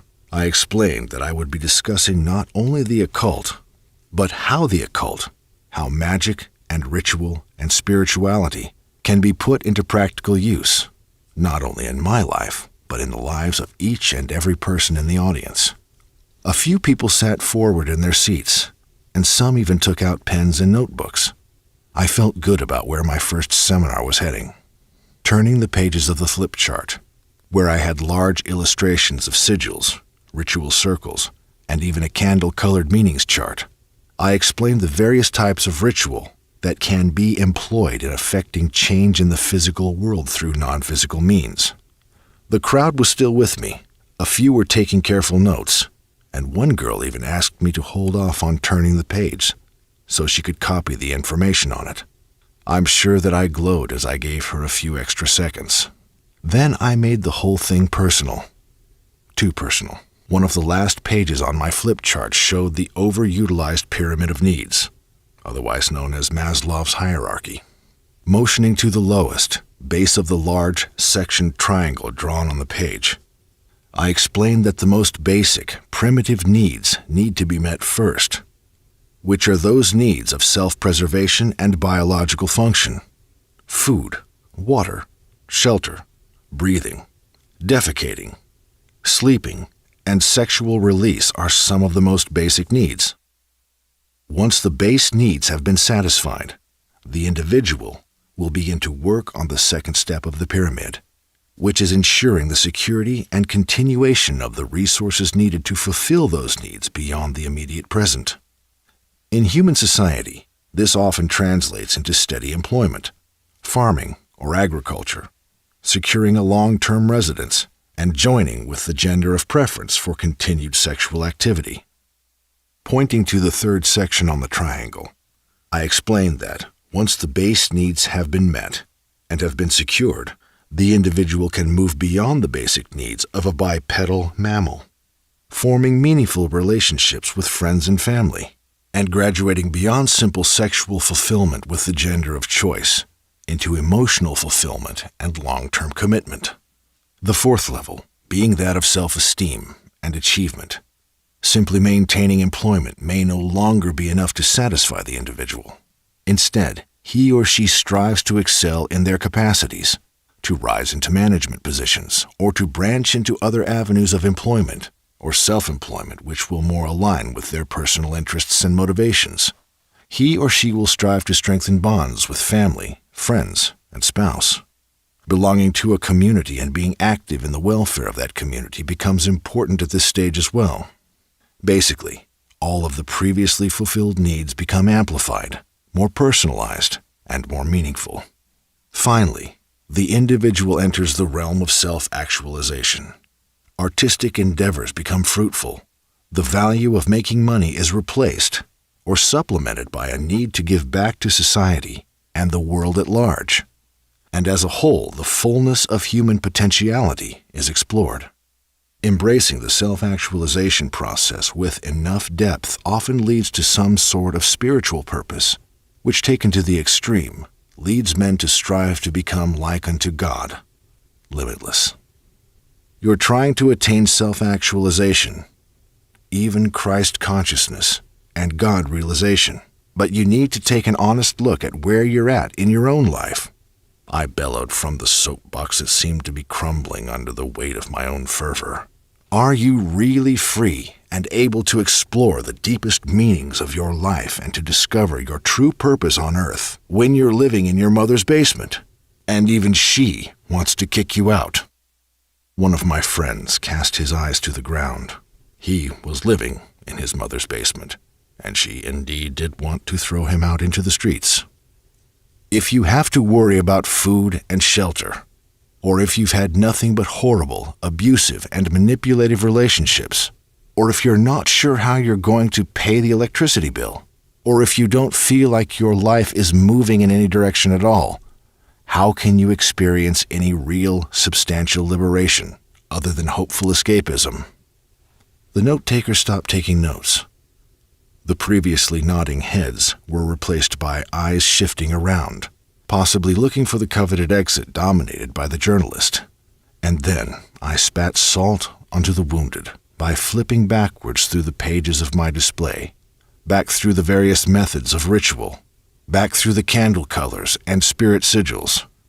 You naturally, innately possess all of the power that you'll ever need to change every single aspect of your life, exactly as you'd like it to be. And you have the knowledge of how to use that power available to you here. I pointed at my table of books. And here, pointing at my flip chart. So let's use that power. I had drawn beforehand several magic squares designed to attract money to the bearer. I passed them out to the members of the audience. Most put the pieces of paper in their laps politely. The journalist squinted at it and then shoved it in his pocket. I could count on one hand those who held the paper in front of them, waiting for instructions on how to activate the magic. Hold the square on your lap. You want to have it far enough away from your eyes that you can see the whole image in one glance. Relax your eyes and look at it. Rather than focusing your mind on the image, instead think about your breath. You don't have to count your inhalation and exhalations or anything. Just pay attention to your breath flowing in and out of your body. Let your mind get completely carried away by the rhythm of your breathing, while keeping your gaze on the square. You may feel yourself getting a bit dizzy, a bit lightheaded. This is what I call the rapture as you descend into the theta-gamma sync. It will almost feel as if you're getting too much oxygen, but you aren't.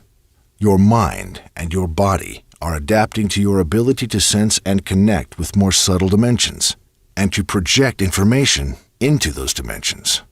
Now, gently, without pulling yourself out of the rapture, bring to mind an image of you possessing the money that you need or want. See it in your wallet, in your hand, or see a bank statement showing the amount that you'd like to receive. Hold that image as a still picture in your mind, and notice a certain pressure building in your ajna chakra, in your forehead, as you do this. Through your gaze, this pressure is slowly released, as if your line of sight to the square is transferring the power and the will into the square itself. At this point, many people will visibly see the lines of the square or the sigil disappearing from sight, and then reappearing, hovering off the surface of the paper. The square will also seem to possess a unique invisible glow. When you've reached this point, take a deep breath in, and then exhale quickly, bringing you out of the theta brainwave state. You can fold up the paper and put it away. That brings this presentation to a close. Go about the rest of your evening doing whatever it is you would naturally do, and try to distract your mind from the ritual that you just performed, and from your need or desire for money. You will find that as soon as you've forgotten all about it, the money will be delivered to you. I had offended almost everyone in the room.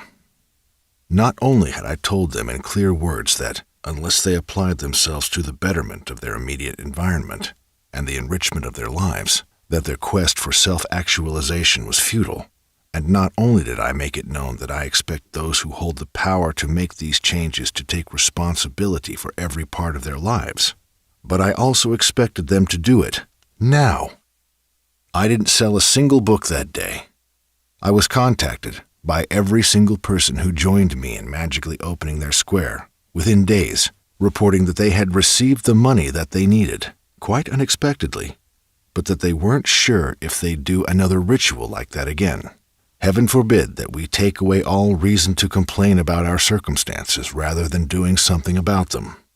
Using Maslow's hierarchy as the baseline for the fulfillment of needs, and the rise into self-actualization was more out of ease of definition than out of efficacy to define each individual's needs, desires, and personal fulfillment. The needs of an individual having spent all of their lives in a shack in a southern bayou will be much different than someone having lived in the wealthier parts of Manhattan or Paris. Those living in what we would consider squalor in India will have a much different level of need and fulfillment than someone on a beach house in California. The whole process of defining needs, desires, and fulfillment, then, requires a more personal approach. I personally resonate with Maslow's hierarchy, as it seemed to parallel my own experience with fulfillment and success. Therefore, I will go through the levels of the pyramid as they pertain to me, and I encourage all who seek power and liberation to do the same. It is impossible to achieve anything unless you have clearly defined what you need and want. Number 1. My basic needs are met when I am able to eat at least twice a day, when I have clean water to drink, when I have a home to stay in and a place to sleep. When my concern and focus is funneled towards gaining or maintaining these most basic needs, sexual release isn't a prime concern of mine. At those periods in my life when I found myself homeless, which has indeed occurred a couple of times, mainly due to slipping more into the other side of the veil than this one, such was never an extended enough of a period to see if sexual needs would resurface as a priority while in a state of destitution. Although I'm certain that if I had allowed myself to settle into my situation, my sexuality would adjust itself to that situation. Number 2, I gain a sense of security by having a steady job that pays enough to maintain an apartment, to pay for electricity, to buy groceries, and to maintain a vehicle for transportation to my employment, thereby ensuring the continuation of such employment, and therefore ensuring the continuation of my security.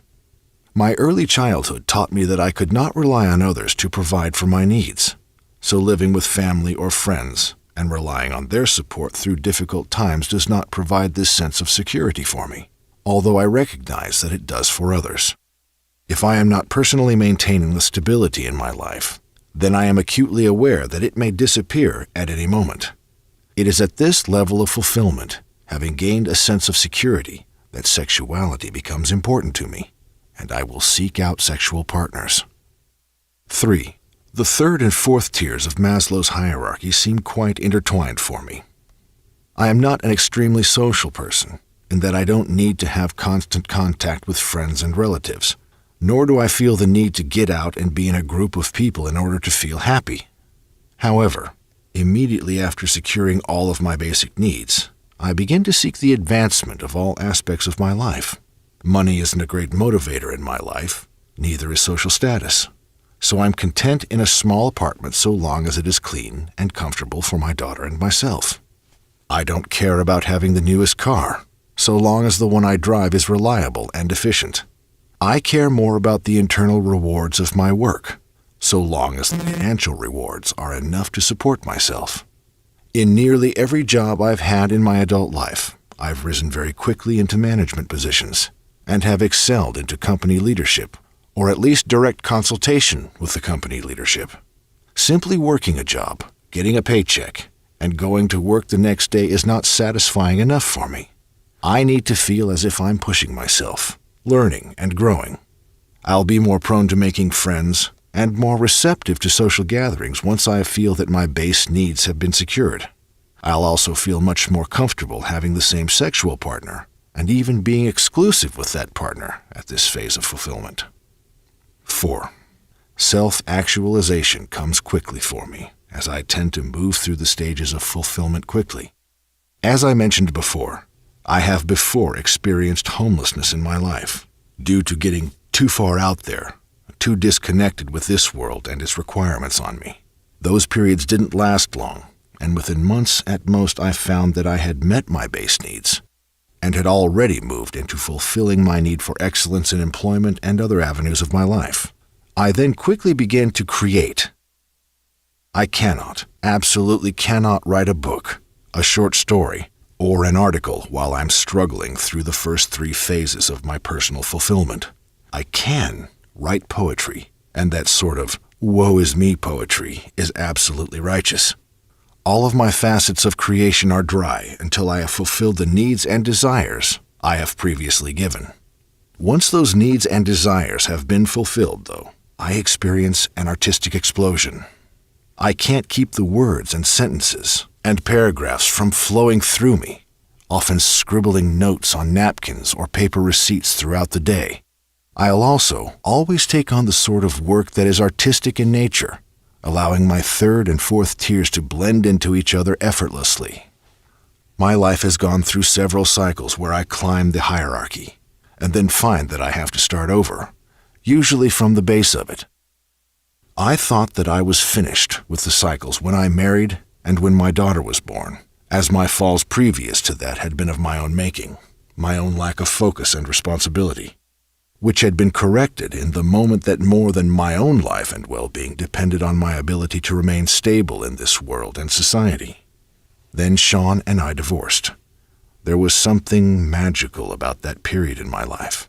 Not only had my marriage fallen apart, but my employer had filed bankruptcy and closed their doors in that same month, owing me thousands of dollars in pay that I would never receive.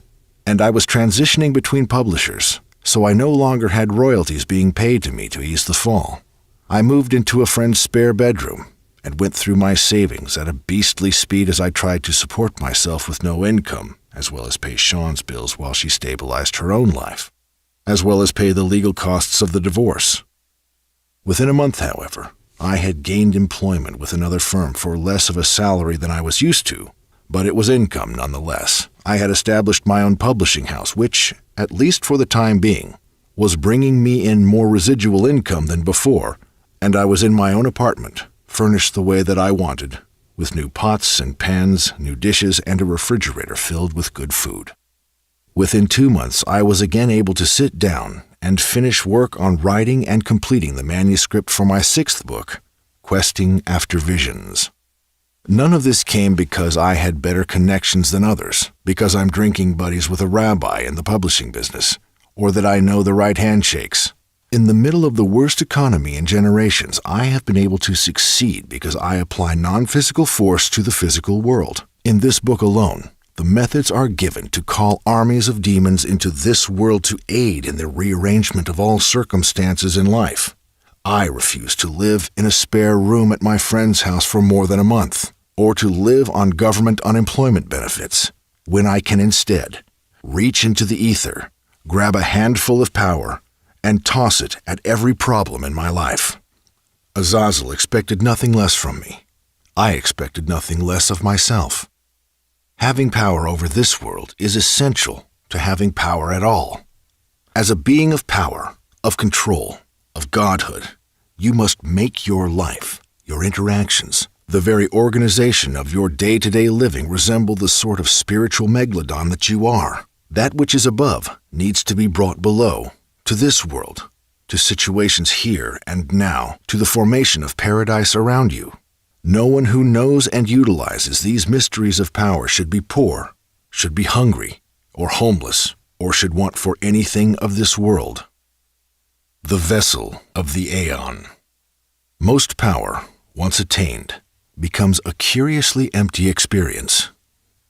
Through the course of nearly 20 years studying the occult in earnest, of 15 years engaging in the esoteric rites and methods, and of 10 years teaching hundreds personally and countless more through my writing, I've made a particular observation, which seems to have crept through unnoticed by the majority of spiritual scholars. Diminishing returns when applying the same or similar methods to the same or similar tasks over any amount of time, or, more accurately, with enough repetition, as I've also noticed that many who consider themselves occultists, or worse yet, pagans, rarely apply the occult sciences and practical spirituality to any real goal, which might produce any observable and verifiable result. Around 15 years old, having pored through books and letters and essays dealing with the occult, with magic, with witchcraft, I finally sat down with a tapered, white candle, and as I lit the wick, I could just feel that I was entering some mysterious, forbidden, erotic realm. As I called out to the elements of fire, water, earth, and air, and spun clockwise to call the watchtowers of the cardinal points, the rapture had already taken me. Through such simple methods I worked the miraculous. The only thing that was more exciting than the ritual itself was the end result, real, tangible, usable power. By lighting a simple colored candle and chanting a silly limerick, I was able to make others behave quite opposite of their natural patterns. I was able to make even the most out-of-my-league girls give me the time of day. I summoned money, favors, decent grades, entirely undeserved. There seemed no bounds to the power that I had in my hands by lighting the wick of a simple candle and pronouncing a silly limerick. Before long, however, my soul's stomach started growling, and the starvation for power that had originally driven me into the arms of the mysteries was again surfacing. I had learned which candle colors worked best for which results, and had dissected the various elemental attributes for different goals. I had put into action at least 100 alterations in reality through this first form of ritual, and the excitement of its performance was fading fast. As the veil was pulled back, and the last twinkling particles of mystery fell from it, Eros was seen flaccid and wanting for more. I moved into sympathetic magic, intense psychodramatic ceremony, sigil work, mudras and mantras, invocation and evocation, finding myself propelled upwards, further upwards, until the throne of God was a spot of light beneath me. Once the paranormal becomes the normal, our interactions with the realm of limitless possibility diminishes, not because the method suddenly and spontaneously becomes less effective, but because the trigger, which is the self, is no longer primed, no longer excited by the ritual, no longer turned on by the whole thing. I've always been advised by my best mentors not to get stuck in the method, but like ignorance, it seems that some forms of slavery are more temporarily advantageous. If I had spread those first 100 candle-lighting rituals over 30 years instead of 30 days, I'd still be blissful, although quite unaware of my infinite potential. Armed with the most powerful methods, evocation chief among them, I cannot turn away from the fact that a similar impotency strikes. Rather than the mystery and excitement falling away from the method, instead the eroticism and newness of the experience is deflated from the object, from the goal itself. It is possible, even simple, for one to take up the information given in this text alone and cause large amounts of money to be delivered to oneself. Although many may believe that they desire money, the cash is only symbolic. The true desire is power, and works such as evocation form a direct bridge between the initial will to power and its attainment. Once it is realized that any amount of money can be delivered, and once the kinks and quirks have been worked out of the ritual process to allow the money to come, the whole thing becomes commonplace. When you need money, or even just want it for a specific thing, there it is, the pile of cash, waiting for you to call it out of the ether. Until then, however, the quest for it is quite uninteresting. At least to me, it has become uninteresting. Although I know a few others who possess this same spiritual knowledge and ability, who seem to never tire of wealth. I may simply be possessed by more erotic demons than greed. The same loss of interest occurs with sex, glamour, attention, love, success, recognition, and every object that can be materialized through these works. Once the route to obtaining these desires is made sure, the lust for them subsides. There exist perfect methods, of which evocation is one, which never fail if applied correctly, which always produce results, and which can be expounded upon and delved more deeply into, infinitely, and therefore will not generate the first cause of diminishing returns. I have yet to find any such perfect end, though. Nevertheless, I am still a youngish man, and I am certain that my adventures are far from complete. Once the novelty of satisfying your own selfish desires through your spiritual work has run its course, and you find yourself holding all power with nowhere to direct it, look out into the observable world and see what needs to be changed. And as our scope of the world and our ability to access information about it in real time has increased, it does not take long to find something to be concerned about. You possess the power.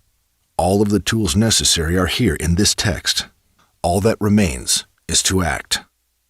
The problem that people so often get into is when they are using mystical, magical, or spiritual methods as a means to escape this world, building mythologies of, quote, "This world is only temporary, and then I'll escape and enter my true home in the 12th dimension," unquote. We exist in physical reality not to escape it once again, but to embrace the flesh and solidify the temple, and to bring heaven to earth. Turn on, tune in, and then engage. You must here become a master organizer if you are to succeed. Fulfilling your desires requires the involvement of usually less than a dozen people, and at most a 24-event chain for more difficult demands. If you want to affect foreign relations, if you want to not only discover cures for illness, but cause those cures to be released to the public, if you want to topple religious empires, if you want to improve a failing economy, or fail an improving economy, if you want to have a global effect through entirely non-physical means, from within your circle of pacts, you will sometimes need to alter the observations and behaviors of thousands or more people, and put into effect a chain of events hundreds of coincidences long. While this is not a perfect end, it is without a doubt exciting while it lasts, to be the master in the shadows. With the methods given in this text, we are not only to enrich ourselves, to glorify and exalt ourselves, but to change the face of all of the observable world.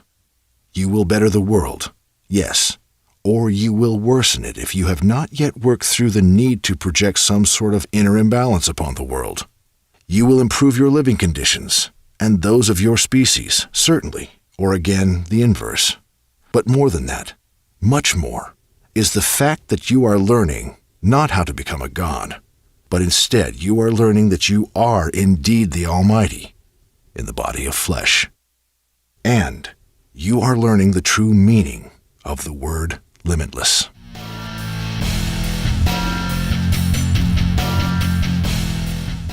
Chapter 8. The Demonic King. Evoking Azazel and his countless legions night after night, I found myself being pulled down a corridor, the final atrium into which I would emerge completely unseen to me. When I first summoned that demon into materialization, I was quite sure of the nature of things and the mechanism by which these spiritual sciences operate. That fiend's first task was not to teach the secrets of power, as such would indeed be as pearls cast before the coarsest swine. Instead, his first task was to instill doubt, to shatter the supports upon which my every assumption was based. From the foundation of conscious ignorance, I could then be taught. Azazel was essentially telling me, through all of my workings with him in the first 30 days of discipline, that the reality of anything cannot be relied upon save for in the moment of its materialization. Azazel, my great teacher, did not exist in some corner of the astral plane, descending into physical materialization during the evocation. Instead, at the moment of evocation, his form, his intellect, his power, and his image were made real, created anew from some quantum soup, from some omnipresent protoplasmic field. This is not unique to Azazel, nor spirits or astral entities, but to everything observable. All of existence is a cat shut in a box, and only when we peek inside does the nature or form of the cat make itself manifest. Such a realization seemed at face value contrary to the assumptions I had been making all along, assumptions which made complete sense and are very helpful in a practical way. Why, then, would I continue to evoke at all?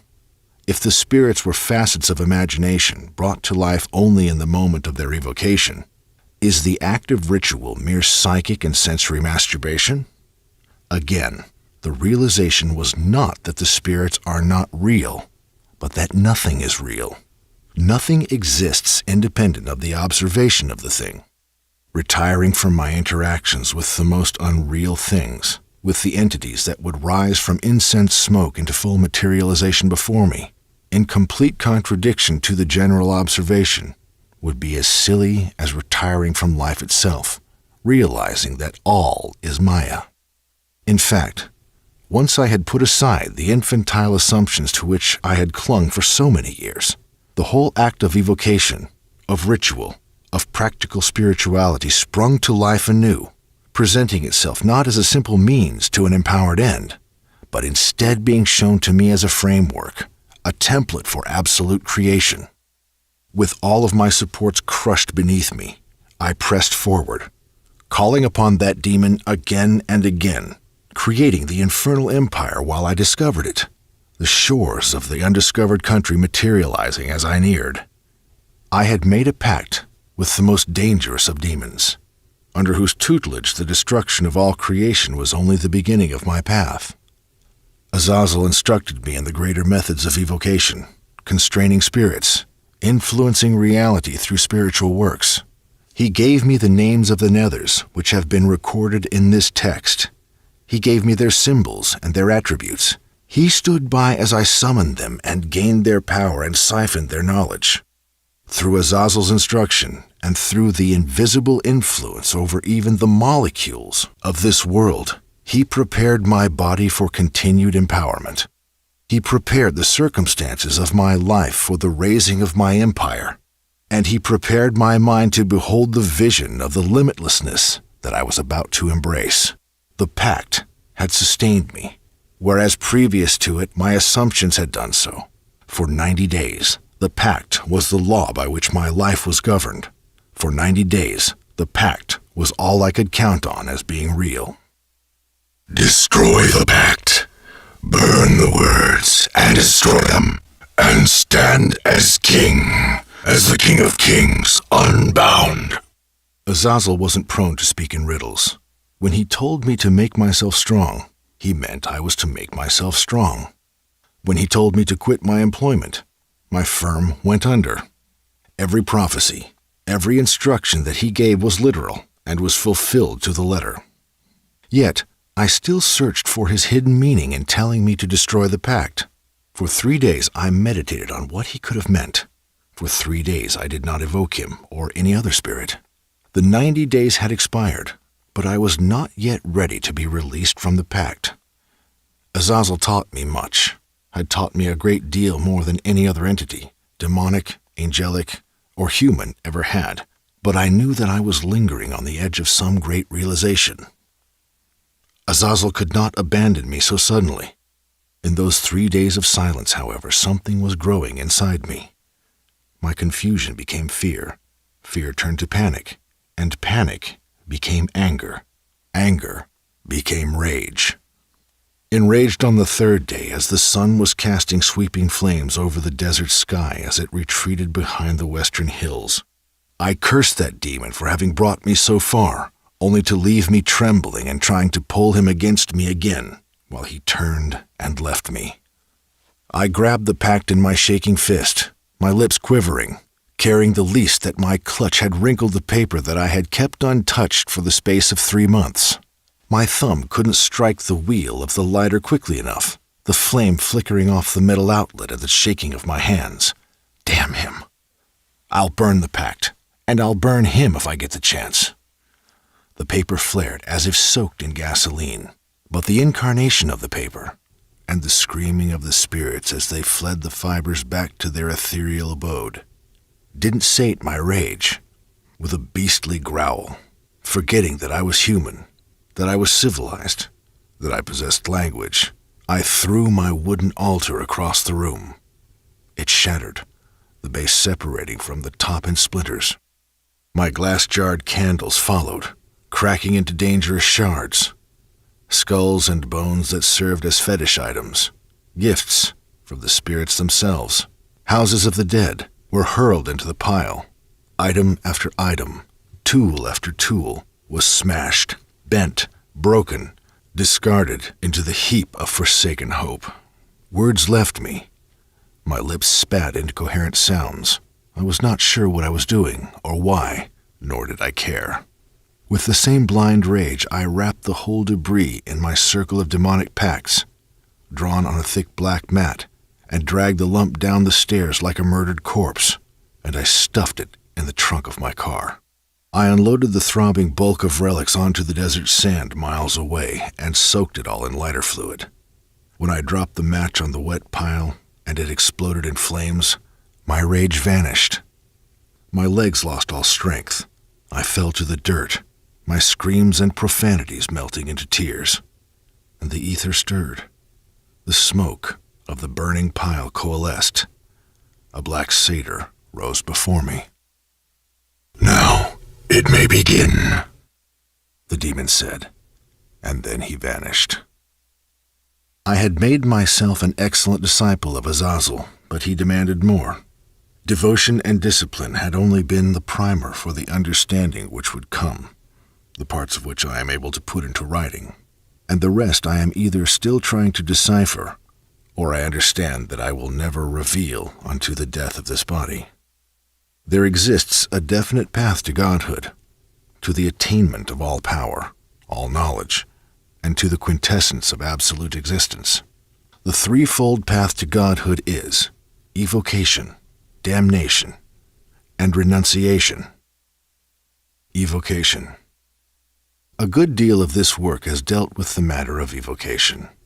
Evocation is the essential key to spiritual autonomy, and is the method by which that which is imaginary can be made real, first to the mundane senses through the materialization of the spirit, and then to the external world through the verifiable result achieved. Holding invisible armies in your command is an amazing power, but this is merely a type and a shadow, a tangible metaphor of the greater power of materializing the whole of the world as a condensed specter of imagination.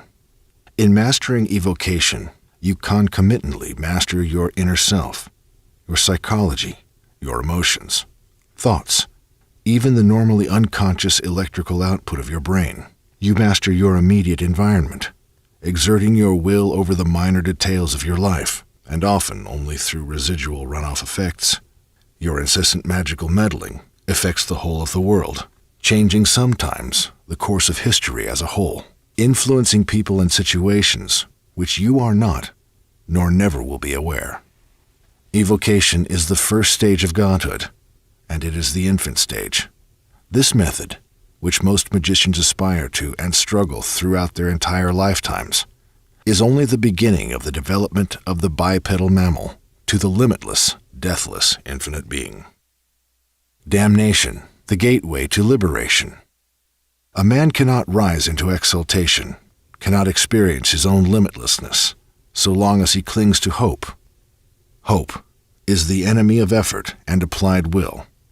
When all hope is lost, the individual comes to the empowering realization that no one nor no thing will rescue him from his circumstances, and that his path forks in opposite directions. Either he lays down and dies, or he grabs the world by the tail and hurls it in the direction that he desires. Most world religions teach the crippling principle of hope as if it is some sort of virtue, to rely not on the powers manifest, nor on the rewards of effort, but on the belief that chance will be swayed in our favor. No human or beast is ever as fierce as when it has nothing left to lose, when even death is an acceptable second to failure. Hope had been ripped from many of us early on. I've noticed, as I've met with thousands of the left-hand path practitioners, that the majority of those who dare to ally with demons have suffered some sort of traumatic abuse in their early childhood. Maintaining hope in the charity of some supposed benevolent deity simply does not resonate with someone who has experienced cruelty at the hands of family, parents, and caretakers. Hope in goodness and faith in fellow man is an insult and a joke to a broken child.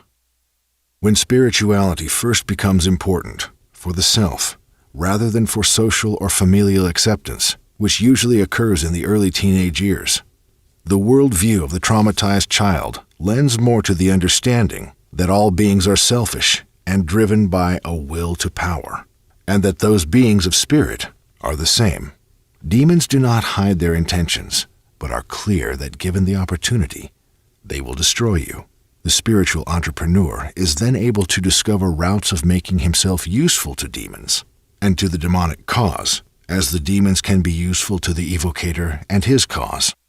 In this process of spiritual self-discovery, on the left-hand side, there are moments of near panic as the adventurer considers that such diabolical alliances counter the God or the Savior with which they were raised. A severing of the past self must often be undertaken in order to move forward. The demons do not allow hope to linger long in their company. This is the beauty of betrayal, as it agitates the psyche and keeps the individual from settling too comfortably into any situation long enough to stagnate. Signing the pact and committing myself to it was a willful self-damnation. When I committed myself to Azazel, I realized that I could end up dead, enslaved, imprisoned, or worse. It could easily be argued that I maintained hope that Azazel would treat me kindly, or would release me from torture after a while. But instead it was more of a human sacrifice to that demon, a sacrifice of my own self, my own life, for the chance to learn and to grow. And yes, there was hope, and I do think that Azazel saw that I had hope, and he fed it just enough to keep me interested, and then to dash it to the ground. Damnation is indeed the loss of all hope, when even the demons, the evil spirits, who had been my constant allies, when even the forsaken themselves had forsaken me, I was free to accept my own liberation. The individual must be beyond redemption or exaltation so that he can act and think and be without prejudice, without censorship.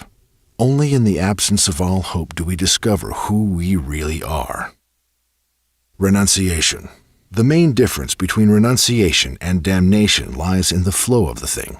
In damnation, all is taken from us, even our hope, because of circumstances outside of ourselves. Through renunciation, we throw away all that is ours, even our hope.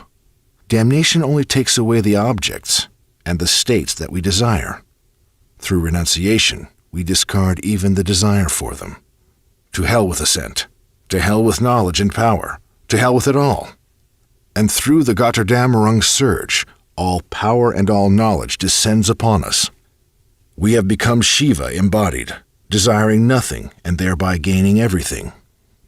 The threefold path to godhood is evocation, damnation, and renunciation. Materialize that which is imaginary. Become a zealot on a hopeless path, a disciple to damnation. Turn yourself wholly over to materialization, covenanting with the Prince of Lies. And when you are forsaken, destroy all pacts, destroy all lamps, sever all links to spirits in your past. Die and be reborn again. Tabula rasa.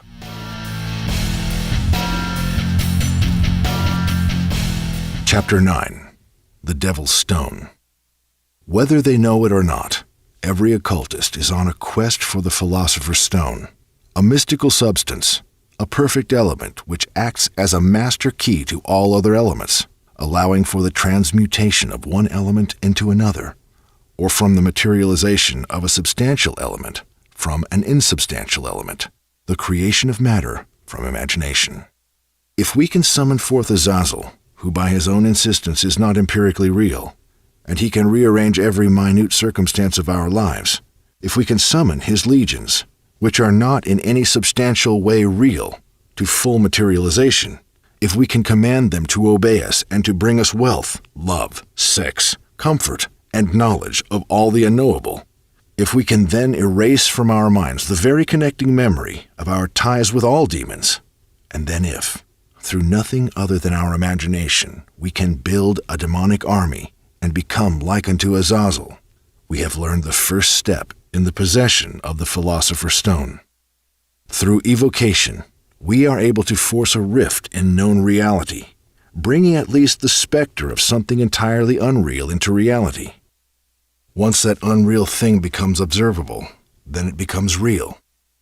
It is often fairly argued that the observation belongs only to the observer and is therefore not real in any general sense, but is an anomalous observation and therefore can be discarded as unreal and delusional. However, the effects of the evocation upon this world, the verifiable alterations in reality, the likes of which have filled up my own personal journals, as well as the journals of those with whom I have worked these wonders. The ritual of transmutation or of materialization. The demon exists in an imaginary form, most often archetypal, and through the ritual of evocation materializes to the mundane senses of the operator. The evocator desires a specific end result, and so he searches grimoires for a demon archetypically linked to that desired end result. Through the ritual of evocation, that imaginary form is brought into observable reality, and the evocator commands the demon then to fulfill his desire. The desire for the thing, and the thing itself which is not yet possessed, is as much an inhabitant of the imagination as the demon. Yet rather than materializing the desired thing directly, we go about the whole matter by circumvention of the original desire. I pondered this for a while after my final renunciation, and then I experimented. My experiments unveiled a method of more directly materializing that which I desired, resulting in the fastest, most pure results.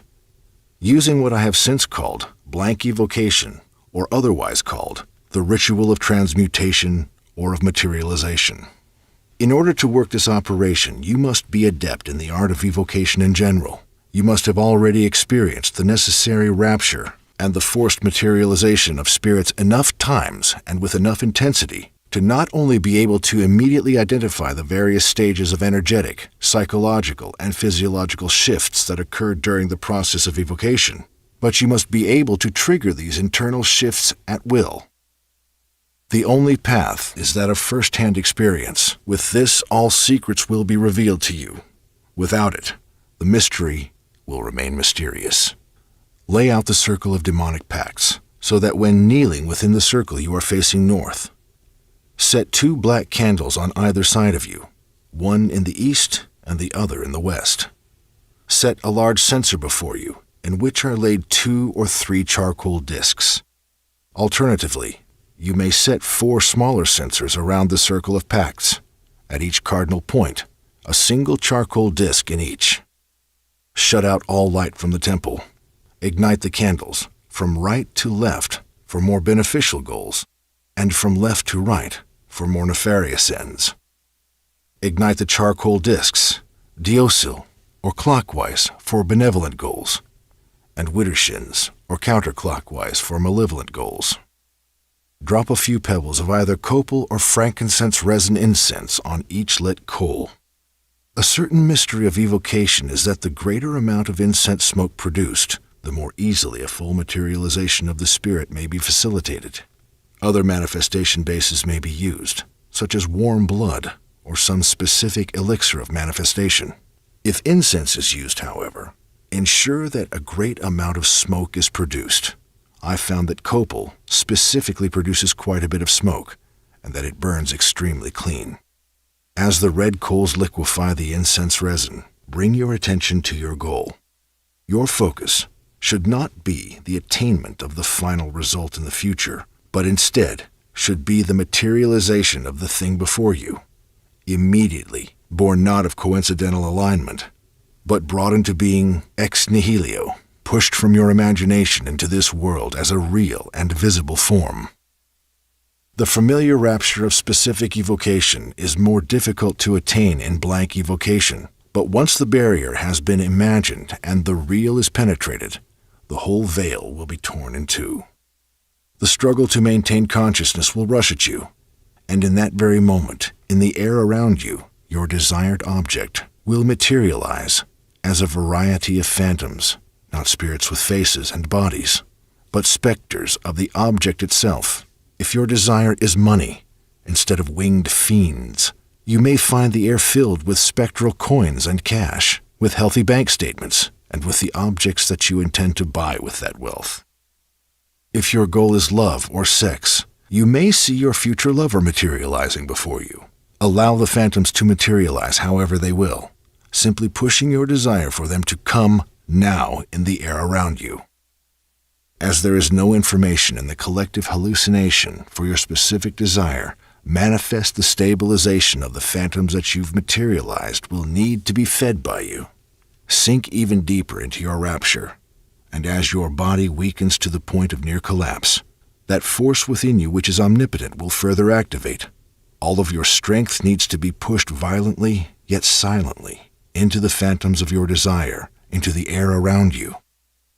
Unlike a good many methods of spiritual manifestation, the desire and the power to make it real is not to be pushed out of your Ajna chakra, or your Manipura chakra, or from your mouth or your eyes, but instead is to be pushed from your every pore, out of your body, out of your mind, out of your imagination and emotion, and just outside of the circle of pacts.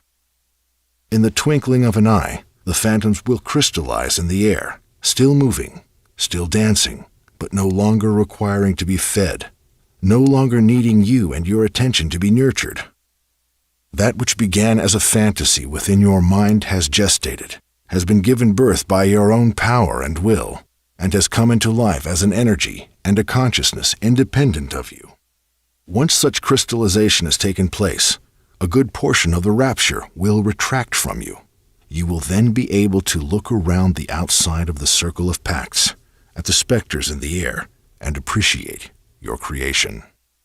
Go now, into the world, will be your command and your dismissal. In the moment that the phantoms dissipate from view, they will indeed go into the world. They will indeed quickly evolve into physical objects, circumstances, and events, unchanged from the form that you had originally imagined, but become flesh, and indeed your evolved creations will return to their maker. The results of such a blank invocation or transmutative ritual are fast. Mine have become nearly instantaneous. When the application of the method is perfected, the phantoms will crystallize as independent energetic forms and will instantly evolve, and then your desires will literally fall from the sky. I have found as I have manipulated the events not only of my personal life, but of the world at large, that one task must be approached at a time. Although you are starved, you cannot have your entree until you've finished what's already before you. Choose one goal, be it the enrichment of your circumstances or the shifting of a world at war. Choose one goal and push that goal from your ephemeral imagination into physical materialization, first in the temple and then in the world.